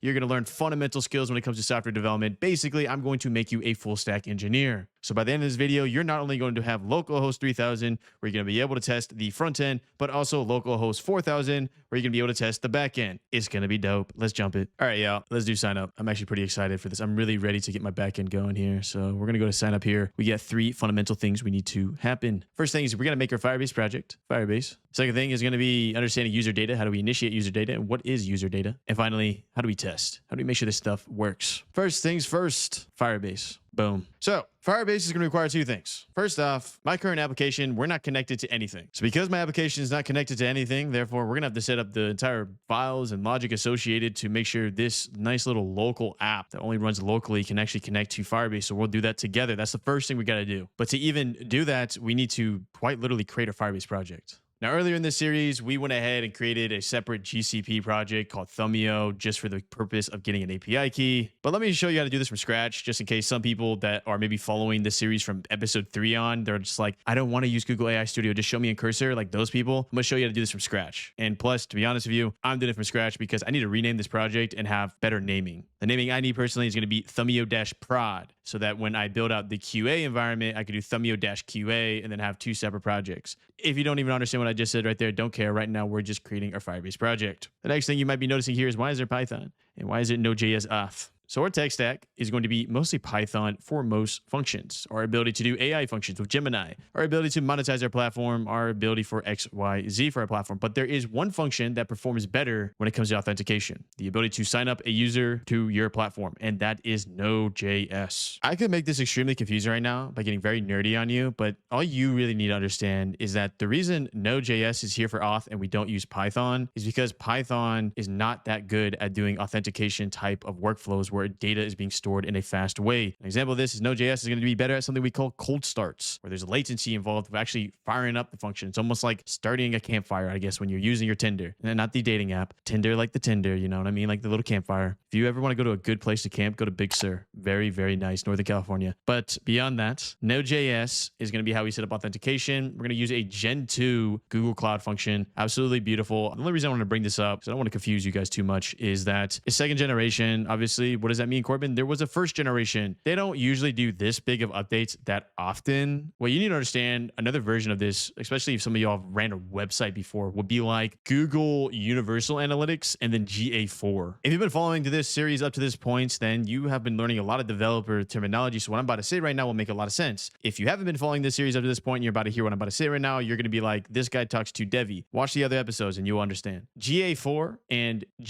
Google Universal Analytics. So Google University Analytics GA4, Google University, not university, Universal Analytics was the older way in the older architecture. Google would do data like, like how many visitors on your website. This was the old way. GA4 was the new way. So they had to essentially, they didn't even want to go the extra step here of making it so legacy users could still access GA4. What you had to do is you had to create a whole separate project or just a whole separate integration where they put into their dev forms like, hey, if you're still on Google UA, that's what they used to call it, we're deprecating you. And it's not going to work on this specific date. I believe it was 2023. It might have been 2024. There was just some date where basically all Google UA code just went cooked. But they gave you like 2 years to fully transition to GA4. The reason I bring this up is because second gen is pretty new at least in the development space. Like I think it's a couple years old. But what I'm trying to tell you is that by the time they come out with third gen and you've genuinely taken the time to build out this application, don't even worry about it. Like you're going to be able to upgrade very easily. You'll by then be way more experienced. So knowing that, all I want you to think about is that Node.js is just the better person for the job, right? Let's say Python's amazing at cooking everything in the bakery, but Node.js just makes killer pizza. Let's make some good pizza. Enough yapping.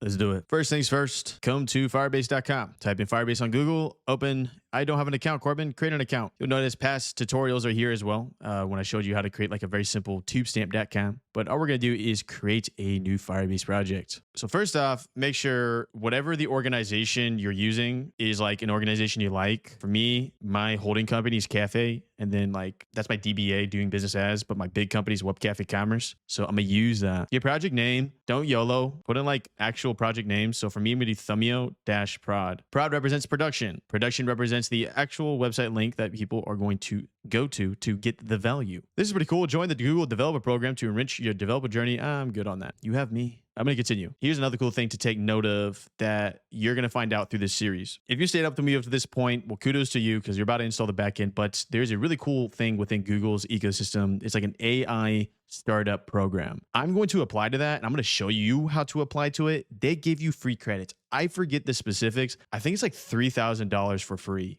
for Google Cloud credits. Absolutely beautiful. I'm not too sure how strict the program is. What I can say is that Bump Ups got into the program. This is a very easy, like, let me just get free credits for my software so that I don't have to pay any money type of program. Next, you want to configure a Google Analytics account. You'd probably select a new one. So I'm going to say create new account. So go ahead and name it the same thing. So I'm going to do Thumbio-prod, analytics location, United States. Use default settings. That's fine. I accept the terms, Google. I accept the terms. We are creating a project. Stage 1. Let it cook. Let it build. I love it.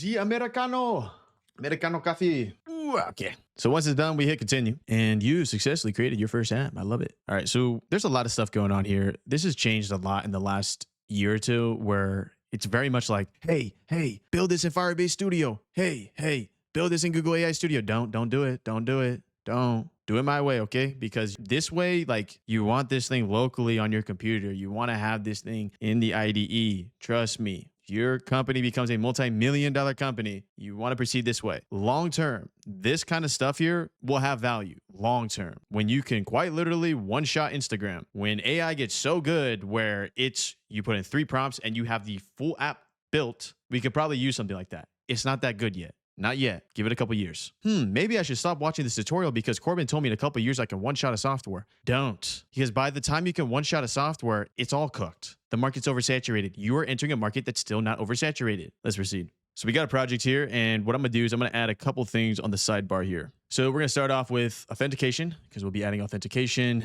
The other one we'll be adding in today's tutorial is going to be a Firestore database. These go hand in hand because the authentication is going to allow us to set the parameters of what we allow the users to log in as. And then the Firestore database is going to allow us to store the relevant users' data. But before we can even dive into that, we need to connect our local app to this project. So first, come over to project settings. Click it. Next, scroll down and you're going to have a couple different options here. I'm going to go with web app. Let me explain what's going on here for iOS, Android, Unity, and Flutter. I like starting with web apps for software products because it's instantly universal and instantly anyone in the world can access it and use it on any type of device. Some of y'all want to start with iOS, go ahead. Some of y'all want to start with Android, go ahead. But what I'm telling you is that, for example, like a software like Thumbio, if in theory, it did become a multi-million-dollar company. Multi-million, I'm just making millions. I'm not going to build out the mobile app. I'm just going to hire a dev team to do that. So what I suggest you to do is proof of concept, make money. And then the other like little stuff of like, well, I should probably do an iOS app on this. No. Make money in the web app first. There are certain applications that maybe you don't want to start for web app. It actually is optimized and it's better to start as an iOS app.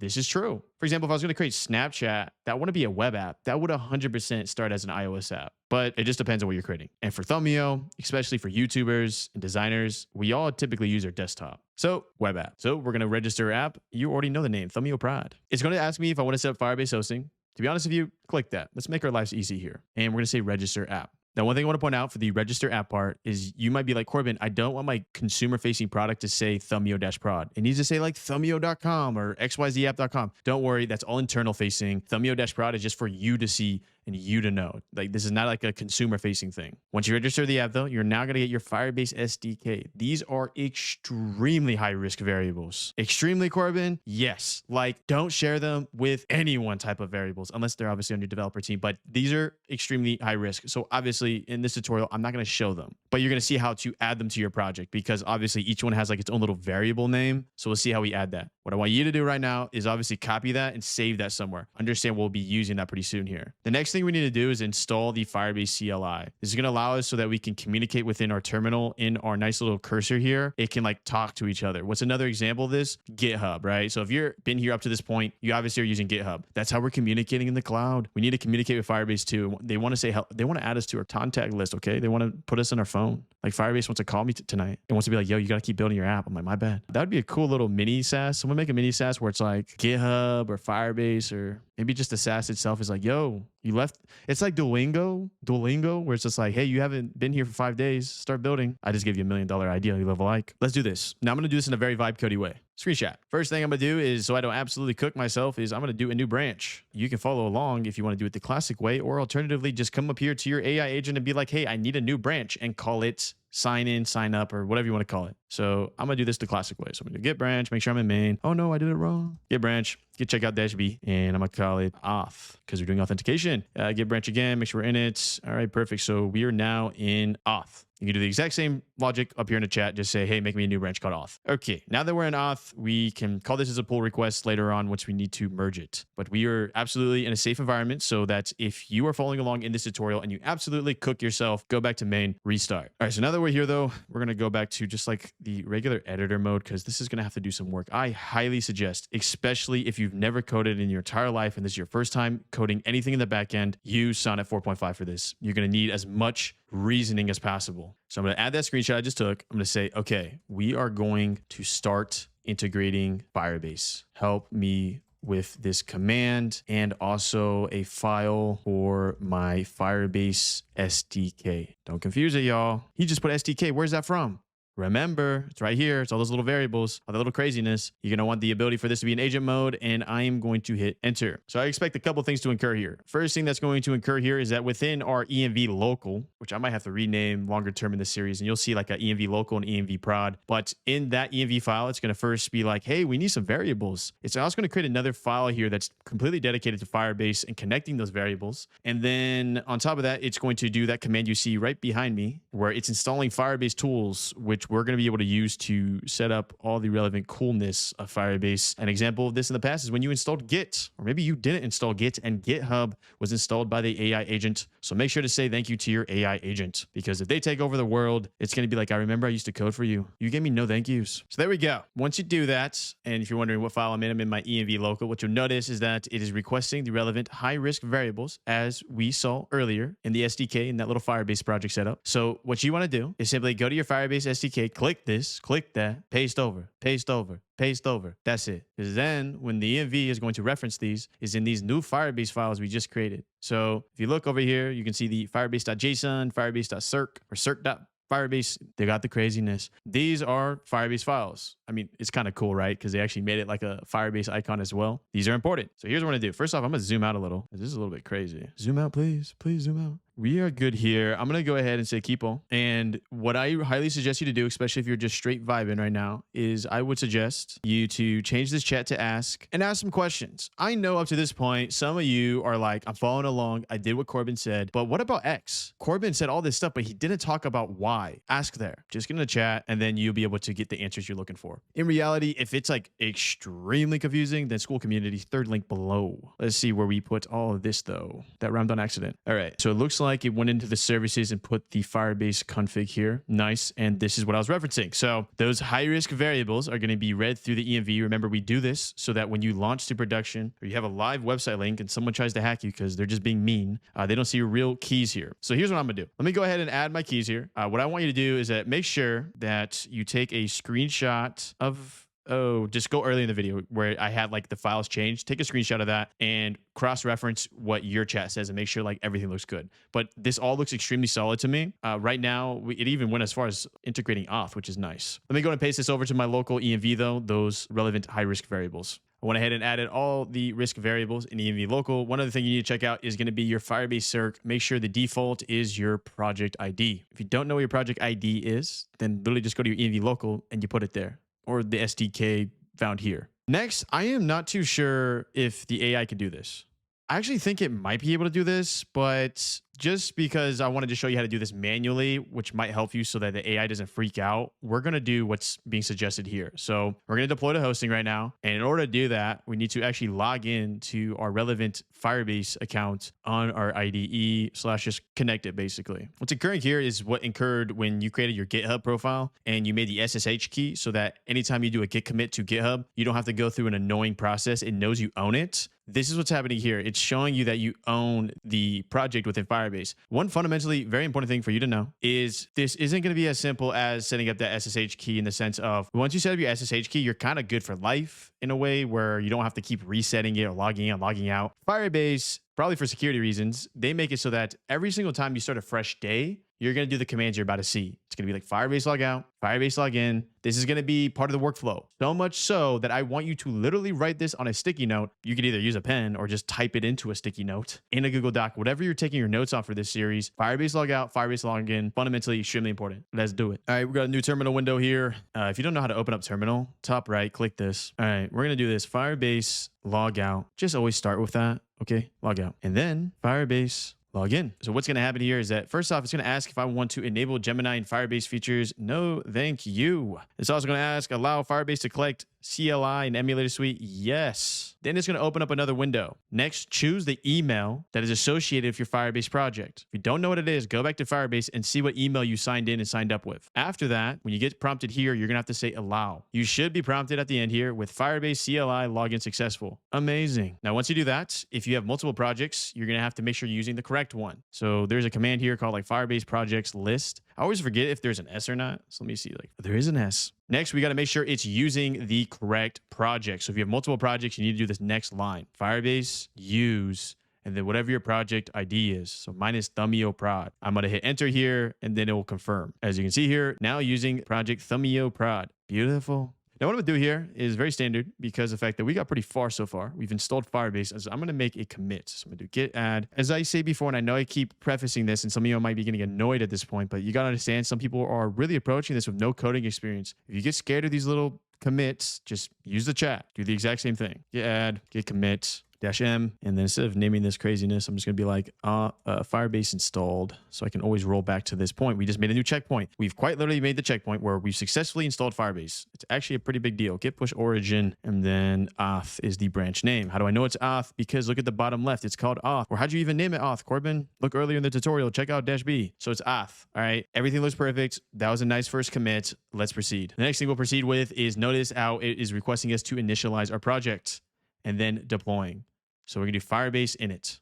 And then all we're going to do is simply paste it here. Enter. This is where we're going to be able to get all that secret sauce. You might be saying, Corbin, what do you mean secret sauce? I mean, like anything you'd ever want to do with backend services, this is the nice little terminal thing that we just jump around in. So what do we want to do? Do we want to deploy functions? Do you want to deploy hosting or storage? What's the difference, Corbin? Honestly, go with this one. Don't go to app hosting. Go to this one right here. So you want to go with the one of the single word hosting. Now, to be honest with you, I don't even need to start hosting yet. So I'm going to skip this step. I don't need to do it yet. We're going to do it later on. To get out of a command like that, because it can be a little scary, you're going to hit Control C and it's going to exit you out. When you see this error, this red, don't worry, you didn't break your app. Basically, it's just pissed off because it's like, I wanted to finish it. You're not finishing. So I'm going to go ahead and just say continue to console. Once we are back at console, this is where we want to start with authentication. This is going to be the first thing we set up today. We're also going to be probably initializing the functions as well, now that I think about it, because of the fact that it's going to be an on create, which will make more sense as we get going here. So the other one we want to add here is going to be functions. Functions are the money. I think it's das Geld in Deutsch. The functions are going to be allow us to create this, and then authentication is going to allow us to set parameters for this. So get started. And there we go. You just unlocked a new thing in your brain. You're like, whoa. Is it really that simple, Corbin? It is. So we have the ability to do native providers like email, phone, anonymous. Anonymous is a little weird. We did that at tubestamp.com when you don't really have a login. In reality, what you'll probably use is going to be email and password. And you'll probably also use Google, just off rip, out of the box. If you make platforms that maybe are more native to other types of platforms, you probably want to opt for that. But in reality, email and password and Google, it covers most ground. Can you add more? Like GitHub, Facebook, Twitter? Yeah. But is your platform like, hey, this is for real estate agents? I don't think a real estate agent, or most probably don't have a GitHub profile. And if you do, then you're amazing. For now, we're going to set up Google and email and password today. So to do that, let's make sure we have the correct settings. So we're going to email and password here. We want to enable it. And then you want to make it so that this is a passwordless sign in. Enable this. And the reason we do this, y'all, is if you don't, and you create a software where the user is going to be able to put in their email and password. I know this sounds extremely confusing right now. Just follow along. Don't worry. So if I come over here and you log in, what you'll notice is a lot of platforms now just do email and then send the magic link. Platforms don't do this because they want to be fancy. Platforms do this to mitigate dead accounts. So if I didn't do this, it is extremely annoying setting up the infrastructure to handle fake passwords, people just creating dead accounts from email and password. Long story short, the reason we do this, where they have to have an email and have a link sent to them, is because that forces them to actually put in a real email. If we had an email and password here and had no way to gatekeep whether or not that was a real email, people would be able to create dead accounts, burn a bunch of your value, and then peace out. So we do passwordless sign-in. Very important. The next sign-in method that's important is going to be Google. So we're going to come to Google. We're going to hit enable public-facing name for project.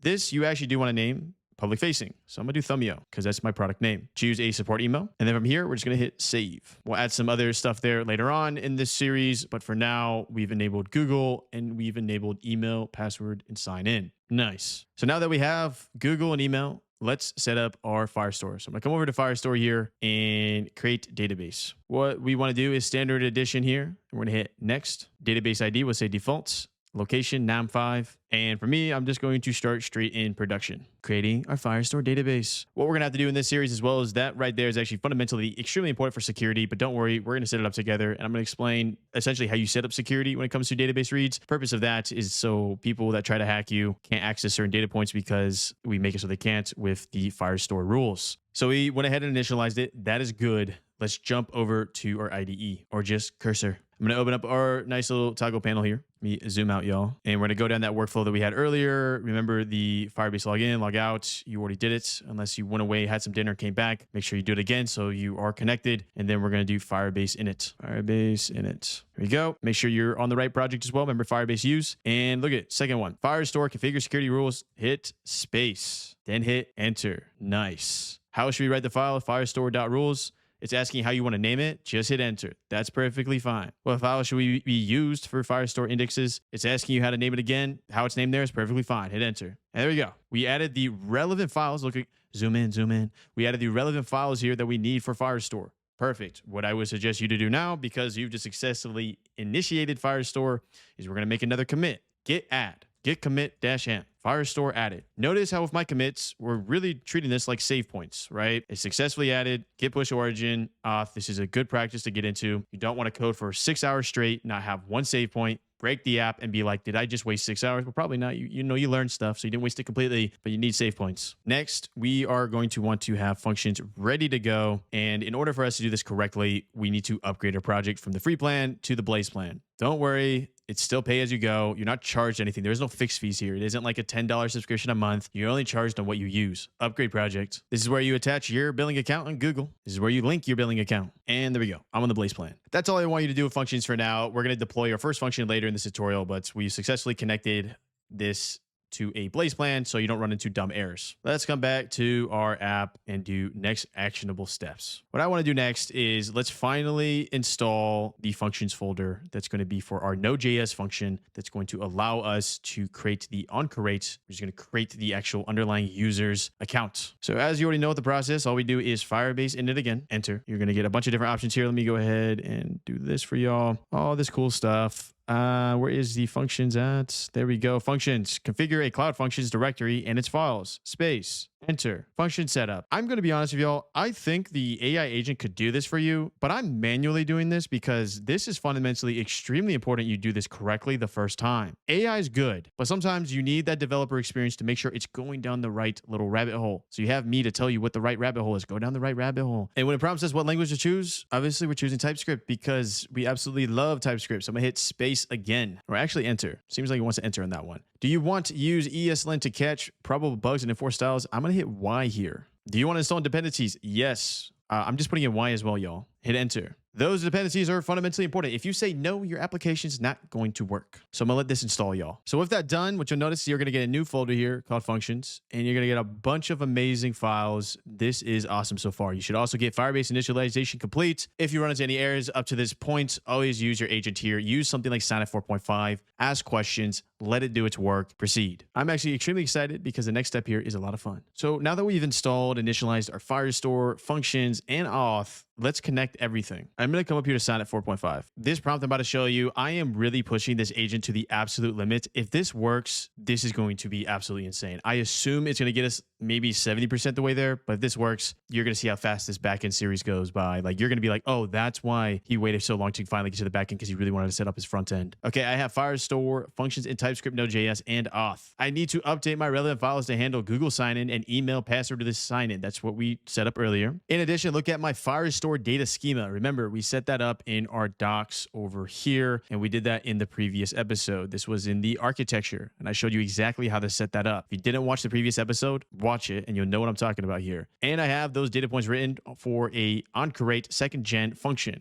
identifying the type of function, also identifying we want to set the data points up on creation. Once you see this live demo, that's going to make extreme sense. I also set it up so we can run Firebase emulator in localhost 4000. That is our fake little backend, and have all things passed. For auth as well, we need auth context so that users that don't sign in, they don't have an account, they can't access the studio page. That's essentially what I'm saying here. Ask me questions and make plan if this works. If I one-shot authentication, this is just going to be bananas. So let's see.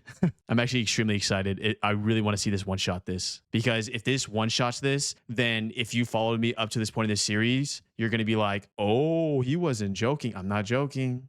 Anyone can code. I'm not joking. All right, here we go. We got some questions. Initial user data on account creation. Which fields should be on create function? Minimal, all preferences, default schema, include a default solo sandbox studio automatically. We want this. We want this. Oh, and very important. I actually need to add one other thing here. And for the studio ID, it needs to behave like the UID from user.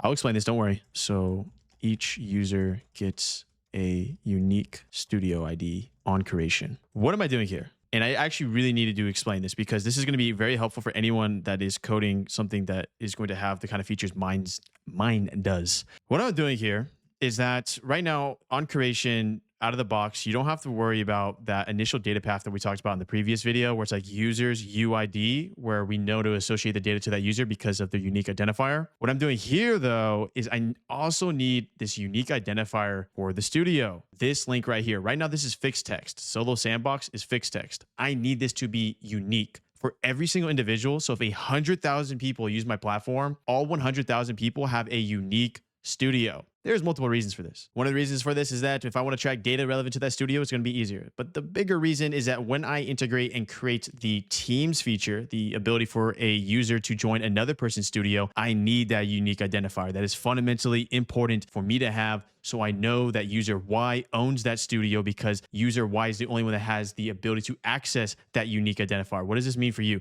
This means for you that if you have something similar where it's like, hey, I got my studio here, I need to invite my friend, and then my friend has access to all my projects, like a shared database in a way, you're going to need to do something similar here where it needs to be unique. So that'll make more sense as we get in this series, but I am really glad that I caught myself when we did that now. All right, here we go. When unauthenticated users access, settings, upgrade, redirect to login, of course. I love that. Very standard. Auth UI implementation, custom components matching your design, keep current login page design. Oh, please do that. Do not mess with my other stuff. Thank you. Oh, oopsie, wrong URL. Let me go back up here, y'all, and grab this one right here. So what this means is that, let's say a user goes to the site and they're like, I know that in order to get to Thumbio settings, it's just thumbio.com/settings. They enter it into their browser. Bye-bye. You're not logged in. So we'll take them to the login page. Like, log in, bro. What are you trying to do? And then coming down here, email, link, sign in, destination. After user clicks, yes, definitely this. Definitely this. So this is going to be like user clicks. They have like from their email, they're going to go to their custom studio ID that we set together. Firebase emulator, you mentioned localhost 4000, but the default emulator UI is localhost 4000. Okay, buddy. I think you got a little confused here. So I'm going to just say use standard ports. Yeah, that's fine. You'll see what I mean. So you know how we load the front end in localhost 3000? Localhost 4000 is where we load this nice little like fake backend. But yes, the functions are loaded at a different port. Like for me to do like a local, this stuff is sounding very confusing. I know, don't worry, okay? But a local port for functions, it functionally basically does what localhost 3000 does, where it shows you the nice front end. We need a nice little port for the function. So 5001. All you need to understand is that, yes, use the standard ports based plan. So we are building the plan. Now, to be honest with y'all, I typically say when you have a plan like this built, go ahead and use a builder like Composer 1. But because this is such a fundamental breakthrough that if I one-shot this, this is going to be astounding, I'm going to up this to Sonnet 4.5. I'm going to go beast mode here because I want to see if this thing can actually one-shot authentication and database structuring and the relevant function associated with that. So we got a plan here. I'm going to hit build here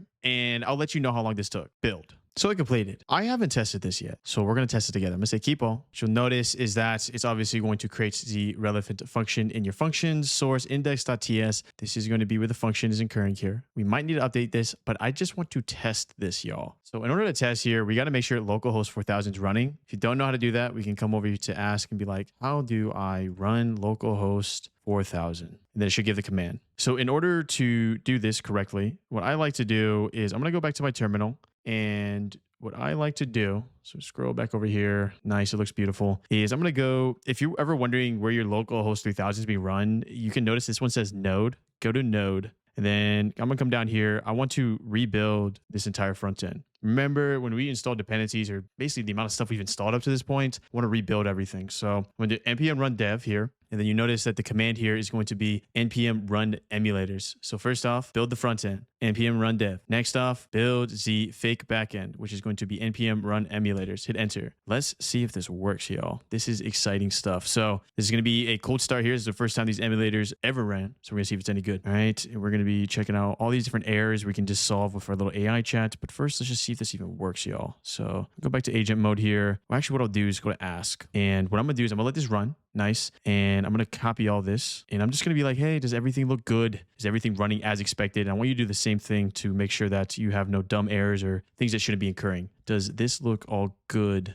for when I run 4000? It'll know what I'm talking about. Paste. Let's see. I think as well that took around 8 minutes to maybe one shot the auth. All right, so it looks like there's a situation it wants to fix. So I'm going to do this. Agent, go ahead and fix. This might not even need a fix. It might be freaking out for no reason, but let's see what it does. That's what I assumed. I assumed it needed to install some type of npm dependency. So let's just go ahead and do that real quick. Here's what's nice. In the old days, I'd have to debug this back and forth AI, but for agent mode, look at this. It's just going back and forth and it's realizing it might have installed a version that isn't correct. So went ahead and fixed it. What was occurring there was essentially wasn't using the right version of Firebase. Now, what it's going to do if you ever run into an error like that is it might freak out and be like, you know what? We're going to V1. We just need to roll back. No. Make it go to Gen 2. You need that. V2. You need to see that. Let's see if this works on a one shot. So what you want to do now is obviously what we did earlier when we set up the command. where we set up our emulator here of npm run emulators, have that running, and then also npm run dev. So you have your front end. So if I come over to localhost 4000, you can zoom up here, localhost 4000. If I go to overview,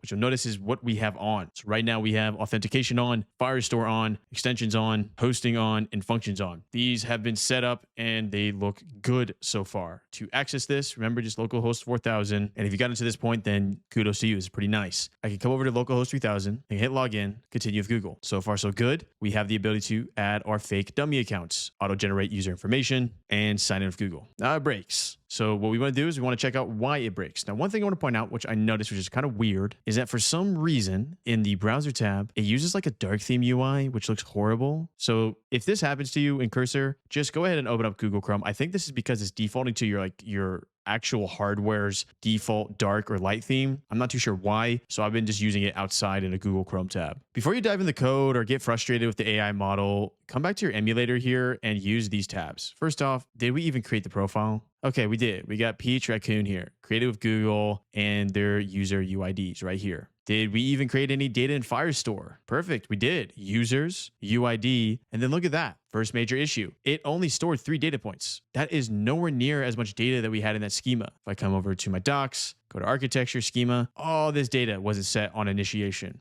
I don't blame it.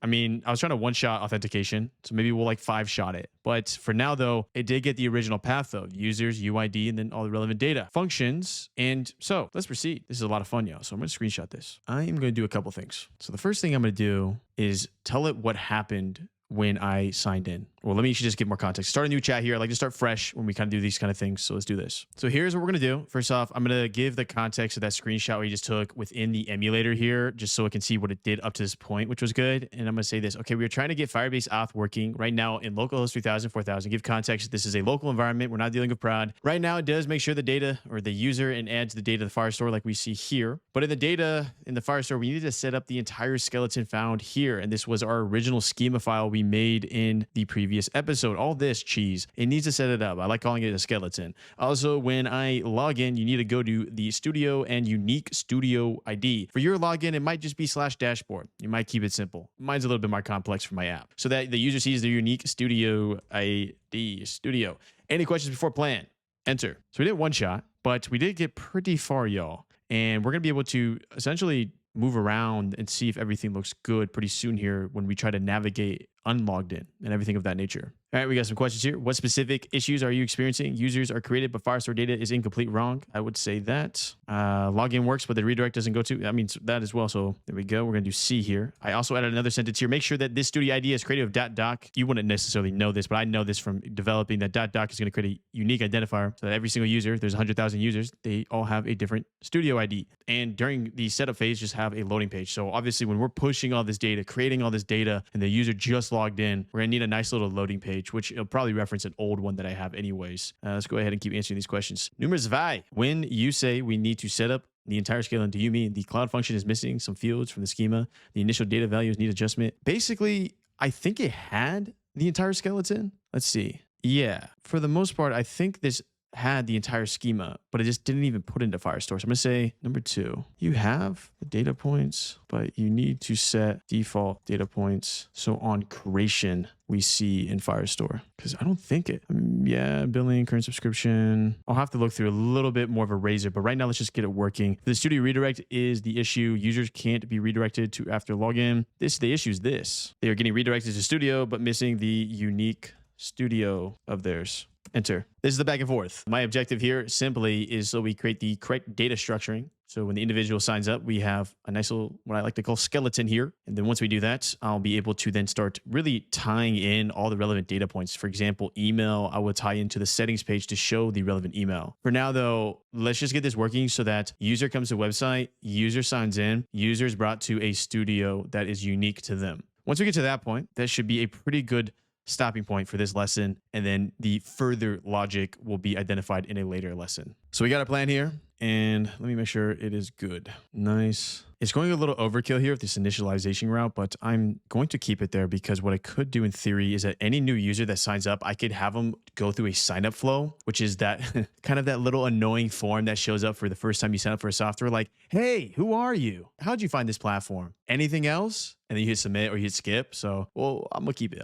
We'll say build here and see what happens. I went ahead and got a response from the AI model here. But what I started to realize, y'all, as I was trying to get this to work simply with just the studio idea loaded into Firestore, is the way we need to approach this is a little bit simpler. Because if we try to front load that MD file, what was happening is I was realizing it was making a lot of stupid mistakes. And what I mean is that when we front loaded this docs architecture, Firestore MD, all of this information, to be honest with you, the code was not as good as it should have been. So what I did instead is we need to simply get this working at a foundational level. Therefore, I went into my functions and specifically my index.js, and all I wanted it to initiate was the email and the unique studio ID. So here's a couple pointers because you're going to run into errors in this phase. I ran into errors in this phase. So this is how you're going to approach this, okay? First thing you're going to do is just simplify this on user create function as much as possible. Only care about very specific data. So let me just show you it working right now, and then this will make a little bit more sense. So I come over to the platform here.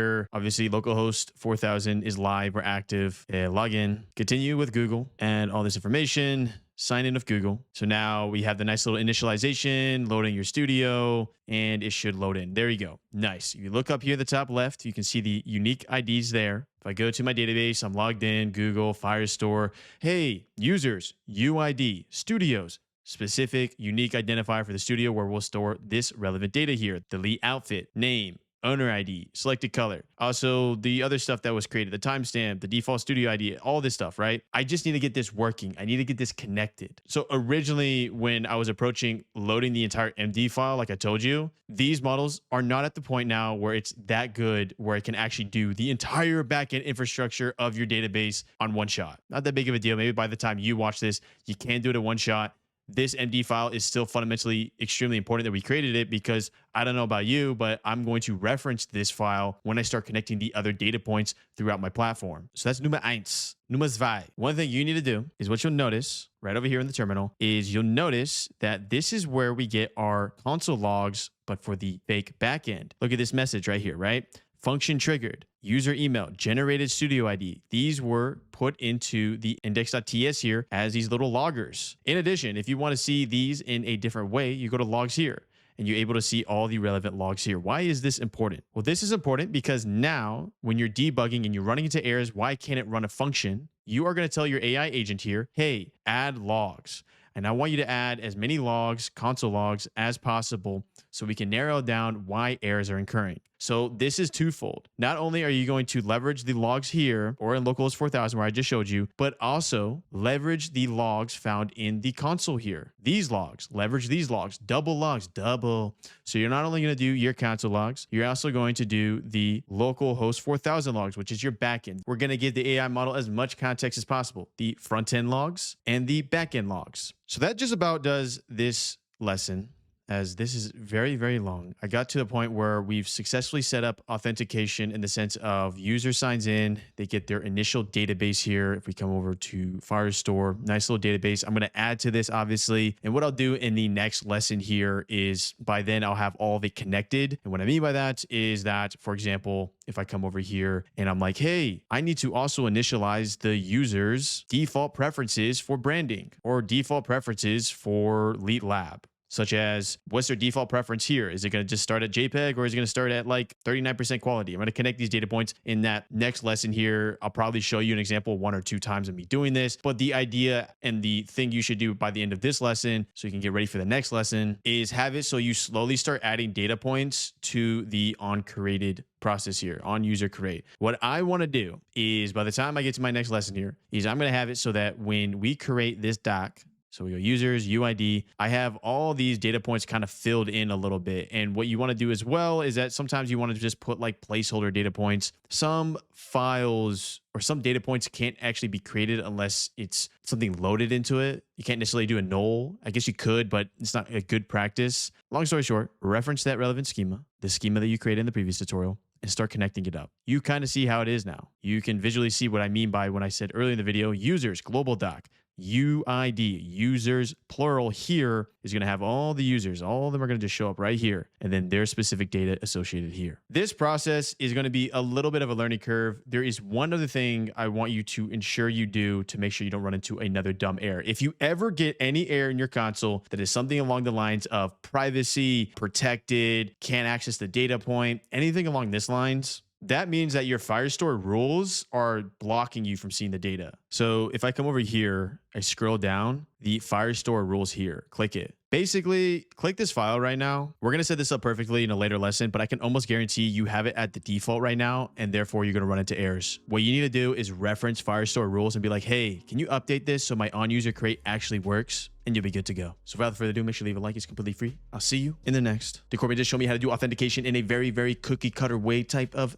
video? Sí, americano café. Let's learn how to effectively create backends that can store real data. What you see behind me is a real software, and I'm going to show you how to store complex data like this that not only knows how to store files like images, as you see here, but also the relevant text. Let's take it one step further here. I click in. We're able to store the relevant data for all the different versions of the thumbnails and everything we absolutely love about data storaging in the real backend. So let's go ahead and jump in. Welcome back, y'all. In today's video, I'm going to give you everything you need to know. It's like the 101 when it comes to creating effective databases. Now, the specific database I personally love to use, I'm absolutely in love with it, is Firebase, but it doesn't matter what you use, whether it is Superbase, whether it is Vercel, whether it is Replit, or however you integrate and create your database in the backend. The skills and processes I'm about to show you are just fundamental 101 how to create scalable architecture for the, you guessed it, backend. So welcome back to episode 5. We are zooming in here, and this is going to be a combo episode. It's like those big old Happy Meals we get at McDonald's. We get the fries and the soda and all that into one big meal, and it's like $5. Actually, not $5 anymore, like $10. Combo meal. Combo episode, database and storage. We're going to do both and going to kill two birds with one stone. If you just found this video or you just clicked on this video and you're like, what on earth is going on? You are part of a huge series here. So go all the way to episode 1 here, tech stack. But before you leave, make sure to leave a like. And if you are here in the first 48 hours, make sure to leave hype. As now we're in episode 5, the database. So let's do it. So as you already know, we've been developing together Thumbio. So what Thumbio is going to be the best AI thumbnail editor in the world. I can log out here. You can also check this out as well in the description down below. It is actually live. You're able to log in here, obviously drag in an image here that requires storage. In addition, an entire assets tab where you can upload images to be used throughout different projects, everything of this nature. So I went ahead and created our nice little chart that we do on our whiteboard. I love my whiteboard. What is step 1 here of what we need to understand about the database is going to be tech stack. Boom. Now, early in this series, I said we were going to use a React TypeScript frontend and then going to use Python on the backend, but there was one humongous caveat I did not realize while building out this application. I was coming from the experience of building out the full stack application bump ups, which is an AI video model. In that context, Python is key because of the fact that bump ups is an LLM. And when it comes to AI processing in that context, we need to use Python to pass the data around fast. There's obviously other reasons why, but that's a TLDR. But when using something like Gemini 3 and just the API endpoint, I realized, wait, we can just create this as TypeScript. The backend is TypeScript, the front end is TypeScript. And I'm going to do that for you because that's going to help you fundamentally as a beginner to have essentially all the same language for one application. Therefore, moving forward, we're just going to do a full-blown, absolutely love it, TypeScript application. Literally looking in your GitHub repo, it will say like 99% TypeScript. I'm doing this for a multitude of reasons, but one, especially for y'all as beginners, it's nice to use the same language. Get comfortable with the TypeScript language. As a side note, a lot of you have been requesting, hey, Corbin, I really want to do mobile development.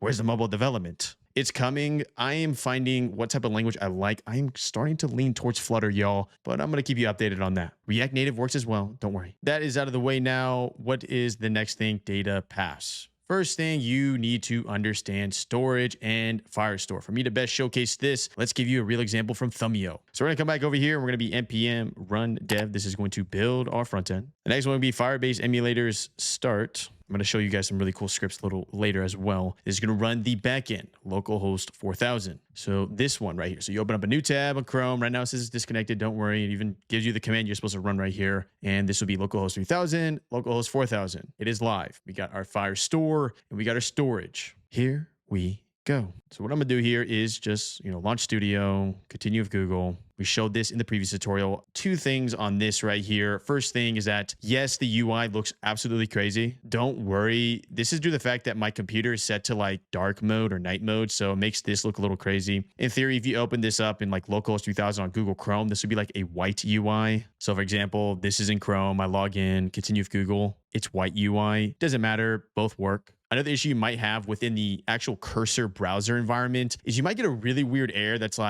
basically it will just print out like a bunch of red text and be like, this is not working. That probably has to do with the fact that the way you're signing in with Google is with a pop-up. To fix that, just sign in with redirect, which means it can stay on the same URL. So auto-generate, sign in with Google. So once we're in, I'm just going to upload a thumbnail. So I'm going to click this. Upload image. So we got this very cool image of myself that I look absolutely happy. I'm going to hit create project here and we have our project. Let's look at the back end. So right off the bat, if I come to Firestore here, what you'll notice is our original path. Remember, we created this together in the previous episodes. User UID. As your platform grows, we're going to have more UIDs incur here. This UID, don't even think about it. This isn't a situation where like, Corbin, do I have to hard code this or do I have to worry about this? This is what we call native to Firebase. What I mean by native is that there is literally a line of code that every single time you create a new user on that onCreate function, it would automatically generate that UID. So don't worry about that. It has the algorithm. So if you have a million users, none of them are conflicting. That's kind of the reason we use Firebase, so we don't have to set up that kind of logic ourselves. But let's look at the paths here. Notice users, UID, studios, UID, another unique identifier. Where is this being used? If I come over here, you'll notice it's used up here in the link. EZIVXU, EZIVXU. Click in.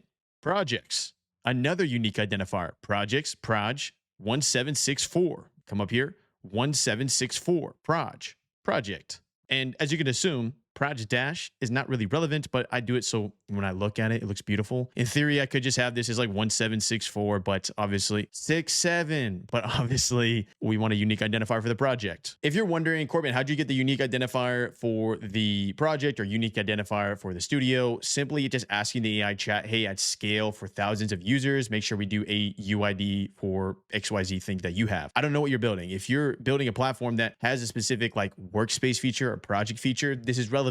So keep that in mind. So knowing this path, and we're going to come back here, don't worry, this is Firestore. Remember, we are doing like text-based type of data in here, even like to the extent of URLs will be stored here. So if I go to versions, V0, notice the storage URL is being stored here, and that's the relevant storage URL here. If I come over here, V0 is obviously version 0 of the underlying user's thumbnail. Nice little V0, version index 0. If I come over to storage, what you'll notice is that we're doing a very similar path. Users, UID, SRN2. If I come over here, notice that this is users, SRN2. Therefore, we're connecting the two. They can communicate between the two. Storage, users, SRN2. Click in studios, the unique identifier for that specific studio. This is where we're storing the actual thumbnail file, y'all. EZI. And as you notice, EZI. I know I'm being a little excessive here for the ones that get it and are like, Corbin, I get it. Stop saying all this random gibberish. I just really want to hammer this in for everyone that's pretty fresh to this, okay? EZI, projects. Look at this, 1764, same project, same path. Click in, and now we finally get the real image file. Click, boom. Me that absolutely looking happy. This is where it's stored, the actual image file. And then if we come back to Firestore, what you'll notice is if I come back down this little path, that relevant link to that file is stored in these versions V0 to be reflected in the front end. Does this make sense so far? If it doesn't, don't worry. It gets easier as we get going. Now, before I show you the next fundamental thing to know about database structuring, let me show you some nifty little tricks you can do in here. So let's say you're going down, you're building out your database, and you know what? You're like, Corbin, I messed up in storage. It looks like trash. Don't worry. Just simply go up here to delete all files. Delete. Come to Firestore. Clear all data. Clear. Authentication. Delete all users. Delete, and begin again. Now, in theory, you could just restart your emulator in the terminal here, but some things are granularized. Maybe you want to keep the Firestore the same, but you want to delete storage. So keep that in mind. Because our emulator is still live here, we're going to re-log in. Log in. Continue with Google. Add new account. Auto-generate user information. Sign in with Google. And boom, it is back. What you'll notice is that the storage isn't created on the initial creation event of the user because there's nothing to store, right? There's no thumbnail data. Now, what you'll notice is when I add the thumbnail, or I guess like any image, it will create that relevant doc path on creation. Crop here. I need to crop in.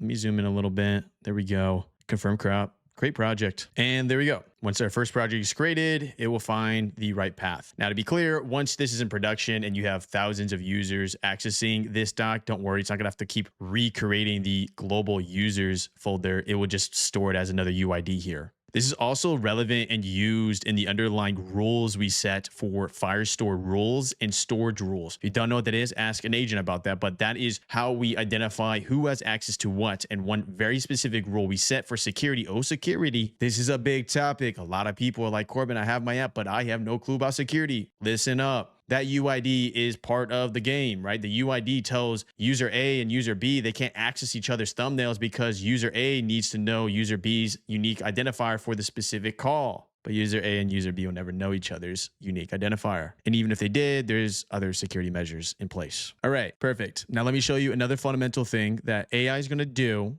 It's going to create bad code for you, but you need to fix or just prompt it correctly. So I have my beautiful thumbnail, or let's say within your AI app, you have some type of chat feature, right? Like a back and forth or something else where you're going to have to store what we would traditionally call an array. I don't want you to get scared when you hear a term like array. You can also ask that little chatbot model, like, what is an array? When you think of an array like a list, so, you know, there's different types of arrays. Like you could have a map in an array where it's like 0, 1, X, Y, Z. I think maybe the best way for me to show you this actually is just show you it in the code because my drawing can get a little crazy. But first off, let me show you a scalable way to approach long list data. I know that sounds confusing. Don't worry. We'll make it simple. Fortnite. Just look at the Fortnite. Okay. It's simple now. User puts in a request. As we know, this is late the llama, the best llama in the world. This is a bot message, or it's like, that's how I identify it. This is a user message. It came from me. I want this to look like Fortnite. And then Lee over here is going to give me a nice little output. And then with this output, we need to store all this data. And, you know, I went one extra step here. I added so there's a branching capability. Makes the whole editing process a lot simpler as I'm actually using this platform. It's kind of funny. I love it. There we go. I'm in Fortnite. Let me show you what this looks like in the back end. If I come over here back to studios, go down this path here to projects, and then what you'll notice is that we have two different things here. So we got the first one of branches, main. This is the main branch I'm in currently. And then that sounds very familiar to GitHub, you know, developer friendly. What a branch does though, just for reference, is I click this and we can branch off and then do a specific edit for this version. Pretty cool. But let me show you what this code looks like. So if I go to chat messages here, what you'll notice is that we have bot dash, user dash. The user dash bot dash is not relevant for the code to actually understand what's occurring. I just put it there so it's like developer friendly. So I know which messages are coming from the user and which messages are coming from the bot. Now, what you'll notice here is that we'll have user message. It will have the relevant things like applied Fortnite template. And then as you can imagine, the Fortnite template is proprietary information, which applies a real prompt that I created for specifically the idea of thumbnails. Beyond that though, I want you to notice something very fundamental about this. Notice how when I'm storing these messages, the back and forth, they are a document. Docs. Each one is its own specific message with its own specific metadata. E.g., I come to user, started branch. This was a message right here, started branch. User, applied Fortnite template. Come over here, Fortnite template. Two things I want you to understand about this. First thing, don't worry. I think a lot of y'all might be looking at this and thinking, whoa, at scale, is this just too much information? Like, that's a lot of text, Corbin. Trust me, open up a chat and see how much this actually costs you at scale. It is literally fractions of fractions of fractions of fractions of fractions of fractions of fractions,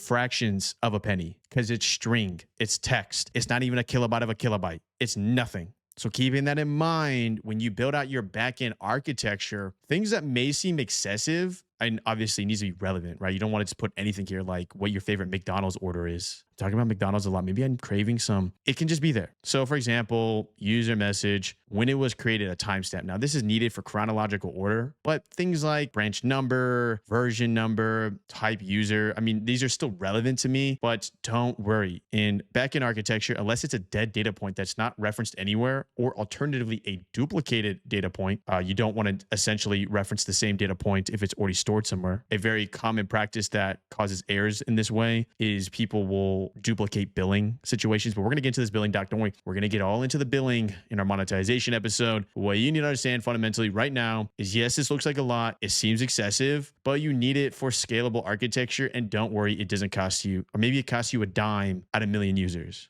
I'm obviously over exaggerating, y'all, but trust me, more data is better. So now that you understand how to use docs, when do we use an array? Here's an example of when you would use an array. So the idea is that the reason we use docs at scale is that in theory, someone can come to this platform and just infinitely talk. They can go back and forth forever. Some of y'all have a ChatGPT chat open that's been open since 2023. The point is I can put in back and forth as long as I keep buying hay bales, like 500 messages, 1,000 messages. At scale, we need to handle this as a doc. But when it comes to more fixed and structured type of data, a great example of this will be the Stripe API we set up specifically when handling dates and maybe payment methods, e.g. payment, action required, currency, failed, failure count, intent client secret, method, next retry, price USD, like all this information. This can be an array because I don't see this list growing. Like why would this list grow? It's fixed or plan, billing cycle. Like how many different billing cycles would there be, or hay bale pool or ID or status?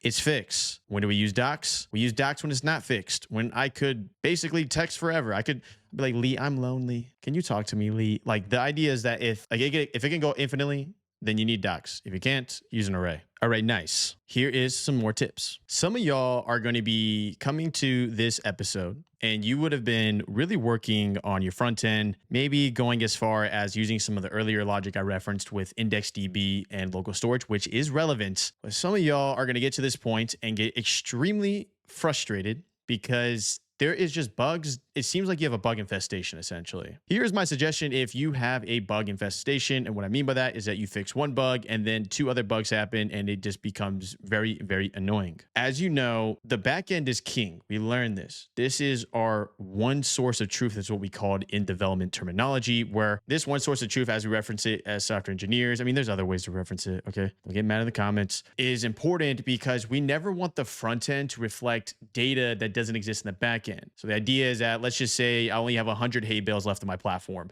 The front end shouldn't be like, hey, you have 50 hay bales or 150 hay bales. It should always reference the back end for the real data because the back end is built on functions that work in the cloud. And these functions that work in the cloud have to be bulletproof. And don't worry, in the later episode, we'll go over functions, how to create bulletproof functions. I'm going to make you a juggernaut. But the point being is that if you are in a bug infestation situation, I want you to run a plan and delete all local storage and IndexedDB logic on your entire application for a specific page. I said that correctly. I mean, this is all assuming, y'all, you haven't launched a V1 and you have a live website link. If you do have a live website link, you can still do this, but you are going crazy. But assuming you are still with me and you haven't launched a live website link, you can do drastic things like this to make sure you are not starting on the wrong foot. Burn all local storage and IndexedDB logic, and then set it up where you're specifically only focusing on the Fire or whatever backend you're using. I'm using Firestore or Firebase. Firebase straight to front end. E.g., I load this page, it's going to load this data point from the back end. It's not going to use any caching logic or anything of this nature. Get it perfect, get it perfectly working with it connected to a backend like Firebase. And then once everything works and you're walking down in sunshine and rainbows, then add the optimization logic of the caching of the IndexedDB and the local storage. This was a little bit of a tangent, but this is for people that are running to an insane amount of bugs. And I was a little exaggerating when it says delete all of it. But for example, if I came here and I was getting very frustrated with this chat feature, I would remove all IndexedDB and all local storage logic if I hadn't launched yet, and then get it working perfectly with the backend and then provide the optimization. This is very real. And this is something I did when it came to different components found on the actual live website link. If I go to Studio here and I reload the page, this entire loading UI you see behind me, I'm not getting charged. I'm good to go. Not getting charged, because it's based off what I have locally on my computer, or sorry, the browser. I guess both works on the browser. Now, if I didn't have the IndexedDB and local storage logic, this reload here, money, would all cost me money because it's hitting the back end. So keep that in mind. Also, when I say money, like, don't worry, y'all. It's not like it's charging you $1 every time it reloads a thumbnail. These things scale. So since we are on the topic of IndexedDB and local storage, let me give you another tip here. Now, we learned what storage and Firestore and how they interconnect. We learned that both start with the path users UID, so we can associate the underlying user's account with the underlying user's data. Beautiful. You need to keep that in mind though. Look at this. When you're ready to start storing data on the user's browser through local storage or alternatively IndexedDB, as we discussed earlier, you need to make sure that the path that we store that data on for the local environment is user's UID as well. Because here's what's going to happen. If you don't specify that, hey, when we store the thumbnail in the user's browser, just store it. Have fun. Go ahead, like literally just store it as thumbnail data in IndexedDB with no unique identifier like a UID. Just store it. If you don't identify that you need to have the user's logged in UID in the path, and don't make it difficult, y'all. Think of local storage and index the same type of structuring that you see of storage or Firestore. Same structuring, okay? Just in the browser. If you don't have the UID in that path for the local environment, if I was to log out of this account right here and then log in with a different user, you have a fringe case situation where all my projects and my special data will be shown to that user's account because they're logging into the same browser. To put simply, you have your laptop, desktop, or if you're crazy and you're developing this on your phone, if you logged out of your phone or you logged out of your laptop,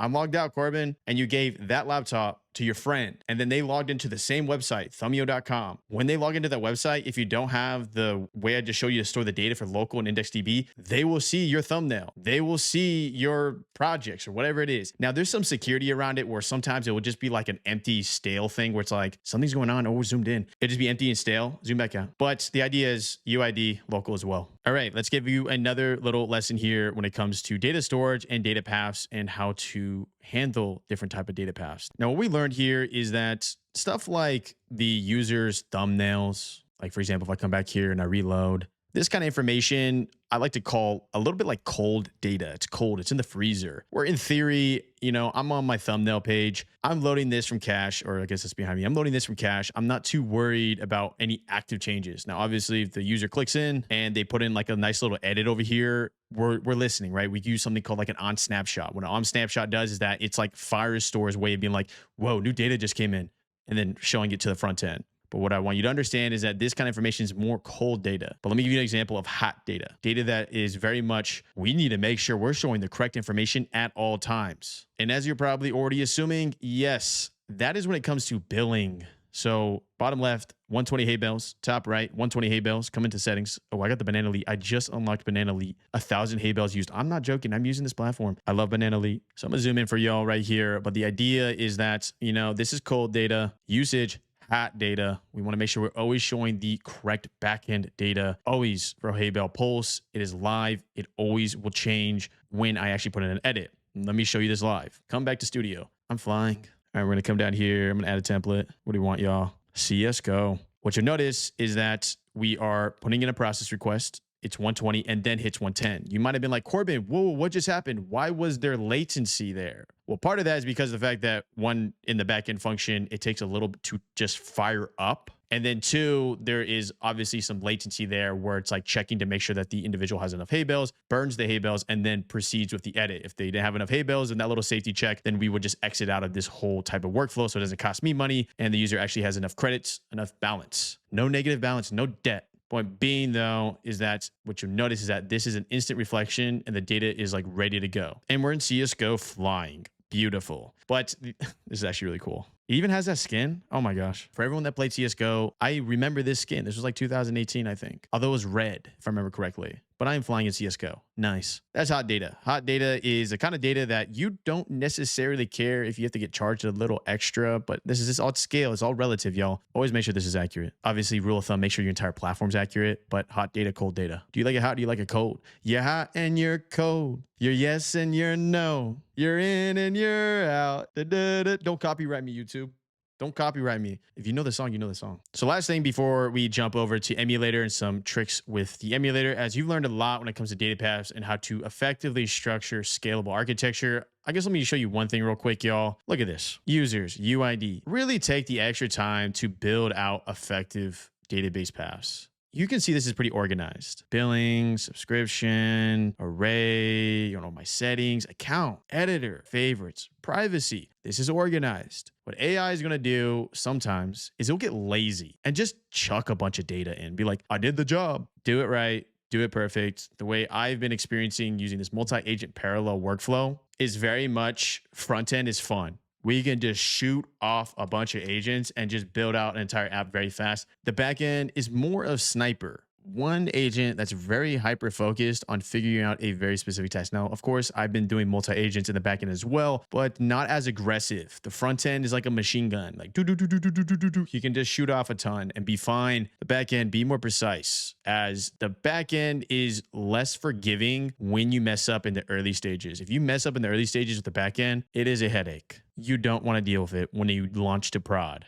production, live website link. All right, let's jump over to the emulator here. Emulator, localhost 4000 tips. What are some tips and tricks for the localhost 4000? You already know how to launch it, but let me show you some more. First thing you need to understand when building out different data paths is that your Firestore rules are going to need an update. So scrolling down over here, you can see in the top left, Firestore rules and then storage rules. If you don't see either of those in your project, then simply just open an AI chat and be like, hey, I have Superbase or Firebase. I'm not seeing my Firestore rules. It's going to initialize something, or maybe you need to do like Firebase init to get your storage working or whatever it is. It's very simple. Just if you don't see those files, put it in a chat. But the point is that when you create a new data path, it's not going to recognize it at first. And sometimes the AI model is not smart enough to update your Firestore rules. So what will happen is that you'll try to do some type of action and then you're going to get an error in console and you might be confused. Obviously, know the method, just copy over and paste, you'll be fine. But the error will say something along the lines of like no permission, and you just need to simply update the Firestore rules or storage rules. Like, for example, if you do need Firebase storage, I'm pretty sure the command is Firebase init, and it might. And then once you do that, you kind of go up and down here, look at that storage. You simply hit space here, hit enter, and then you just hit enter again, and then it'll create the security rule. Look at that. I'm remembering all the commands now. I'm an absolute nerd. Now, one last thing I want to go over before we jump into some tricks with the localhost 4000 is just some, cleanup work. If you go to login, continue, we set up auth in the previous tutorial, we click in, make sure that if the user tries to go back to the login here, so obviously I usually like letting logged in users check out the homepage again if they want to, it's fine. Allows them to go over the change log. Oh, look at what's changed. That's so amazing. I'm doing a whole separate video to show you how to create a change log. It's actually pretty cool. But make sure you do things like if the user hits login again and they're already logged in, don't have them go to the login page. Just redirect them to the studio page or whatever your page is. And to do this, AI chat, hey, if a user is logged in, these pages should not be able to be accessed for obvious reasons. You don't need a logged in user to go back to the sign up page. It doesn't make sense. But here's the first major tip that you want to know and do with localhost 4000, or specifically your emulator. Now, one thing that's extremely frustrating when working with a localhost 4000 emulator, and this is probably applies to any type of backend you work with, is sometimes it takes the ports. Well, to be clear, every time it takes the ports, but the issue is that if the cursor AI agent or whatever IDE you're using, if it launches this emulator and then hides it from you, and then you try to relaunch the emulator because you're like, is the emulator even alive? It will say, hey, we can't launch it because the ports are taken. If you know, and you're going to be like, oh, I'm listening now. I want to fix this. First off, what is a port? Port number 9099. This is authentication. Firestore emulator 8080. These are ports found on your computer. Here's another thing you can learn real quick from the absolute amazing from me. Node. What is a node? Node, think of it like a little box. There's two boxes here. So you got node here. This is like the front end. And this is like a process of code that's actually actively being run on your computer like an application would, right? This is another little box or app thing or little node situation where it's actively running on your computer code to run a localhost 4000. It's good for you to understand stuff like that so you really realize like, interesting. So node is just code that's being executed live on my computer. And so is the node for localhost 4000. Dive deep into that topic a little. Understand fundamentally why it changes from node to ZSH. And let me help you out with that little port issue where it's taken. And then also enlighten you with a really cool thing we can do within our specific app base, our code base, our repo. Come over to your package.json. And some of y'all have never even seen this file. I know it looks scary, but scripts, these are amazing, y'all. So let me give you the specific script that I use for the localhost 4000, and then I'll show you some other ones that are really cool. What you notice is that it says scripts, and then it'll say like dev, build prod. What is incurring here? If I go to node, do you recall what we started here? npm run dev. npm run dev right here. You see what it's doing? This is Vite, and yes, it's pronounced Vite, like feet. The person who made this likes French words. So Vite is our compiler. It's like a very fast compiler for all of our code. But what you notice is npm run dev is being referenced here, and that's what builds our front end. What's another example of this, but specific to what I like? Kill. npm run kill. What this is doing is that this is killing all the ports. So for example, 5001, 5001. npm run kill not only kills the entire ports, so it stops the localhost 4000 from running, but it will also make sure to rebuild all my backend functions, which will be more relevant as we get later in this series. And you understand why that's relevant. And then finally, it will not only rebuild the front end, but it will also rerun my emulators, and all done in one nice little command. So therefore, when I'm dealing with development and I'm going back and forth this AI model, and the AI model is cooking me, and I'm like, you know what? I need to rebuild the emulator to maybe refresh the code for the backend, for the functions, or whatever it is. What I can do instead of Firebase emulator start, which is our original command, is I can run my custom script, npm run kill, boom, and it's not going to work. Okay, it'll work this time. I realized I had a trailing comma. Bye-bye. So I come back over here. Awkward. I do npm run kill, enter, boom. Ports are cleared. It cancels everything. And then it's going to rerun my emulator. And this is very, very useful, as it will also rebuild the backend functions that are local on this nice little IDE. And that will be very useful to you. As I guess one little caveat real quick is that when we jump into the function episode here together, one thing that can happen that's very frustrating in local workflows is that you will update a function code. For example, maybe the edit chat, right? I put in like, hey, make me Fortnite. That function, it does the action, but it seems to be running on old code. That's because that sometimes in the local environment, you need to recompile and rebuild functions for them to work with the most up-to-date code provided by the AI model. I know that sounds confusing, but as you know, my style videos, I make it as simple as possible when we get to that episode. Now, here is another cool thing we can do with custom scripts. We can actually launch local functions that are very relevant for our platform. So here is an example of that. Another function that I have is going to be npm run init. And this is actually shooting off a function that is only meant for local environments. And what this function is doing is it's initializing and creating specific global docs that are important to me. So one would be config, maintenance. And then if you guys were here early, if you were early and you hit thumbio.com, you noticed a little page that said like you're here early, and it showed the little banana leaf. That page is turned on and off by this little boolean here. Is maintenance mode on? True or false? But what you'll notice is that our user doc is created naturally through the onCreate function we did in the previous lessons. But these kind of docs that once they're created once, I'll never have to touch again in a production environment will always be burned when I do localhost 4000, because when we launch localhost 4000, the data is always just nothing, neat. This means that we need to ensure that we can create, custom type of functions that are only run within our local environment to see data paths like this, therefore allowing us to test. All right, you learn more about the emulator. Love the emulator. Scalable. Best practices. So we already kind of went over this. A lot of this has to do with the array, the docs. Another very fundamental thing is that typically you want to make sure that every single path has a UID associated with it when it's specific to the user. As we learned with storage, as we learned with local data, as we learned with the actual user itself, other types of paths like that user, like the config you just saw, that's typically protected anyways, as that is through the security rules where we identify that no one should have read access to this data path and everything of this nature. Now, what's really cool about using a platform like Firebase in the backend is a lot of the security protocols are kind of already in place when we get to the functions part. The only bit of nuance that really happens is with the databases when it comes to storage and Firestore and setting those specific rules. But the general rule of thumb, rule, I keep saying rule, is the UID is going to be your king, and whether or not someone is auth means logged in, is going to really tell your application whether this person has the rights and the ability to see data. As we know, all software is data. Passed around, shown, beautiful. Last major puzzle piece on scalable though, take your time with this database. Take your time with the paths. Because trust me, I remember 3 very specific situations we had in bump ups where we had to do pretty massive migrations in our database. I learned from those lessons. Now, this obviously could happen to you, but you'll just learn. You'll understand how to work around and make a database that not only can handle legacy users, but also all the new users you're onboarding. And then shortcuts. Yeah, we kind of went over this already. So npm run init and npm run kill. So that just about does the database video on how to set up scalable architecture for your backend. The next video here, we'll be setting up our functions and we'll be using TypeScript. I'm going to show you how to create functions that can handle abuse from users.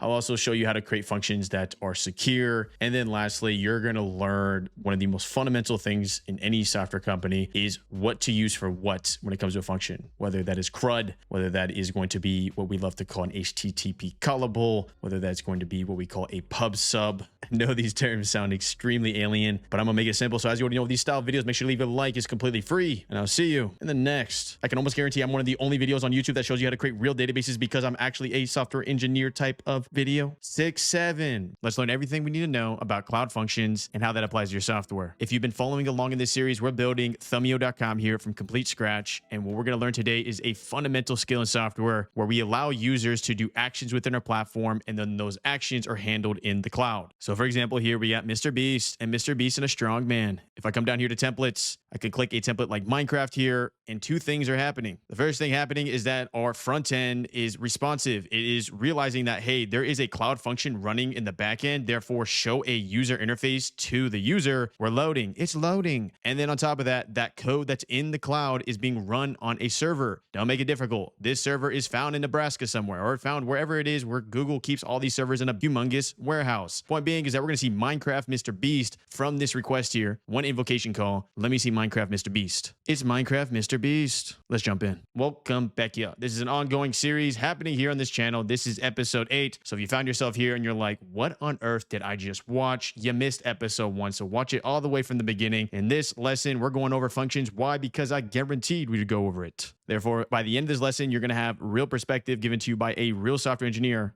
Who? Me, on exactly how to use functions in a scalable way. Sound good? Let's jump in. Let's do it, y'all. So this is episode 8. If I come down here, just a real quick update. We went ahead and did a ton. We're all the way over here on the map. You know, we did storage. Now we're on to functions. The next 2 episodes will be getting paid. We're going to do an entire in-depth video on Stripe API and everything you need to know about Stripe API. This type of logic can still be applied to other payment processors like PayPal. And then, of course, Live App. I'm going to give you some last final notes here of what to know when launching your application. Today, though, is functions. So we're going to go over these main topics today. What is a function? Function 101. Oder 100? Wait, is that how you... 100. 99?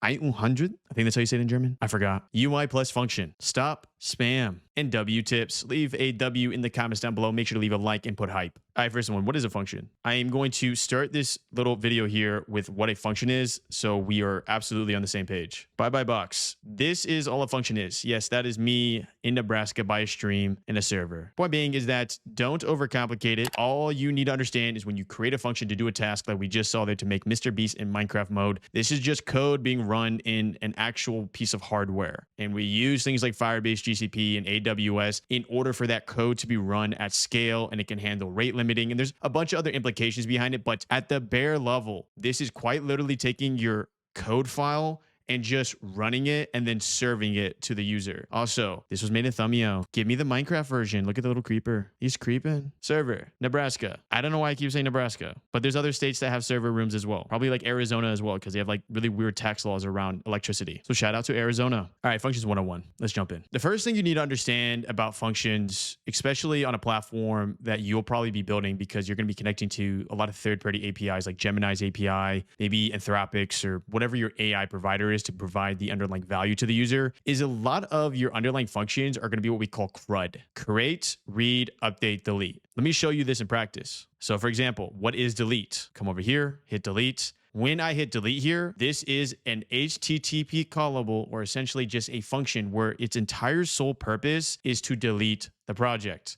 I'm gonna hit delete here. Bye-bye. That's a CRUD function. Let me go ahead and launch this in the local emulator, and then we can actually see the logs. So we got our emulator running. Let's jump over back to our localhost 3000. So coming over here, I'm gonna hit login, continue with Google. We set this up before, you know, we're doing our on create function. We know that one. This is going to set all the user's data. So the user has like 100 hay bales. Oh no, it's reloading.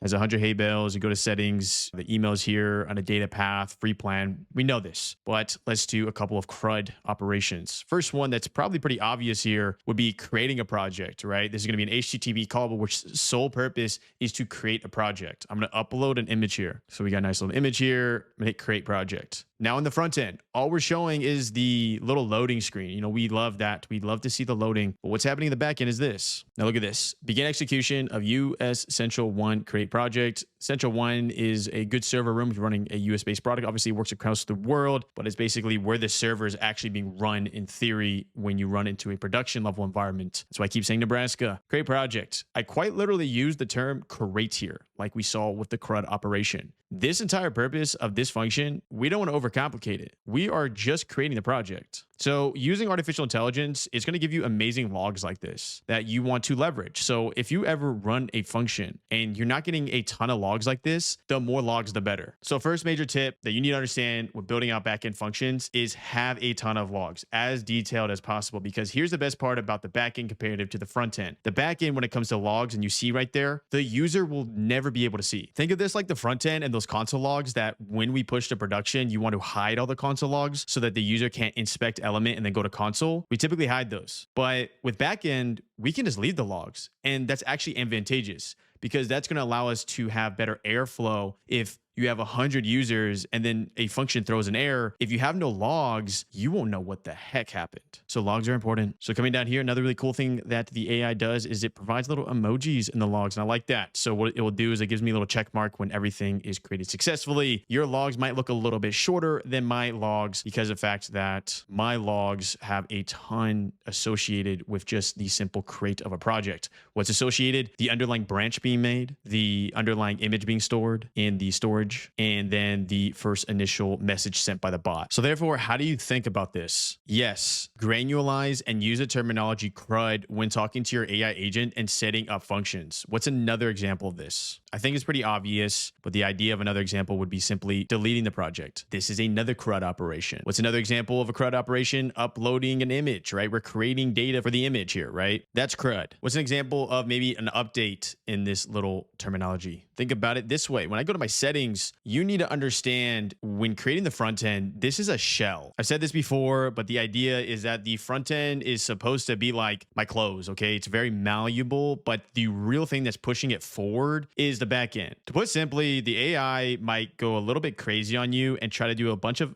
very complex workflows within the front end code. A perfect example of this would be the Google AI Studio, which you'll notice is that if you are following me along on this project and you're using code from Google AI Studio, what it did was when it created all that code that was artificial intelligence code, like the Gemini service code, you can literally look at your files and look for Gemini service. It created it in the front end. You want all that kind of logic in the back end. All the artificial intelligence editing that's happening on my platform, the ability to add text, the ability to edit a region, the ability to add a template, like all of this, that's all happening in the back end. At no point do you ever want on what we say the client side complex workflows. We always want in the back end. So another grade A example of this is things like updating data. So what you'll notice is that the user can hit edit. I'm an editor. The Elite Lab, you can choose your little Elite Lab, JPEG, PNG, JPEG quality. These movements you're seeing right now, that's all backend. But there is something very special that's happening there, which is called a debounce, which I'll explain a little bit later here. But the point being is that all the relevant changes that can be changed through variables, like I'm a designer, I'm an editor. This is a function called update settings, a CRUD operation. Okay, CRUD. Let's move to timeouts. Timeouts are upper limits we put on functions. Now, the standardized timeout for a function is 60 seconds. So in theory, if you don't adjust the timeout, and I did a edit like add shades, watch this. Boom, the time is running. So what you need to understand about backend functions is they don't run infinitely. They will time out, but we can set the timeout and how long we want the code to actually attempt whatever is incurring. So when it comes to artificial intelligence, also amazing shades. I love the shades. Someone give me those. When it comes to artificial intelligence and running pipelines using Gemini or OpenAI, it does take a little bit of time. There's latency with the AI actually performing the request. So if you're doing like a PDF analyzation form, the user uploads a PDF. The PDF is going to take time for the AI to analyze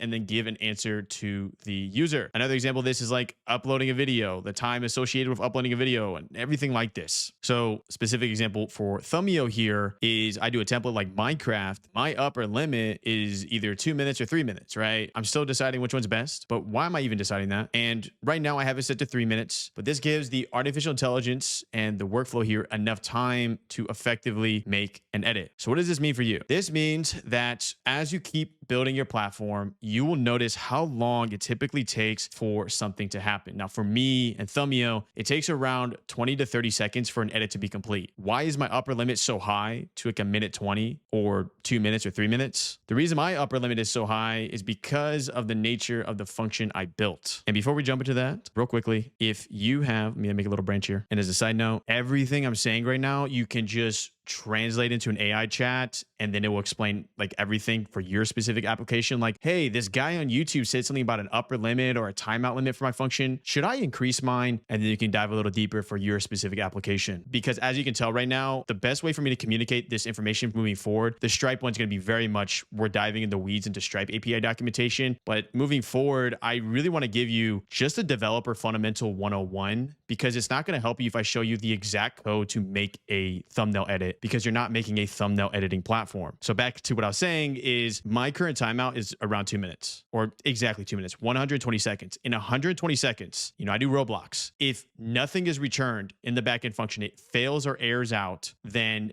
the loading UI here is going to throw, hey, something bad happened, retry. Why I'm telling you this is because, ooh, that looks a little crazy, is because of the fact that you need to make sure your front end and your back end have the exact same timeout logic. All right, let's draw a little so this makes more sense. Okay, front end, or we'll just say F. Come over here. Get over here. All right, we'll say B. All right, and then we're going to do this. We're going to say button. That's not how you spell button. User comes to your platform. User clicks a button. Let's just go with the assumption that we're working on thumbnail, and the button they're clicking is submitting a prompt. Add shades. User clicks button. You need to do two things. You need to work on your front end and your back end. And the first major thing you need to do is ensure that the front end, when it does that loading UI, the little spinning wheel, I'm going to set this to, hey, show that spinning wheel for 120 seconds or until the data loads in, okay? And then this one, the back end, is your upper limit is 120 seconds for the function. So look at this logic, y'all. What is happening? I press button. Button is editing my thumbnail right now. It's just running that little piece of code in the cloud. If in 120 seconds, I don't receive any response from the back end and the back end errors out, I'm okay, because I've already set my little loading UI to time out at 120 seconds as well.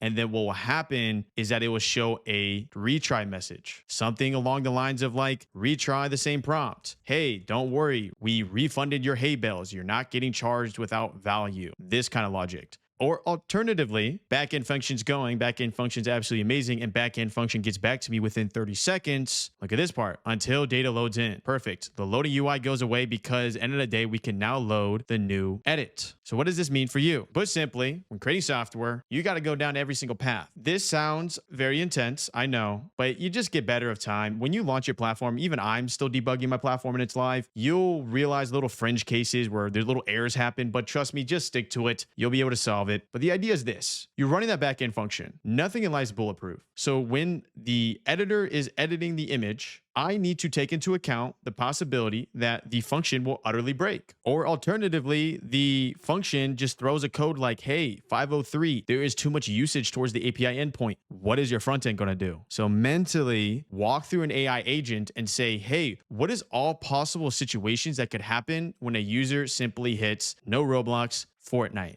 editing? What happens when it airs out? What happens when it times out? Now, yes, in the beginning, this is very tedious. I am not going to lie to you. This logic is very tedious, but that's why in V1, just get it out and work on like the little like fringe cases that happen as you keep going at it. This is going to be an extremely long video. I can already tell y'all. We're only at timeouts and we have all this info. So let's get strapped in. So there we go. That is timeouts. I want you to think of it like any type of front-end logic you do that requires a loading screen. There'll be an associated timeout as well when it comes to the backend. You can never really run a function for infinite amount of time. I'm pretty sure the upper limit for a function right now is around 9 minutes or 9:30. I'm pretty sure. When it comes to scalability and scaling, when you have hundreds of thousands of users, you have to do some type of chaining effect. But obviously, we can dive into that as that becomes more relevant. Right now, all that's relevant to you to understand is that make the UI look pretty. When I'm loading that little editor here, make sure that the editing loading UI here from the front end just doesn't disappear. And I'm sitting there like, am I getting anything? And then boom, the back end clicks in. Don't do that. Real quick here as well, you might be like, Corbin, what happened if the user reloads the page, tries to mess with my front end? This is where logic like IndexedDB comes into play, where you're storing locally on the user's browser the loading state. But on top of that, you want your truth source here from the back end, where you would have a pending type of data point that essentially would be like, hey, this project is currently pending.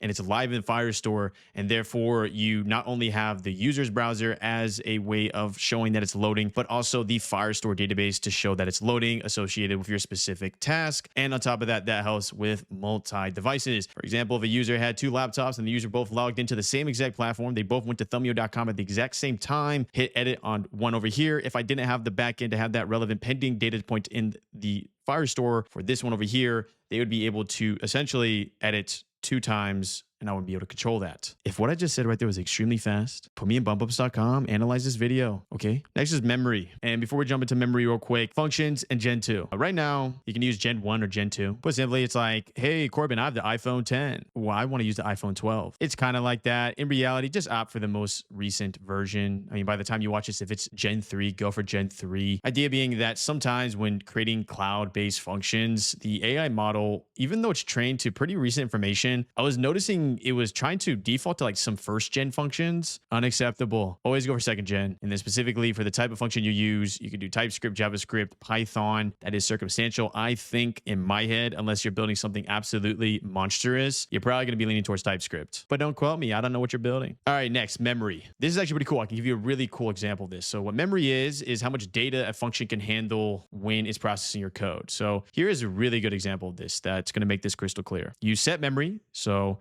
I believe it's either 128 megabytes or 256 megabytes as the default, and then you can keep increasing from there. But keep in mind, this is what memory is. So I'm gonna do 2 gig, 2 gig, 4 gig. This will make sense. Don't worry. I'm not just listing out random sizes like a crazy person. 8 gig, 16 gig, and then so on. All right. And these are all kind of tilted. Hold up. Tilt it back. Here we go. All right. Here's the situation, y'all. So first off, I want you to understand how you get charged. So you got 2 things you're getting charged on a function in the cloud. First one you're getting charged on is the amount of time, the upper limit, everything we just discussed there. The longer a function runs, so a 60-second function comparative to a 2-minute function, is going to cost you more money. And anytime you hear me say it's going to cost you more money, and then you slowly get that gut feeling like, ooh, I don't want to spend money, please, please, please go to whatever backend you're using. For example, Firebase pricing, play around with these numbers, talk to an AI model. This stuff is dirt cheap, y'all. Trust me. So yes, I am saying it's going to cost you money, but if you're coming from a different industry and you hear that, you're thinking, man, is this going to cost me like $1 a function or like $1 invocation? Or is this going to cost me like $10 for just 10 invocations? No. It's not dollars, y'all. It's fractions of pennies, okay? This is why you can make a ton of money in software, because the actual running of the code, running of the script is cheap, but at scale, it's still important. So idea is this. Which one of these would probably be the most expensive function to run for 60 seconds? You guessed right. 16 gigs. What's happening here is when you create a function, you set the amount of time, upper limit, and the amount of memory associated with that function. So obviously the function with the highest time associated, like a 9-minute function, and the highest amount of memory, 16 gigs, that's going to cost more money. Now, let me give you a really, really cool example here. I keep saying that, I know. Look at this. Bumpups.com. What do we do on bumpups.com? If you don't know, just look it up. It's an AI video model, but part of what we do is upload videos for the user. A very inefficient way for us to handle this data when the user uploads a video would be us throwing it all at the same exact function. Let's say the upper limit of our platform, it's right now it's 32 gigs, but we'll just assume it's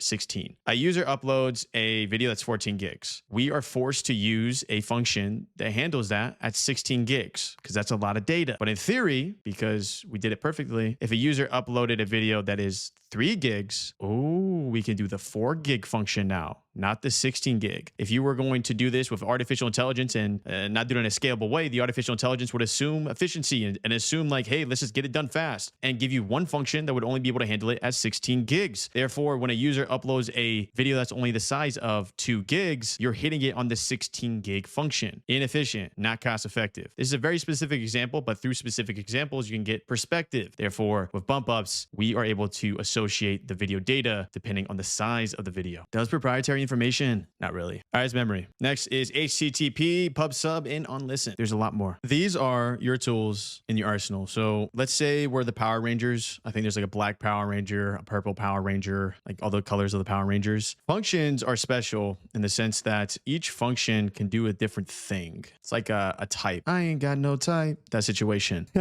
This one is a little bit got a type. So cloud does have a type. So HTTP, what is an HTTP? This is going to be what we like to call an HTTP callable. Typically, most of your functions are probably going to be HTTP callables. What's an example of an HTTP callable, Corbin? That is when I am absolutely looking amazing on Roblox, but that is when I delete a folder, create a project, send an edit request. Most of these are going to be just one-offs, get done in 120 seconds, provide the value, and you're by, you're gone, kill it. So you love HTTPs. We all love HTTPs. The next one that is relevant is going to be what we call a pub sub. I think they might call these different things in different platforms, but all a pub sub is an HTTP requires the user to give input like, hey, make an edit. Pub sub, this has no user input, and this is something that's run on XYZ time in the day. What's a great example of this? I can give you an amazing example of this. Right now on thumbio.com, the user has hay bales. And with the hay bales, what you'll notice down here is that they will refill on December 31st. But Corbin, how do you accurately make sure that on December 31st, the user actually gets refilled on hay bales? Let me show you how. What you'll notice is that when a user is created, we'll create their UID and then all the docs we saw earlier. But also we've created a global doc here called subscription cycles. Don't worry, we're going to jump into this in the monetization episode.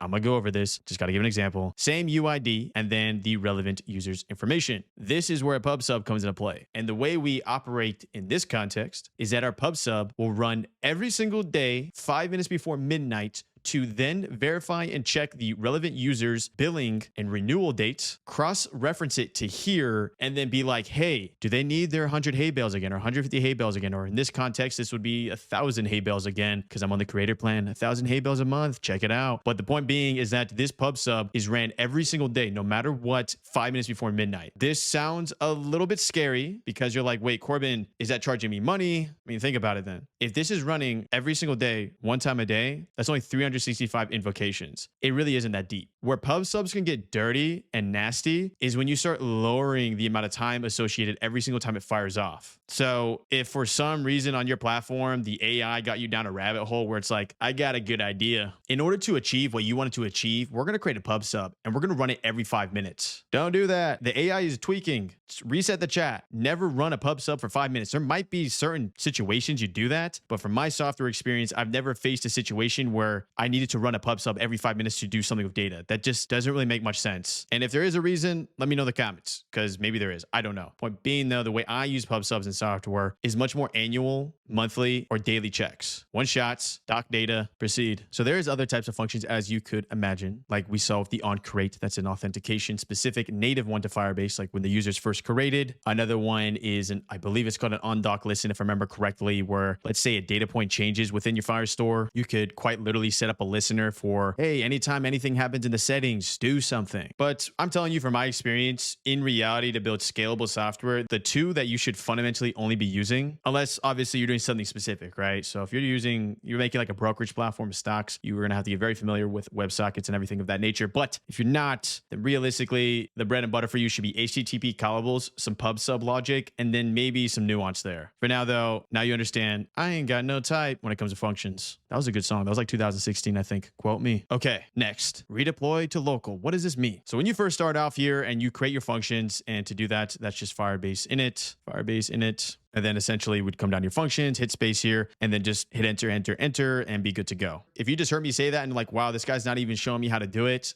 it's because I've built out multi-hour series. Like we're talking 10 hours of just other series where I show you how to do that. Literally go to my channel, go to courses. It's for free. And it says like how to create a backend. Watch that one if you want me to literally show you how to create that file. Point of this series is I'm trying to give you just the developer 101 where everything I'm spewing, you just plug into an AI agent and it's like, oh, this person knows what they're talking about. That's the point of this. So here's the situation. When you do that and you create your functions folder, if I come up here, functions folder right here, what will happen is that you'll obviously get a bunch of function files. For me is like edit chat, like editing the chat is a function file. And also what will happen is that when you go down these little agent workflows and it changes files in the back end, you are going to want to kill your emulator and restart it. Remember from my previous episode where I talked about the npm run kill, that's where this comes into play. Because what's going to happen is that that whatever you do for your platform, so for me, it's like, hey, I just made a new edit. Let me go ahead and make sure, like, when I do edit chat, like it does what I expected it to do. If I don't run the npm run kill, which will restart my Firebase emulator, then the code is not going to be up to date and you're still going to get that same annoying bug. So to put simply, you need to restart the emulator, but on top of that, put within that kill script the ability to rebuild your functions. So restart emulator, rebuild functions. That makes it so that this looks crazy, y'all. Very crazy thumbnail. But that makes it so that every edit you do locally when it comes to backend logic and your functions, it's using the fresh code. And then here's a little tip on that. When you do that redeploying, if you want to confirm that that code's actually the new code and you're like, wait a second, this seems like the same error, it's not updating. Simply ask the AI model, hey, in that function, can you put a console log that identifies that this is actually the fresh code? So therefore, when it runs the code, you can check in your localhost 4000 in the function log and then see that little emoji like, hey, this is the fresh code. So if you are still getting that error, then you're like, okay, it's not a situation where the function wasn't built out. It's just that the code's trash.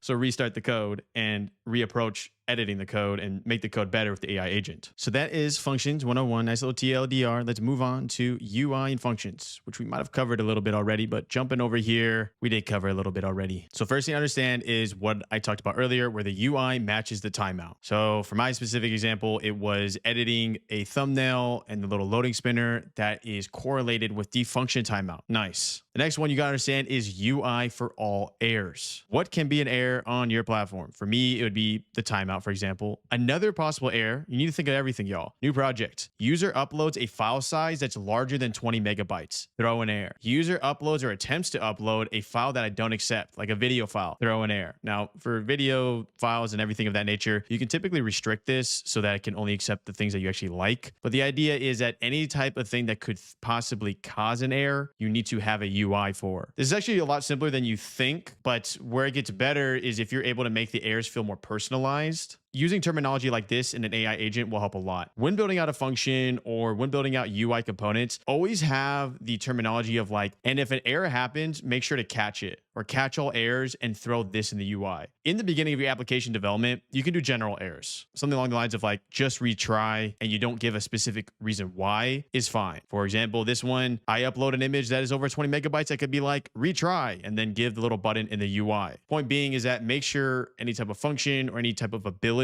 has catch error logic in it. You don't have to do overkill on this. Obviously, like the simple boolean of product updates on and off, we don't really need an error message here. You'll be able to catch that pretty fast when you just go in the console log. But for heavier functions or whatever is going to be your value, of course, you'll need an error log for that, or simply the ability to reflect in the UI when an error incurred. So next is a little ambiguous. I know, never handle logic. What are you doing, Corbin? This just comes from my mind and I just draw it out on the whiteboard. But this will happen naturally as you launch your platform, work in your platform. There will be errors that you didn't even think could even happen. And then you would just solve for it and provide a way the UI can reflect it. So like one specific error that actually happened on my platform that I was like, this is kind of dumb, is that I make it so that every time a user puts an edit in, we show them their lifetime minutes saved, where originally with the artificial intelligence, it takes a couple seconds. But then if you were to edit that in real life, it'll take a couple minutes. I show a lifetime value of this. Other platforms do this, like Fitbit, I think, and everything of that nature, where it's like, hey, you saved this much time or you're this old based off your health metrics. It's a cool little metric. I like it. Pretty. But the point being is that the little dumb error that I had that I didn't even know I had in the front end until like I logged in with like a fresh account and then tested was that it was like throwing the gradient UI, like a loading UI. I knew an error was incurring because it wasn't showing 0 minutes here. And then I realized what was happening is that the formula that I used to calculate these minutes, it couldn't handle the outcome of null, where since there was no data point stored in the Firestore of like, hey, the user did this many edits yet because they hadn't done any edits yet, like these fresh account, it was throwing infinite load. And then once I saw that, I simply just asked the AI agent, hey, when is a situation when no data point exists for you to do the formula to calculate how many minutes they've saved? Just default to 0 when it's null. Also, if you don't even know what null means, when I say null, it's like this. Just think of null like another way of saying like nothing. It doesn't exist. It's bye. It's gone. Null. Now is the next part here, which is stop being spam. So everyone that's clicked off of the video because they were too bored or didn't want to watch anymore is going to absolutely crash their app, because this is important to mitigate abuse on your app. Spam. And no, not the amazing spam in a can. Spam in a can, Fortnite. Spam. What this is when a user goes to your platform and they find a button. They're like, you know what? You see this button right here? I'm just going to click it and just starts going crazy. Like they just start clicking all these buttons, click, click, click, click, click, click, just going crazy. If you don't have proper debounce logic, you are going to get a ton of invocations. Every time I click one of these is going to be a CRUD operation where it's updating settings. We're talking hundreds could be made in a couple of minutes. So how do we mitigate this? Use the terminology of debounce in your AI agent and you say, hey, when we do operations like what best describes your work and the user clicks a button, please add debounce. And what debounce does is that the user will click something like editor and it isn't instantly communicated to the backend. The settings here for editor, it doesn't instantly change. There's delay. Now, this delay can be relative, but an example is that there is 300 milliseconds of delay. So I click YouTube, 300 milliseconds, and then boom, it's updated into the backend. Now, you might be asking yourself, Corbin, why 300 milliseconds? Because typical user behavior, when they're spamming and clicking, you can only click so fast, which is like around 150 milliseconds, 200 milliseconds. So you kind of want a little bit of delay there. For maybe more intensive operations, you want to add like a second delay. Ask your AI agent, but the terminology to use is that anything that a user can click a button on and change data in the backend, add a relevant debounce to it. So this operation here isn't absolutely spamming my backend and it's just charging me money. Rather, when I finally set on elite, like banana elite, now it's stored in the backend. So that's debounce. What is rate limit? You are probably very familiar with rate limit as you are using an AI model in your backend. So you already know, like, are you on tier 1, tier 2, tier 3? If you don't even know what I'm talking about, log into GCP, log into Firebase, or log into OpenAI, whatever you're using, see what tier you're on. What a rate limit does is specifically, for example, Gemini will limit the amount of requests you can put per minute and then the amount of tokens you can use per day. Tokens is like how much data is passed in and out. A lot of this stuff you can talk to an AI model and get a better understanding of what that means, but you can also do rate limits on your actual platform itself. So the idea is that on my platform, I have 3 tiers. I have free, I have creator, and I have agency. For obvious reasons, the people that are paying, I'm going to give more priority to. I'm going to treat better. So therefore, my current rate limit that I have on thumbio.com is that if you're a free user, you can do a max of 5 requests per minute, which to be honest with you is pretty generous. In reality, a free user will never hit this limit because what I constitute as a request is like an edit here. So even if they went as far as they put in an edit here, went to studio and then attempted to edit like 4 other projects within a minute, they probably wouldn't even hit their rate limit, but I'm still putting upper limits like we do with titles. So then therefore looking at the creator and agency plan, we up their rate limit. So we have 10 on the creator and then 15 on the agency. In theory, there is no feasible way that you could do 15 edits within a minute, or maybe in the future you can when this is laser fast. But the point being, just like how we do upper limits for titles, like we learned in earlier episodes, do upper limits when it comes to request. And this rate limit by tier applies to everything. So not only can this apply to the chats, but this can also apply to when a user updates their settings or when a user creates a folder, like everything like this. In reality, a user will never typically hit a rate limit that you set custom like this unless it's extremely low, like maybe 1 edit per minute type situation. But it's always nice to set upper limits in software so that if someone tries to abuse your software, you have ways to mitigate that. But for me, at least, even if I didn't have a rate limit and let's say it was infinite for a person on the free plan, I still have the hay bills. So in theory, they could only hit 10 hay bills. And then if they're like, you know what? They have no rate limit. I'm going to buy an agency plan that has 10,000 hay bills and I'm just going to spam. I mean, go ahead. You paid me the money. So that's the situation there. Now, the next point here just parlays with the previous lesson here of database, where I just went over how your Firestore rules and storage rules need to align. And then, of course, the underlying function needs to have the ability to write to those Firestore rules and, Firestore, fire storage, everything of that nature. A lot of this is standardized. A lot of times you won't even run into an issue like this. But just a rule of thumb, you create a new data path. So let's say you get to production and you're on V2. And actually a really good example of this, which lucky for me, I didn't have to set up any new rules, is that recently on the platform, I gave the ability for the user to add a shortcut. So I could be like, they love using Minecraft. Let's just add it to their toolbar. This situation, for me to favorite that and save the data of their shortcut, this was a new path. But it was already within the rules, so I didn't have to care. In reality, if you set out your architecture correctly, this doesn't apply to you. But assuming, let's just say I do a brand new feature where it's like, now the user can also upload a video on Thumbio. That would require a whole new path and a bunch of updating. Do I ever plan on doing that on this platform? No way. Just edit your thumbnails. Spam. All right, W tips. This is going to save you a lot of time, y'all. First one, delete account. Yes, yes, and yes. This right here is so lovely. And here's what I want you to do. And what I'm even referring to is when the user goes to their settings and then they have the ability to hit delete account. And then obviously I'm kind of stopping them from deleting their account because first I want them to cancel their subscription. But give this option right here, please, all you need to do when setting up deleting an account is two main things. First thing, the user will delete their account, therefore delete all associated data with that user. For me, that is their Firestore doc, and we can associate that with the UID. But on top of that, that is also their Fire storage where all their thumbnails is. Delete all the data, delete all their thumbnails or whatever data you have. I am not going to store it for you. If you're going as far as deleting an account on my platform, you are not going to be able to recover your data. Other platforms handle that differently. And maybe if this becomes $1 million company, then, I'll take the time to build out the infra to handle like cold storage and like, hey, your data is still here for 30 days. You want to come back? If you're deleting an account, not even a Vita doesn't, just goodbye. Therefore, set up this function. Delete the user's Firestore and storage or whatever your equivalent is for Superbase or whatever the situation is. But in addition, this is a very important line to add into that AI agent is that not only delete it, but don't delete their account and authentication. What I mean by that is authentication. Don't delete this. Don't delete their account. No. Disable their account. Oh, I just saved you some money. What this does is that when a user, actually, we can just show you live. Let me show you it. So we have this user here. They are not satisfied with the platform. They think my platform's trash. We know that they are found here and they're found here. By giving them the option to delete, this is going to circumnavigate them needing to email me and having me needing to handle the entire deletion process. If a user is willing to go the extra 20 yards to delete an account, trust me, they'll go the extra 30 yards to email you and just go back and forth. So give them this option. Delete. First pop-up. Are you really sure? Do you actually want to delete this? Second pop-up. Do you really want to delete this? I'm done. Thumbio's trash.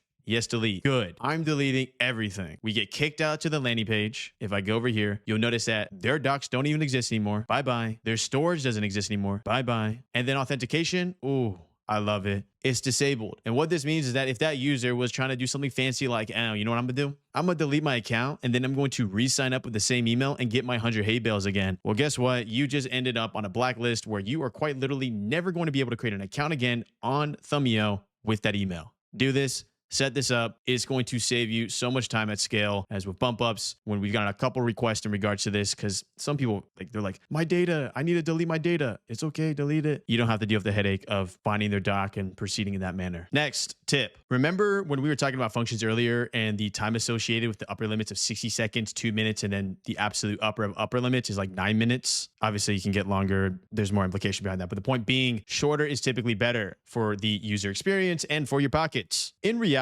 if I came back to my platform here, I could in theory have the function run for 9 minutes and then just keep on trying to make the edit work. It's not a good user experience. Could you imagine you put an edit here and you waited 9 minutes and by the time it hit the end of those 9 minutes, it was like, oh, by the way, it failed. You're not going to use this platform. Therefore, keep it short. I'm still debating between 2 minutes and 3 minutes on a request here. But the idea is like under 3 minutes, optimally 60 seconds. But if your AI operation takes a little bit longer, whatever your operation is, takes a little bit longer, it's fine. Just only really shoot for the long operations when it's actually needed. And here's the best part. And this is something which I didn't have when I was creating bump ups is you can see most of my platform through Thumbio is done through Gemini's API. What I mean by that is most of the heavy lifting when it comes to actually creating the LLM that has the ability to make such cool edits, it's handled by Gemini. That's why I'm paying Gemini to handle it. Therefore, all I have to do as the app builder is just connect a simple API.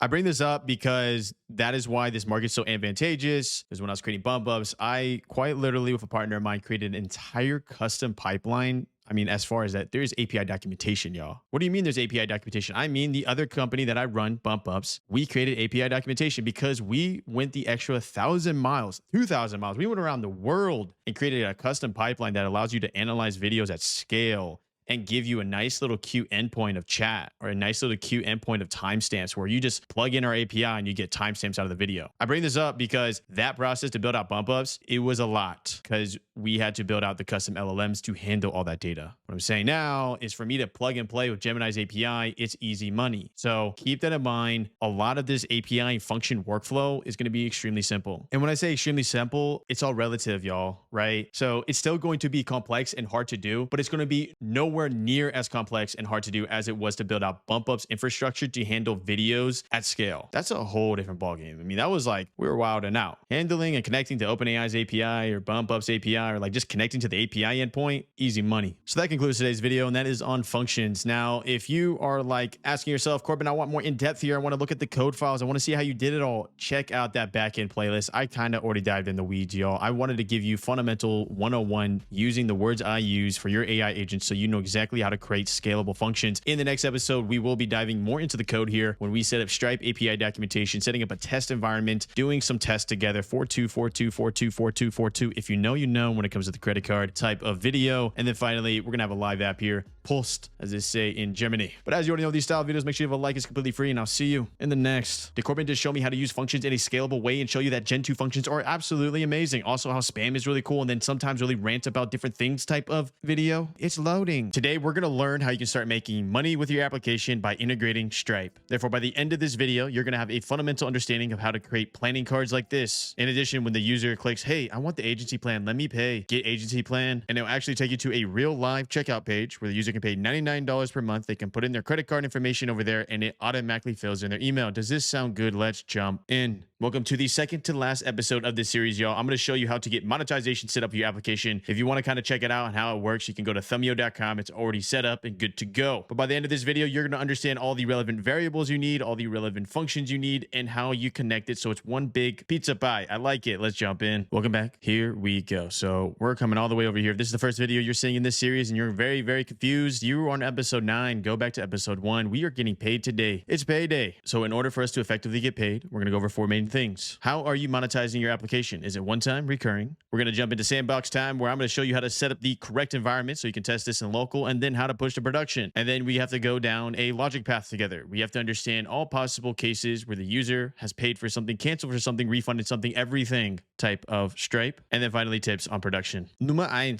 one-time recurring. Bye-bye. If you are creating an application where the underlying monetization is a one-time purchase, a single purchase, what I mean by that is that they are not locked in. For example, recurring is what we saw earlier in the video, where it's like $99 per month. I re-up the individual's hay bales. So if the user came over here and they purchased that, they would get, X amount of hay bales per month because they're paying me $99 per month. If your type of monetization for your app is a one-time event, so for example, maybe you're selling a digital ebook on your platform, whatever it is, one-time events are extremely easy to do in Stripe, like super easy. So if you already have plans of doing a one-time and you're watching this and you're like, hold up, this guy seems to be going over monthly and annual type of subscriptions, don't worry, still follow along, because if anything, it's good to learn how to set up subscriptions for an app, but also you're good. One time's gonna be super easy. Everyone else that's here, probably 90% of you that are here, that's like, Corbin, I want the ARR. Don't worry, I got you. This is a little bit more complex, but I'm gonna show you step by step how to do it. So if you're doing one time, it's easy money, quite literally easy money. All right, let's begin. We're gonna create some dummy products together. We're gonna set up our sandbox environment in Stripe and Oktoberfest. Deutschland, das Bier. Let's do it. So first things first, I'm gonna create a whole new Stripe account so we can do this together. So the account, I'm just gonna call it dummy, and then wherever you operate, put it there. Great. Here is what's super cool about Stripe. If you don't even have a live website link yet, you don't have to worry. So they are very generous in their sandbox feature here, where you just throw in a website. So for example, if you already have a live active website, put it there. I'm going to put Builder's Console Log, which if you don't know is my holding company's website for Cafe. You can check it out. It has a Tron theme. I absolutely love it. We're fighting with the AI in the terminal. So you can put that there. What type of business are you offering? You can just put something simple like I'm doing a SaaS and it's an image editor, or you can skip for now. I'll just hit continue. It will then ask, are you doing non-recurring payments or recurring? Most likely, most of you are going to be doing recurring, I assume. So I'm going to continue. A lot of this stuff you can skip anyways, you can come back to. So I'm going to continue again. This is just trying to set up your environment to look all nice and fancy. I'm going to say go to sandbox. Perfect. We are in our sandbox. I want you to think of the sandbox like we solved localhost 4000 or localhost 3000, the front end, the back end. This is a dummy environment, which means that if you absolutely break it or you do something dumb, it doesn't matter because we're playing in the sandbox. So first things first, let's set up our products. Add product. Product we're going to do is going to be like product, and this is going to be like our monthly product. So here is some naming. Let me show you something, y'all. Before we create that product, I want you to notice a couple things. So this is a live app. Obviously, if you've been following the series, you already know this is thumbio.com, the best AI editor in the world for thumbnails. Maybe by the time you watch this for Photoshop. Notice this. We got monthly, we got annual. Now, some of y'all might be like, you know what, Corbin, I just want to shoot off and starve monthly and not work on annual yet. Just build out the infra. Do monthly and annual right off the bat. You might as well. Or maybe annual isn't advantageous for your type of pricing or product, so don't do it. But for most contexts, you're going to do monthly. You're going to do annual. Nice little Corbin tip here. You might as well do a currency conversion thing here. So if your product is sold globally, how much is it in yen? How much is it in euro? So you can just add this pretty simple stuff here to allow the user to see if they're from Germany right now, Deutschland, das Geld. They can see it here and then they can check out, but it'll still be a USD in the checkout, but at least they get context of like, this is how much it would cost. Amazing Corbin tip. Now, monthly, annual. Monthly, what you'll notice is that I am doing increments of 1,000 hay bales, 2,500 hay bales, 5,000 hay bales, and we are moving up this way. Annual, 10,000 hay bales, 15,000 hay bales. So the first thing I want you to understand about structuring a product and pricing a product is notice the max amount of hay bales a creator can get is 7,500. If they need more than 7,500, then yes, they're going to have to upgrade to the agency plan where it says 10,000 hay bales. We don't typically want to cross-pollinate between these two different tiers. You want to make sure that you kind of nudge the individual to, yes, you got to move up to $99 per month, not $90 per month. As I keep growing this platform, you obviously want to give more advantages to each tier. So I launched this a week ago. And right now, the biggest advantage to upgrading would be to get access to more hay bales. Also, the ability for more storage in their studio. Long term, I'll be giving more advantages here that are unique to these plans. Short term, though, we just need to provide value. So let's create a product together. And then after we create this product, I'm going to go over, Corbin, how'd you even price this correctly? And we'll jump over to a whiteboard for that. So some of you might be thinking right now, when I create this product, oh, Corbin did 1,000 hay bales for $12 a month. So do I do something like product 1, which is going to be 1,000 hay bales, and then it was $12 a month. Okay, recurring $12 a month. And then I'm going to create a specific product just for this one tier. Don't do it this way. This is incredibly horrible code. The way you do it is you actually price by increment. So for example, we actually make a product, but it's one hay bale. How much does one hay bale cost? So therefore, for me, the price of one hay bale on Creator Monthly is $120. That's how much one hay bale cost. And then we're going to go over hay bale here. And when I say 120 is how much one hay bale costs, it's in reality 10 hay bales. Remember, we did an inflationary type of situation here. So in reality, I could have went with either 1,000 hay bales. And actually, let me take a step back again, just in case all y'all forgot real quick. Let me log out. Actually, we can just go to the page real quick. Let me do that. So if I scroll down here, we got a nice little calculator. If y'all remember, where's the calculator? Calculator, 10 hay bales equal one lead edit. In theory, I could have done a 1-to-1 ratio, whereas one hay bale equals one lead edit. So then in theory, that would have been one hay bale equals $1.20.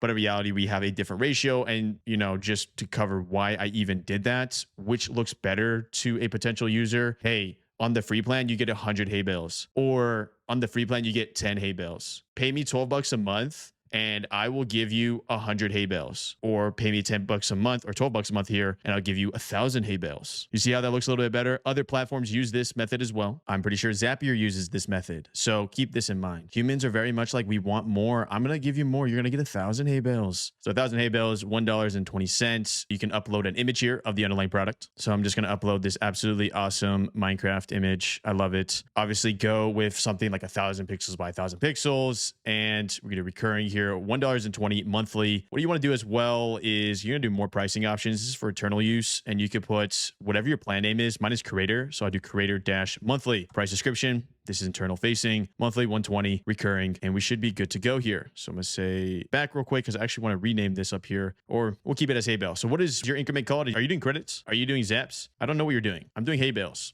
So do hay bales here, and we're going to hit add product. So we got hay bales. Yes, that is a Minecraft Steve, or that's me as Minecraft with In-N-Out Shake. I love In-N-Out, but we got our hay bales here. So the first thing you need to understand is that we are going to want this price ID a little bit later. But before we dive into that, the next thing you want to understand is that this is hay bales per month at 120. Come back over here. That is the relevant pricing we find here with $12 a month, 1,000. But as you do annual, you're going to get a discount. So instead of paying $12 a month for the same amount, you're going to get paid only $10 a month for the same amount. We know this, right? We know that if you do the annual plan, typically it's discounted to incentivize larger purchases. So for me on my platform, you're saving 16% if you pay me $120 fronted, but you're paying it for $10 a month rather than just paying me the full 12. So therefore, you need to approach it, if I can find it real quick, you need to approach it with multiple price IDs. We're going to come back to this later. Don't worry, we're going to set this all up together, but you need to come at it with multiple price IDs. So we just created the Stripe price ID for Creator Monthly. You also need to create one for annual, and you also need to create one for if you have a different tier. So we got Creator and we got Agency Monthly and Agency Annual. Therefore, by the time you're finished creating your products, you will have 4 products. I just have the monthly one, but you need to create the annual, and you would need to create the monthly and annual for your other tier. Now, if you're like Corbin, I don't even have two different tiers like this, creator or agency. I just have one, then you're in luck. You only need to create two products because you only have two offers, monthly and annual, for your XYZ plan. As you can imagine, though, there is a reason why software companies typically have multiple types of plans, though. In reality, approach it how you want. But typically, what I like to do is you have a plan meant for solo creators or individuals, and then you have a plan meant for business. Plan for individuals is a low buying entry, like literally just pay me $12 a month. Plan for businesses is a higher buying entry, pay me $99 a month. It compounds. So there we go. What is your unit? And this will make more sense of why we did it by unit rather than by tier. E.g., we didn't have like 5 or 4 different products for each amount per month. We do it by tier or we do it by unit. But before I dive a little bit deeper here, let's find out how we price your product. So here's a prompt I'm going to use. Okay, look at my current API I use for AI editing and tell me how much it is per edit. Use the Gemini image models. Also take into account the relevant Firebase cost notifications. This is a very messy prompt. What I want you to understand though is what value are you providing? So if I come back over to my platform here, I know I look so happy in this photo. Here is how you understand how much it's going to cost you and how to price your product. What is your value? Things like, oh my gosh, we're creating a branch here.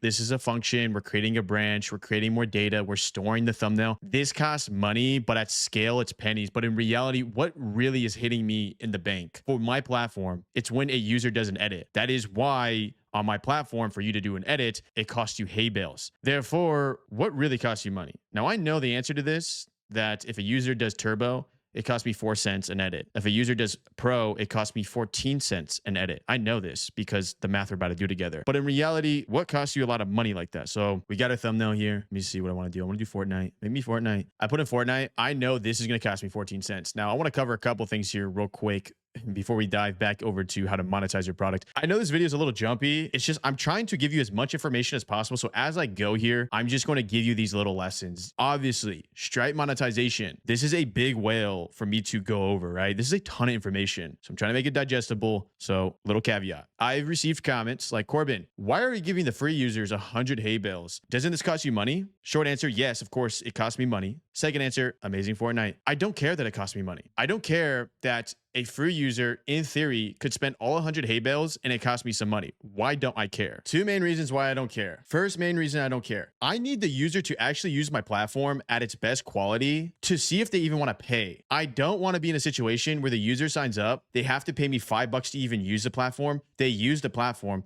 They hate the platform, and then they give me a chargeback request on Stripe. And then on top of that, I have to respond to an email. Imagine having a platform that doesn't allow the user to use your value. You have over 100,000 users, and 5,000 users are pissed off about the platform and send you 5,000 emails. Do you want to answer 5,000 emails? No, you don't. Second reason I don't care. I would rather spend $500 supporting free users then spend $500 on Google Ads. Point blank, simple. Because of the reason of in software, there are going to have to be little hits like this you take in order for your platform to grow and become $1 million platform. Furthermore, if I provide full-blown value for free and the user uses this platform and realizes, wait, this is actually good, higher conversion, but also look at this. User creates amazing Fortnite. I'm a Fortnite YouTuber now. They hit export. Oh, crap. Look at this. Oh, I'm so amazing. They export it. You see this? Look at this, y'all. You're telling me in one click I can share on X, Pinterest, Facebook, Reddit, WhatsApp, Telegram,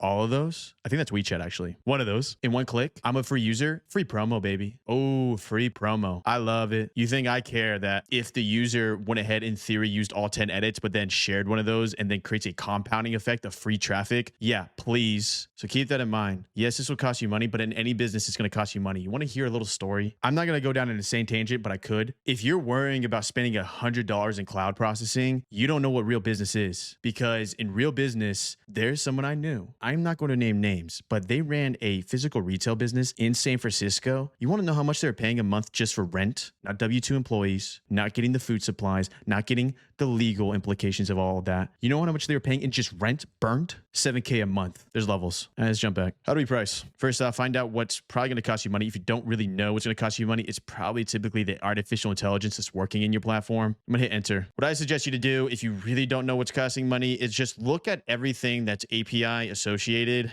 like your backend, whether you're using Firebase, Superbase, your artificial intelligence. For me, I'm using Gemini, and you can get better implications this way. What's nice about AI models now is that the integration to web search is very easy. You can see it's searching right now the relevant pricing. In theory, though, too, you can always go on Google and find your models and the relevant pricing that way as well. And while this keeps cooking up the pricing here, I encourage you to really dive deep into API documentation. You don't have to understand any of this code, but you do need to understand fundamentally what your tech stack is. This, for example, is an amazing resource for the Nano Banana model that I've been using. Look at all this stuff, man. This is just free resources of showing you how to prompt effectively for your underlying model. If I come all the way down here, you can learn like really cool things like, oh, wait, you're telling me I can export and request a specific aspect ratio in the code, like 16:9. This is useful for a thumbnail platform. So whatever model you're using, whether it's OpenAI, Anthropic, dive into the docs, or alternatively, what all these docs do now, if I scroll all the way to the top, is you can copy the entire page and throw it into a model and ask questions. We're in the future. It's still searching. So here we go. As I said earlier, we already knew the price, right? So 4 cents for the 2.5 flash model and 14 cents or around 14 cents for the Gemini 3 model. Come down here, you'll notice that all the functions, look at the pricing, y'all. This is why I'm saying it's not a joke for me to invocate looking at 0.0000004 cents per call. And then on top of that, because you're on the Blaze plan, you'll get like 1 million free invocations, or I don't remember the specific. It's just some type of crazy number. Actually, let's look. Whatever you're using, just type in like Superbase cost, Firebase cost. If I scroll down here, you'll notice that invocations is no cost up to 2 million per month. So in theory, if someone wanted to hit that edit button 2 million times, it is free. And then let me show you the kicker here, y'all. It is 40 cents for an additional million. As a side note, you might be saying to yourself, that seems like too good of a deal. Why are they doing that? Because think about it. If this becomes $1 million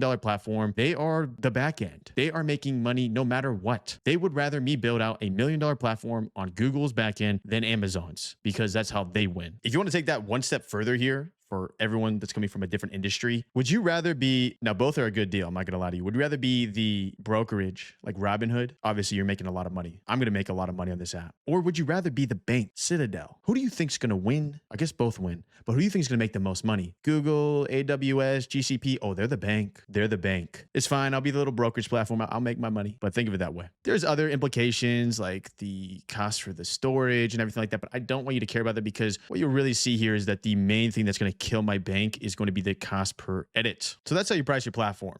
Find out what's probably costing you the most money, and then you can go into a whole AI chat rabbit hole and then price from there. A typical way you want to approach pricing per unit is the creator monthly for me is going to be the highest price for obvious reasons, lowest entry point. And then the agency annual plan is going to be the lowest price per unit because they are fronting a ton of money. This is typical software workflow. So in theory, the user does annual, save 16%, and they get 10,000 hay bales. That is quite literally the cheapest amount you can do per edit in the HitKit agency plan, but then they have to front $996 right away to get it at such a cost-effective price. What's the price, Corbin? 83 cents per hay bale. So keep that in mind. So we made our product. You understand product pricing. Now let's start connecting the dots here. So bye-bye, Bia. And we're coming over here to sandbox time. It's time to play in the sandbox. Boom. Whoa. All right, let me cover this over here. Okay, we're nice. So in this sandbox environment, you're going to be able to get 90% the way there. And then don't worry, I'm going to tell you what the other 10% is pretty soon here. We're going to have to set up a couple things. First thing we're going to have to set up is a Stripe webhook. We're going to also have to install Stripe CLI. CLI, what is this CLI? You know, Git commits, you know, the Firebase commits we're doing in this series, same thing, Stripe. And then you see me right here. Look at this. I'm playing in the sandbox with Stripe.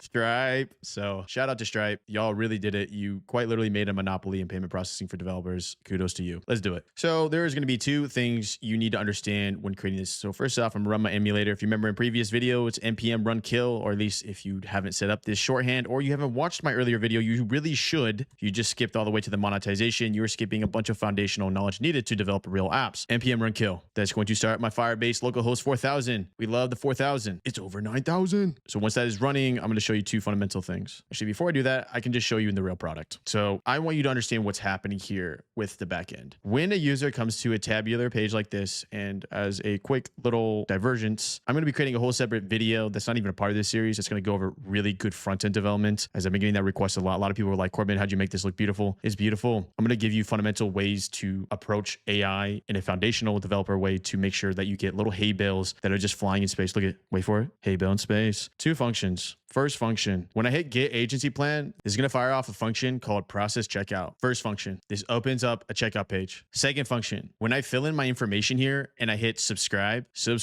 this fires off our second function that we run, which is going to be a Stripe webhook. So that's foundationally the first thing you need to understand. This is two different functions to effectively integrate monetization to your application. There's also a bunch of cool stuff here where you can set a GA4 Google Analytics to register a begin checkout, register a conversion event. And on top of that, you can go all the way down the little funnel to see where the original purchaser was even from, whether that was from Twitter, your ad campaign, or anything. That's obviously could be a separate video or I could dive deep into the analytics, but for now, let's set it up. Actually, before we launch the emulator, we're gonna have to set some variables here. So for me, I'm just gonna set the same price for all of these. First thing you wanna set here is gonna be your FB base URL, Firebase base URL. What I want you to understand here is that when you work in a local environment, you're obviously making this call through a localhost URL. So e.g. localhost 3000. When you are pushing this to production and you have a whole separate env file for it, .env.prod or thumbio.prod or your app prod, you're going to have your specific URL here. For now, because this is a local environment, we're going to just do FB base URL. Next, we need our price ID. Our price ID is going to be from our sandbox environment, but once you get to a production environment, you would come out of this little sandbox environment and make it there. Your price ID is in these 3 ellipses, Cappy price ID. There is a bunch of other little IDs that exist. You might think it's this over here. It's not this. It's this, Cappy price ID. You're then going to paste it here, here, here, and here.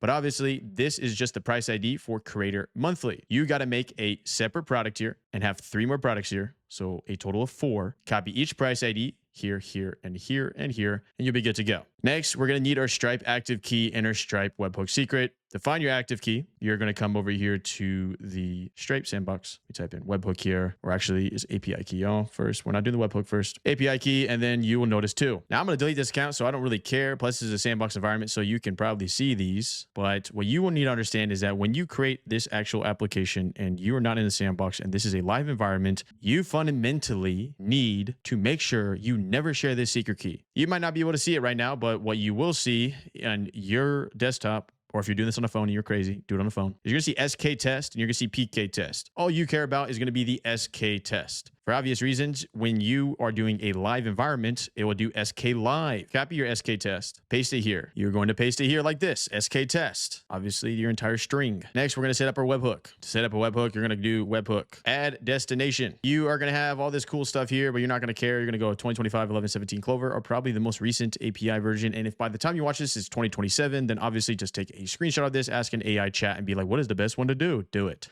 Next one here is going to be the relevant events we care about. So if you don't know what a webhook is, let me just explain it very simply.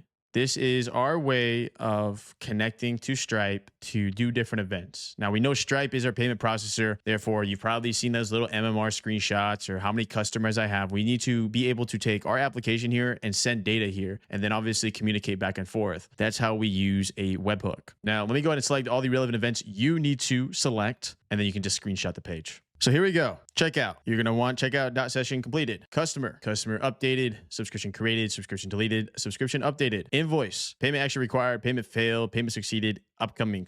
Go to pause the video, screenshot, pause the video, screenshot. Now, why are we using all these? First off, obviously, we need one for checkout, right? To start the checkout. Customer wise, the customer update is fundamentally cool because we can use this to update the user's credit card information, the user's email, everything of this nature. If you're creating a subscription platform, you obviously need the capabilities for the user to be able to create subscriptions, delete subscriptions, and update subscriptions all within that platform and sending the relevant data. Now, one that might be a little confusing to some of y'all is invoice. You might be thinking like, hey, I'm going to do $1,000 invoice for SEO for my website. They use the terminology invoice for subscriptions as well. That's why if you've ever subscribed to a platform with Stripe checkout, you'll notice you'll get an email like, hey, here's a nice little PDF. Here you go. And, kind of go that way when it comes to that. So we're going to want to be able to do stuff for invoices as well. Here's why these are important. So for example, one of them would be invoice payment failed. User puts in a pretty bad credit card. We need to set the logic where on the actual front end, we're like, hey, your payment failed. We are going to make it so that if you don't update your credit card and pay, then in X amount of days, we're going to downgrade you to the free plan. Other stuff, invoice upcoming. If we want to send out automatic emails, but to be honest with you, it kind of works within Stripe's ecosystem to do that automatically for you, but you can do it in a native way on your application as well. Long story short, if you've never developed in your entire life or you have, and you're just like, I just want to learn monetization, then check all these, screenshot all these, add them to an AI chat, and then the AI chat should have enough context to really understand why you added these,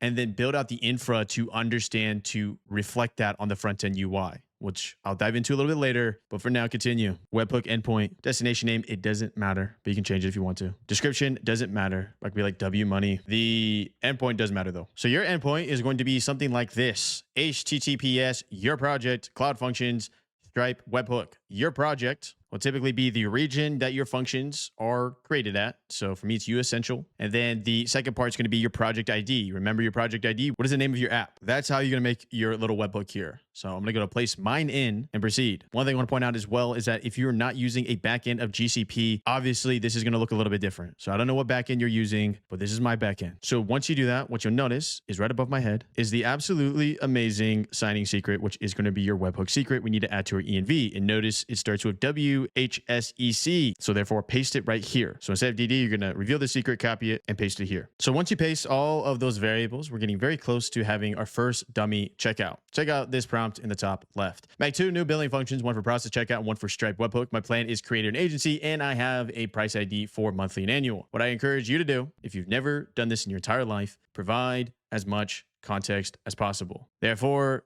screenshot all your products.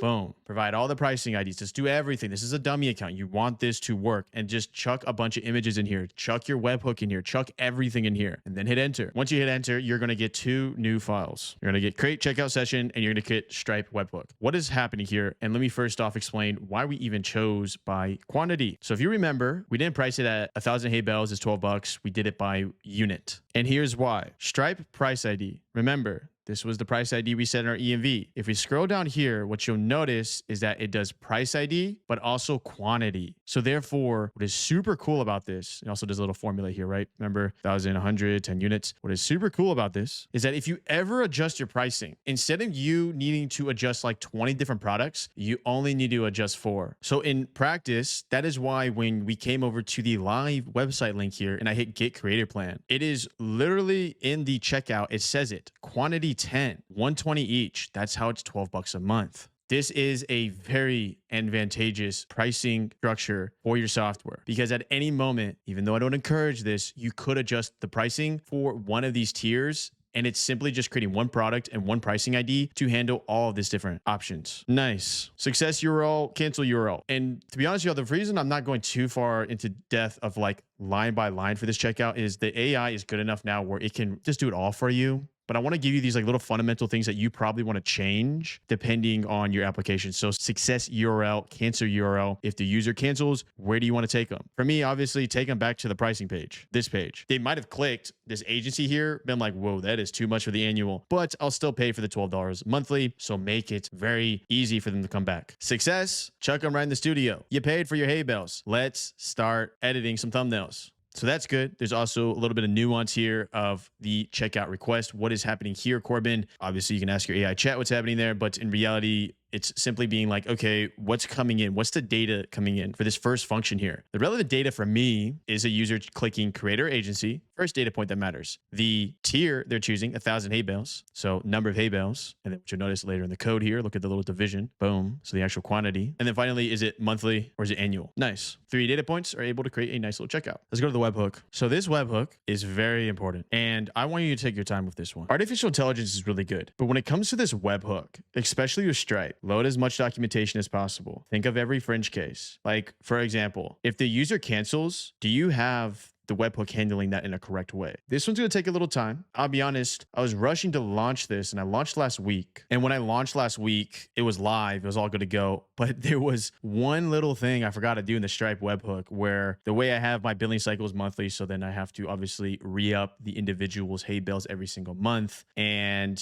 I remember the thing that I messed up on was that, and this happens in software development, it's not going to be perfect on your first shot, is that every single type of logic that happens when it comes to monetization monetization goes to this webhook, whether the user cancels, whether the user updates a credit card information on your front end and you reflect the data that way. Therefore, user buys creator plan. User buys creator plan is on $12 a month. You know, maybe down the road, 30 days, 40 days from now, they cancel. It hits this same function. And what I forgot to do is that if a user cancels, the webhook was re-upping their hay bales again at the original quantity that they requested. It didn't have the logic to be like, well, actually, this is a cancel event. If it's a cancel event, downgrade them and have them at 100 hay bales. We're going to dive a little deeper into that, but what I want you to understand about this webhook here is that this is actually probably one of the most valuable pieces of code to get correctly, because this is where the money happens. First thing you need to notice, Stripe key, active. Webhook secret, we set this together. Nice. Scrolling down here, notice that in the webhook listener, these are the different events. Invoice payment succeeded. What do we do if the invoice payment succeeds? Let's run the emulator. I have my emulator running. I'm simply going to launch Studio here. You already know how this goes, y'all. We've done this together. Add auto generate information, sign in with Google. It initiates the individual's docs. We know this.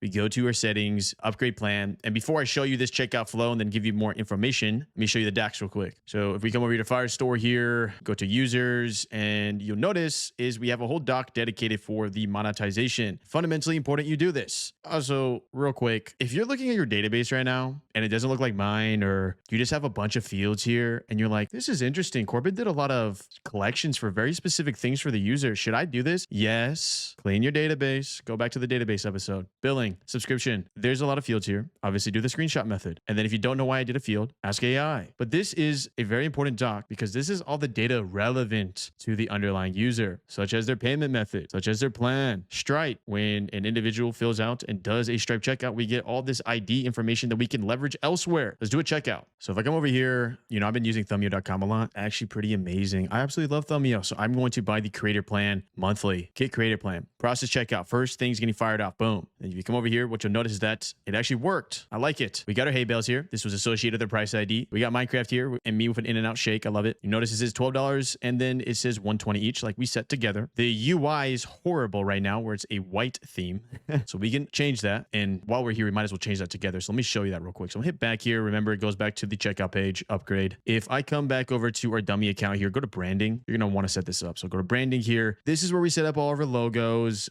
So for example, you know, if I want to just do black here, let's just do, black's all zeros, 000. FF is all white. Accent color is the little button here. So we'll just do all black. And then I can hit save changes here. I believe I might need to change this somewhere else. Maybe not. Maybe not. Let's just see. So if I come back over to my emulator and I hit the same button, this should be black. There it is. Looks better. Go with whatever is best. Don't go too crazy here. I think most people now are pretty desensitized to a Stripe checkout where they're like, this is a reliable app. Think of it like when you check out on Amazon, you're not really wondering if you're getting scammed. So Stripe is very reliable in that it gives you ethos right off the bat. That's why I almost encourage you to even use a Stripe hosted checkout, because it just gives you ethos. It's going to look a little sus on your platform, even if the UI looks amazing for your own checkout, which you can create custom within Stripe. So long story short, probably stick with Stripe. Now, because this is a dummy environment, we can do a ton of tests here. And this is where the testing phase really happens, y'all, where you're going to want to do stuff like purchasing. Let's see if it works. So if I do 4242, 4242, 4242, 4242, 4242, 4242, 4242, 4242, that is a test card that you can use with Stripe. Now, where did I get this information? You can either ask a AI model for different types of test cards, but a great example is just type in Stripe test cards. You scroll down here, and this is where I got that amazing 4242 card. And if I scroll down here, they have a bunch of different options. So for me, I use the 4242. If you guys want to buy anything on Amazon, go ahead and use my card, completely free. I got you. So make sure to leave a like. There's other situations here. So that is like, hey, the payment works. This is good. There's other types of cards we use here that are like the payment failed. Like there is a test card number. I don't remember on the top of my head that it is meant for. You put it in there and then it's like, what happens if the user has a card that fails like 2 months in? So you want to kind of scour through these docs and understand that, or you can just load these docs into an AI chat. 4242. I hit subscribe. This is where we're going to see if our webhook works effectively. So subscribe. Also subscribe to the YouTube channel. now. Duh. Subscribe. First thing that worked is that it took me to the studio page on successful checkout. It obviously didn't work when it came to,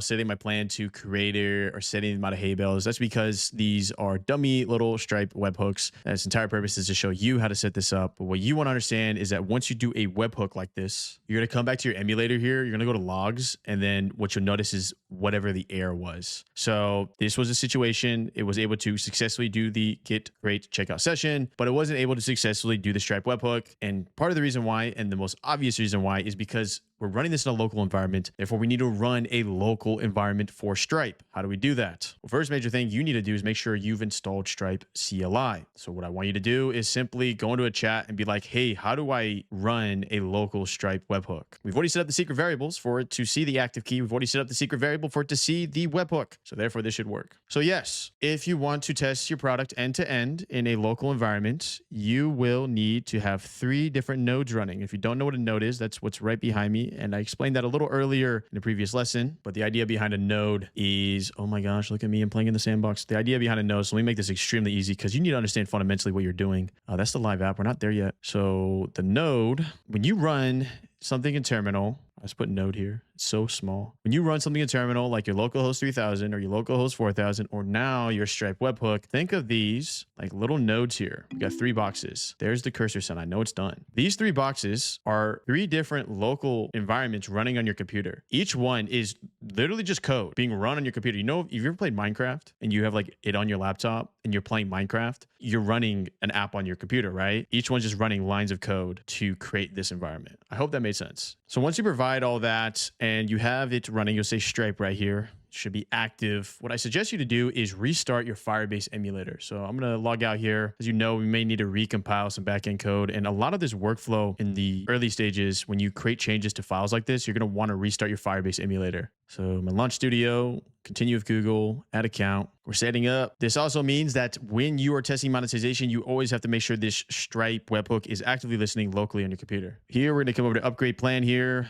We're going to do monthly, get creative plan. We know the process checkout is working as expected. Play around with the tiers, y'all. So, adjust the tiers and make sure the right price is showing. And we're going to put in our card again, 4242. You're going to get very used to spamming this card, okay? 42, zip, and do this, subscribe. And then now the Stripe webhook should be listening. I doubt this works on first shot here because this is a dummy account that probably isn't even attached to my real data points. But what you're going to see here is that it's going to effectively check out, and then we're going to be able to see that it was listened to by the webhook. So what you'll do is that you'll come back to your little webhook logs, and you'll see that there'll be a bunch of events here. You also see the relevant events here. Now, yes, this is completely broken. It doesn't work, but that's just because I'm just doing a dummy test here, y'all.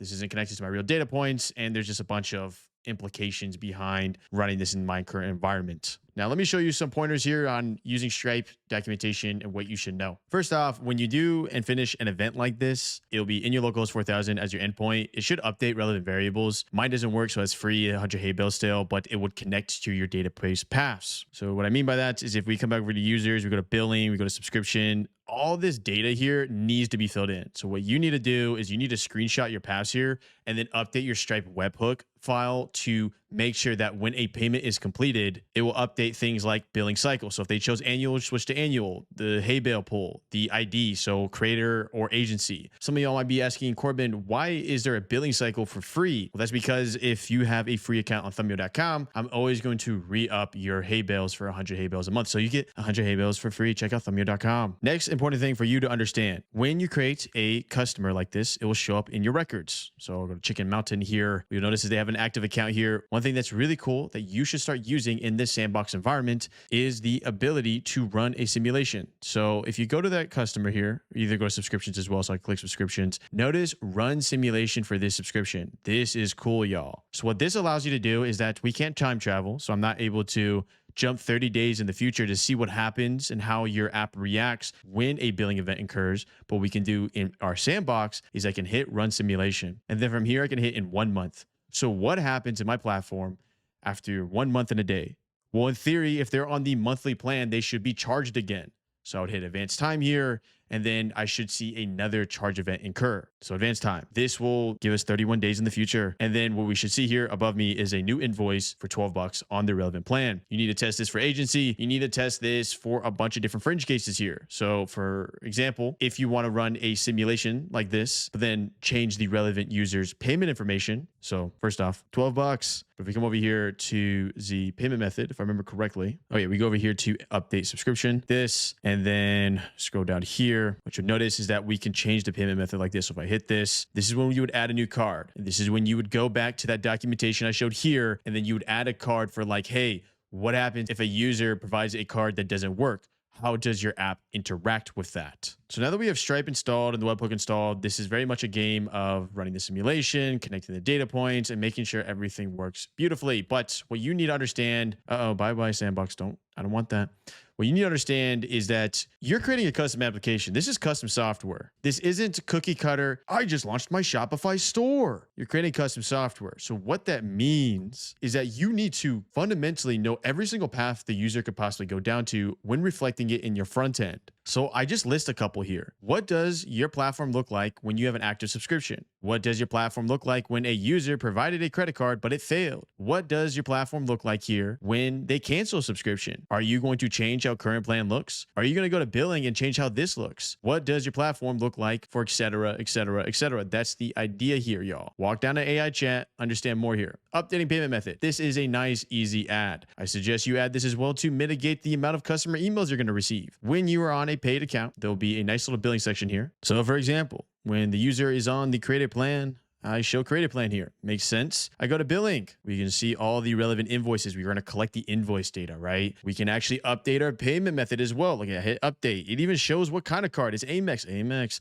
It even shows how much I'm being billed a month. This is relevant things that the user cares about. When is it going to renew? It gives me the specific date as well. Can I change the plan? Can I cancel the plan? This is functionality you want to give to your end consumer for a multitude of reasons. First off, if you want to have an idea of a really good monetization workflow in an application, use something like ChatGPT, Claude, or sign up to Thumbio, subscribe for $12, see how it interacts with a cancel, see how it interacts with whatever. If you don't want to subscribe to Thumbio, check out your Anthropic subscription or your ChatGPT subscription. How does it interact with the user? And however it typically does it is usually how you want to reflect it in your application, which is nice. And I will say the more transparency, the better. I added a new feature here that makes it so that every single edit, the user sees where their hay bales are going towards. I am doing these kind of additions to the platform to mitigate customer emails and also to give the user a better experience. So if at any point they're on a 1,000 hay bale plan like I am right here, amazing, they will know where all their hay bales are getting associated to. More transparency, the better. Here's another topic that you need to understand. I briefly talked about this earlier in the video, but whatever price you set on, make sure you're confident in it. Now, I gave you a ways so that if you need to change the price, you only need to change 4 price IDs. But something you need to understand is that if you have 10 subscribers on an old pricing model, it isn't as simple as, oh, Corbin, if they're paying me $1 a month, can't I just migrate them to $2 a month? Obviously not. They're locked in, and typically what you want to do in that context, if you want to increase the price of your product, if you want to decrease, then yeah, your consumer's going to love you. But if you want to increase the price of your product, typically consumers that are already paying a cheaper price, you just grandfather them in, let them keep paying $1, and then everyone past that will pay a little bit higher. So by the time you watch this video, these prices could be different. Probably not. Another thing you need to understand is look at the prices. These aren't random. Now, yes, obviously some of it has to do with everything we discussed earlier, but $99, $12, $10, $30. What's happening here? I'm purposely making them round numbers like this. Why is this not 100? Because people get scared. For some reason, I make this $1 cheaper. They think they're getting a better deal. It's human psychology. Look into it. I forgot the specific terminology for the study that was done on this. It has a specific name, but look it up. That's why you like go to a store. It's like $4.99. There's a reason it's not $5. That just about does monetization. This right here is a learning curve, okay? You're not going to be a Stripe expert by just watching this video. It's going to take time for you to understand this. Realistically, I see you having a full comprehensive idea of the implications of Stripe in 2 to 3 days of hard work. But once you get it, you get it. For me to get the Stripe monetization to where it is now, it actually only took me around 8 hours. This was like 1 day of work of connecting all the dots. But this is through my experience. If you are approaching this for the first time, I would probably gauge it between 3 to 5 days. It's going to take time. You got to learn it.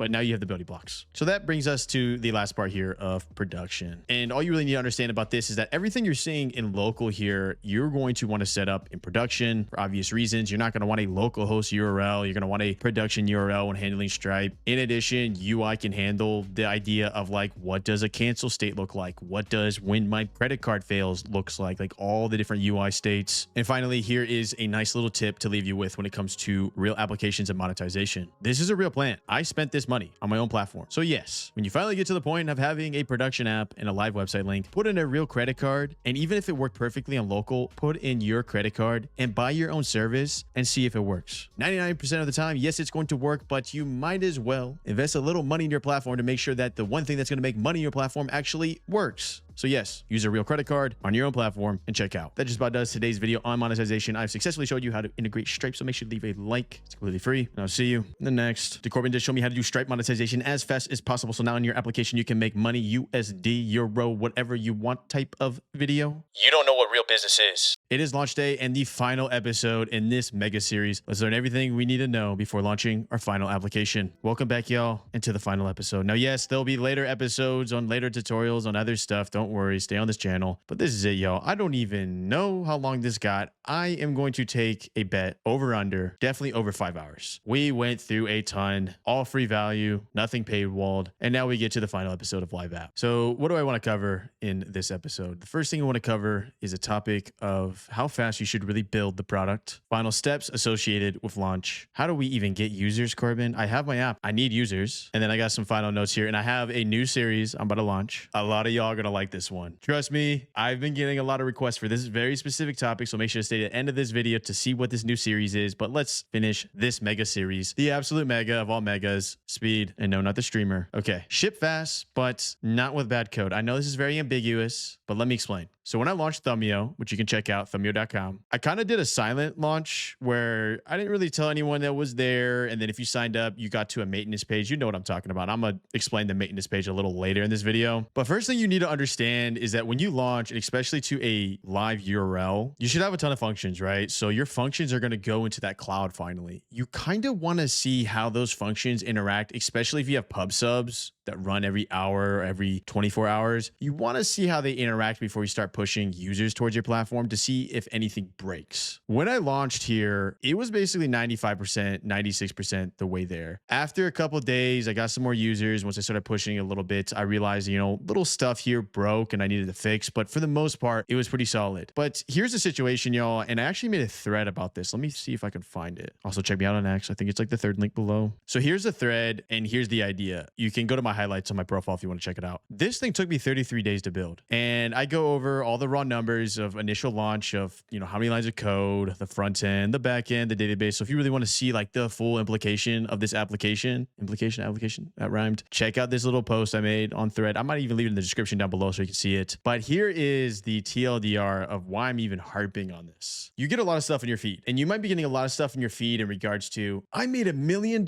app in 2 days. Watch me in 48 hours make $1 million app. Just sign below, hit the course below, pay me $100 and I'll show you how. That's BS. That is not true. And a lot of you probably already know that, or maybe some of you don't know that, but anyone that advertises your ability to build a real production level app in like 48 hours, 3 days, I mean, first off, just block them because it's just not true information. So why would you want to take in information that's incorrect? But second off, I want to give you real perspective here. This took me 33 days on initial launch. 33 days. This is not a joke. This is no joke. Not 33 days of, oh, but Corbin, was it like you spent 3 hours on it? No, 33 days of like 8 hours a day, Monday through Sunday. I am not here to sell you a dream. This is going to take time. This is going to take work. But what I'm telling you is that on your first launch, yes, ship fast. Me building out this entire application in 33 days is absolutely bananas, because before artificial intelligence was involved, for me to build out this exact same application alone, it would have taken me 3 to 6 months. So to some of y'all, 33 days might sound really long,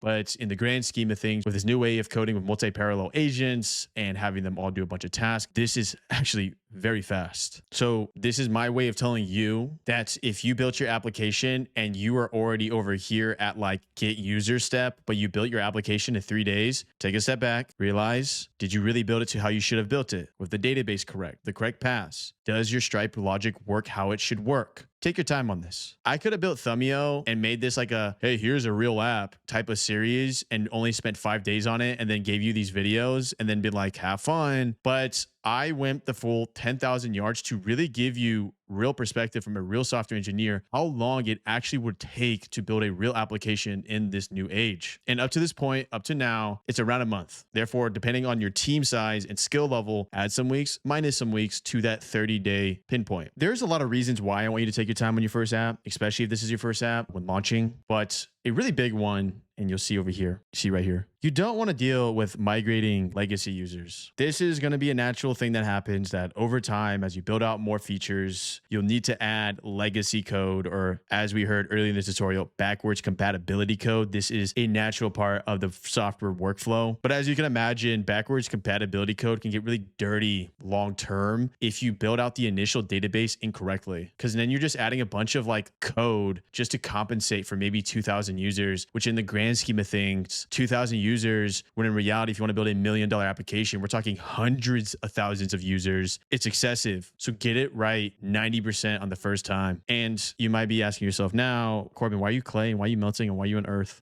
Maybe not so much in the last question. Your biggest advantage in this first phase before you launch your application is how malleable your application is, how much of wet clay it is. Once you launch and you're a live website link and you have 1,000 users, you need to start taking into consideration those users on every single feature and every single new piece of code you add. When you don't have users and you're not even launched, there were so many instances during this like 33-day period that I was building where I was literally just ripping up my architecture, database paths. I had the original structuring for the chat. It was like sending it as an array. But remember, we learned we don't want an array. We want to store this as docs if it's going to be an infinite load, or just in theory, you know, the user could put infinite amount of chats. This kind of stuff would have been a absolute headache if the original architecture was meant for array in the chat and it had 1,000 users and then I had to rip that up and do docs. It would not have been fun. So take advantage of this moment. Build fast, but don't build bad code. Final steps for launch here. All right. A lot of this stuff, you can just talk to an AI agent, be like, hey, how do I launch through my production link? Hey, do I need dynamic variables for QA or prod or local? Like a lot of this stuff, you can talk to an AI agent and get your answers. Plus, on this channel, I've done it a ton of times, y'all. You might be watching up to this point in this series and wished I was maybe spending a little bit more time in the IDE and the coding. But y'all have to understand there are hours upon hours upon hours of content that I already address all this in my front end series, in my back end series, in the Create the Software series, like the tube stamp page. I went deep in the weeds on these series. The point of this series was really to give you the developer terminology and the fundamentals so you can dive into those chats with the AI model and really work out your specific use cases. So if you want to dive even more technical, this is all free. Like the only cost here is your time. But would you rather watch 3 hours of me yapping or like a 3-hour movie on Netflix? I mean, some of y'all are going to say Netflix, well, that's fine. It's case by case. So 2 things I want to go over here, though, is the GCP branding. So if you're a cloud project that you've associated with your Firebase, and if you haven't, then when you created your Firebase, you actually already did it. So you just type in GCP, go to googlecloud.com or whatever it is, and you'll be able to see all the relevant information there.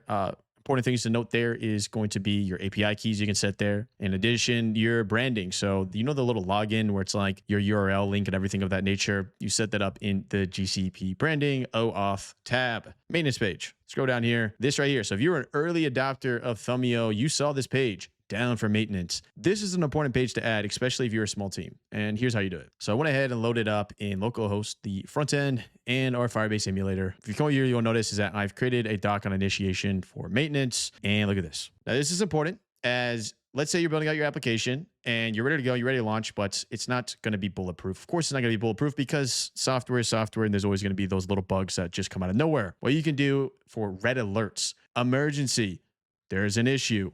Create this doc, config maintenance, and then these kind of relevant fields. You can just screenshot this page right now. Maybe I'll get out of the way. Screenshot it. All right. And then look at this. It's a very simple Boolean. I'm a user. I come to the account. I went ahead, go to Google here, sign in. Signed in, I'm playing around. You as a developer realize, oh, there's a red alert. If the user does X, Y, Z, they're able to abuse the system. What you can do is you'd go to your Firestore docs in Firebase project. You'd come over here to, is maintenance mode true or false? And you set this to true. And then instantly, no deployment, no nothing. Instantly, every single user, whether you have 1,000, 1, or a million, are going to see this page. And they're not going to be able to do anything. They're going to be stuck. Even if they went up here, adjusted the URL, just ask the AI agent to make sure that anyone that is off, anyone that is logged in, will see a maintenance page. That's also good for another reason. As your platform gets bigger and you actively have like 100 active users that are using the platform at that moment of maybe deployment of a new update, this is a very industry standard practice where you would send out an email like, hey, on December 21st at 3 a.m. PST, we're going to have scheduled maintenance. And then on that specific date, at that specific time, you would throw that up and then push to production your relevant code. You've probably seen that before. You may even seen it with like video games. When the servers go down and you're trying to play Call of Duty at like 1 a.m. PST, why can't I play? It's because they're pushing an update. So maintenance mode is key. Maintenance mode is going to save you a lot of anxiety around pushing a real product because end of the day, you know you can just throw that up there and not have to worry about people using a broken product. How do we get users, Corbin? I'm doing a test right now. I'm doing a study. Two things I want to say on this topic. First off, the study I'm doing is I'm going to see how well the X algorithm interacts with this Thumbio app, and then you can kind of get an idea of like, hey, Corbin, I saw your post on Thumbio got 100,000 impressions. How much did that convert into real paying traffic? Second thing, I am not your paid ads guy. For any of you that want to ask me a question, Corbin, can you show me how to run a Google Ads campaign for software? Or Corbin, can you show me how to run a Reddit ad campaign? I am not the guy. That's not me. I don't mean to go on a tangent here, but in life, you can only upskill so much. So I'm obviously good at creating content. I'm good at creating software. I'm not the guy for Google ads or any type of paid traffic. I don't know who to suggest in the paid ad niche for you. Maybe someone can leave a comment like, yo, this XYZ person is really good at ad traffic specifically for software products. What I can tell you though, is I'm going to become a absolute assassin when it comes to organic traffic for your software product. I'm going to show you everything and teach you how to get users that are free for you. E.g., you put no money in, but you're getting a ton of users. And the first test I'm doing, the first major one I'm doing, seeing how good X interacts with these kind of posts. So I made a post here. This got 11,000 impressions. Not bad, but I'm still learning. Therefore, give me 90 days to collect a ton of data. I'm just going to do a bunch of tests on X. You can follow me on X if you want to see the data. I'm going to do a bunch of tests on X, and then I'm going to condense that information into like one very large video of like how to get users for your software product for free. Something along those lines. And then I'm just going to give you all the information I learned from this. This first study will be with X. The next study will be with whatever I deem to be the most relevant thing next for your software product type of video. So the idea is, let me first get the data. Let me understand how that interacts because, you know, I could easily make a clickbait video like how to get users for your product, but then have no real substantial information, which you don't want to watch that. I don't want to watch that. So let me get data first. Side note on X, it is feeling like TikTok in 2018 with the algo. It is really respecting small users. So, I mean, I got 11,000 impressions on this. I had like 6,000 followers. All right, final notes, y'all. I know some of y'all are happy. Oh yeah, it says that. Look, it says it. What does that say, Corbin? iOS and Android apps are next. Yes, it is coming, y'all. I will be doing the next mega series like this. We did the web app, thumbio.com. The next mega series is going to be how to vibe code an entire iOS app or Android app. I can't reveal too many details, but two things. First thing, I've been developing iOS apps since I was 12, so I already got the experience. I'm not worried about that. But second thing is I'm currently, I'm messing around with Flutter right now. I'm kind of liking Flutter. I plan on creating a whole nother software product that I plan on taking to production using the Flutter code base. So what I want you to understand is that the series you're going to see from me when it comes to iOS and Android app, how are you doing both, Corbin? Because of the fact that I'm using Flutter. It can be so that you can launch a product and it launches on both hardwares. So yes, it is coming. And if you want to get prepared for the series I'm doing here, then start upskilling on Flutter. Learn about Flutter. Does React Native work? Yes.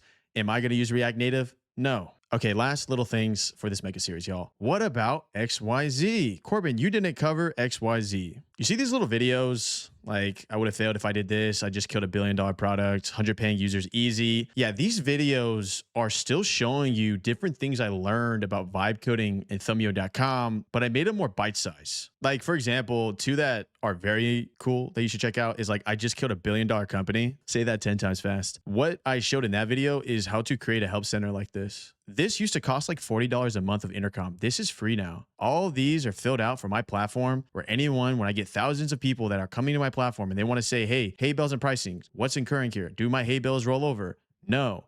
Answer it. You don't want emails. You don't want to deal with thousands of emails. We don't like that. This is a video, and this video is this video right here. So another one that a lot of y'all were asking in this series is like, Corbin, are you ever going to release the video on like, how'd you make the demo, in the sense of how'd you edit it? Why'd you do what you did in the demo? Like, why am I a banana man? Like all that stuff. The video's out. It's this one right here. 100 paying users is easy if you do this. Now, some of y'all might be like, Corbin, the reason I don't click these videos is because like they're ambiguous and I don't know what I'm getting. I don't disagree, y'all. Some of these videos are a little ambiguous, but this is just part of YouTube's algorithm. I mean, this is why you see some YouTubers just absolutely obliterate their thumbnails and titles with like $1 million app idea. Yeah, it's clickbaity. And yeah, it's a little bit like, come on, you really think that's $1 million app idea? But if you're in the industry for a while, you'll realize pretty soon that it's just part of the game. It's part of the algorithm. So if I simply just made this video, for example, the intercom one, how to make a help center for your app, it would perform tremendously bad. Don't blame me. Blame the game and YouTube's algo. All right, y'all. This completes it. This was hours upon hours upon hours upon hours of work, y'all. We're giving it to you bite-sized, nice and edited, but this was weeks of my time put into this mega series. So make sure to leave a like. And if you're early, make sure to leave some hype. And I want to end on this topic. Anyone can't code. You're going to see this a lot, especially if you're on X and you're scrolling through X a lot. You're going to see the sentiment that vibe coding is not real, that if you attempt to vibe code with no experience, you're going to create a broken app. It's never going to work. Why even waste your time? You're going to see tweets from developers that supposedly been developing for 20 to 30 years and supposedly are saying that, yeah, these AI models make trash code, or even if you were able to make an application, the security won't work. Like, you're going to see a lot of this. Let me tell you a story about this. Let me take you back to San Francisco when we had the horses and Dougies. I think they're called Dougies. Are they called Dougies? All right, y'all. My bad. Horses and buggies. Buggies. What a weird name, right? So you had horses and buggies, SF, okay? Throw me back. They're all through the street. You know, cars weren't even invented yet. You know, you got to get around SF. You had to call down a buggy. There's a lot of implications around that. Obviously, there was a lot of poop, but the car gets invented. There was a lot of pushback in the industry in SF. I think it's called like the government transportation office, whatever that is. There was a lot of pushback to allow cars on the road. Crazy, right? Because why would there be cars? We already have horse buggies. They work perfectly fine. I'm going to invest all my money into the horse buggy industry. This is a good investment. Fast forward 100 years, you can see that, you know, horse buggies don't really exist anymore. And if they do, it's like, you know, you go to like a little carnival or a fair. The point being is this: we are in an inflection point in the market where the sentiment of anyone can't code and coding is impossible if you have no experience. This has been true ever since coding has been possible until now. Vibe coding is real. I don't even care what you call the term. Don't even call it vibe coding. Using AI to code. This is real now. And it just became an actual skill set that I would say has reached the level of you don't even need a team to build out an app anymore 2 months ago. You don't even need to take my word for it. Google is pushing out vibe coding. Google just signed a deal with Replit, a vibe coding app. This isn't a joke. So if you're watching this now in the next 6 months, you're extremely early. By the time this becomes mainstream, which will probably take 2 years, maybe even 3, you're not early. But that's the point. People make real money because how does Elon Musk and the PayPal mafia, like they made LinkedIn, they made Yelp, like how does this happen? It's because they were extremely early to a market that just started. What I'm telling you right now is you're extremely early to a market that just started. Has the ability to create a artificial intelligence integrated software always been capable since 2022? Yeah. But the difference now is that that ability was only granted to people that knew how to code, really, which was only a handful of people in the world and developers. But what you need to understand right now is just 2 months ago, now anyone can code. And I'm not even saying that as clickbait. I have 12 years of coding experience. I'm telling you right now, if you put your head against the wall right now, whatever your app idea is, you can actually build it. And you don't have to pay an agency $50,000 and it's going to take you 6 months. This is not a joke. People are going to get pushback because any type of new innovative technology gets pushback. People don't like change. You really think that software engineer that's been working since the 90s is going to want to pivot? Now, obviously, some of y'all with me that, you know, from the 90s, developing since the 90s wants to pivot with me. Hello, welcome to the new age. But some aren't. And those posts you see about this not being real, how do I say this nicely? Hashtag ego. Of course, the developer that's been developing for 30 years doesn't want to feel like their skill isn't special anymore. Say it it out is. So that just about does it, y'all. Make sure to subscribe here as you're going to get a mega series so you can create something on your phone. And as they say in Deutschland, die Handy, create something on your phone. That's going to be really fun. I'm actually getting extreme amount of nostalgia coding iOS again, because I've been coding for so long on iOS. But without further ado, guys, you already know these style of videos. I'll see you in the next. Did Corbin just prove the concept that anyone can code actually is a real concept, and this isn't a joke type of series, mega series type of series? I know some of y'all are happy.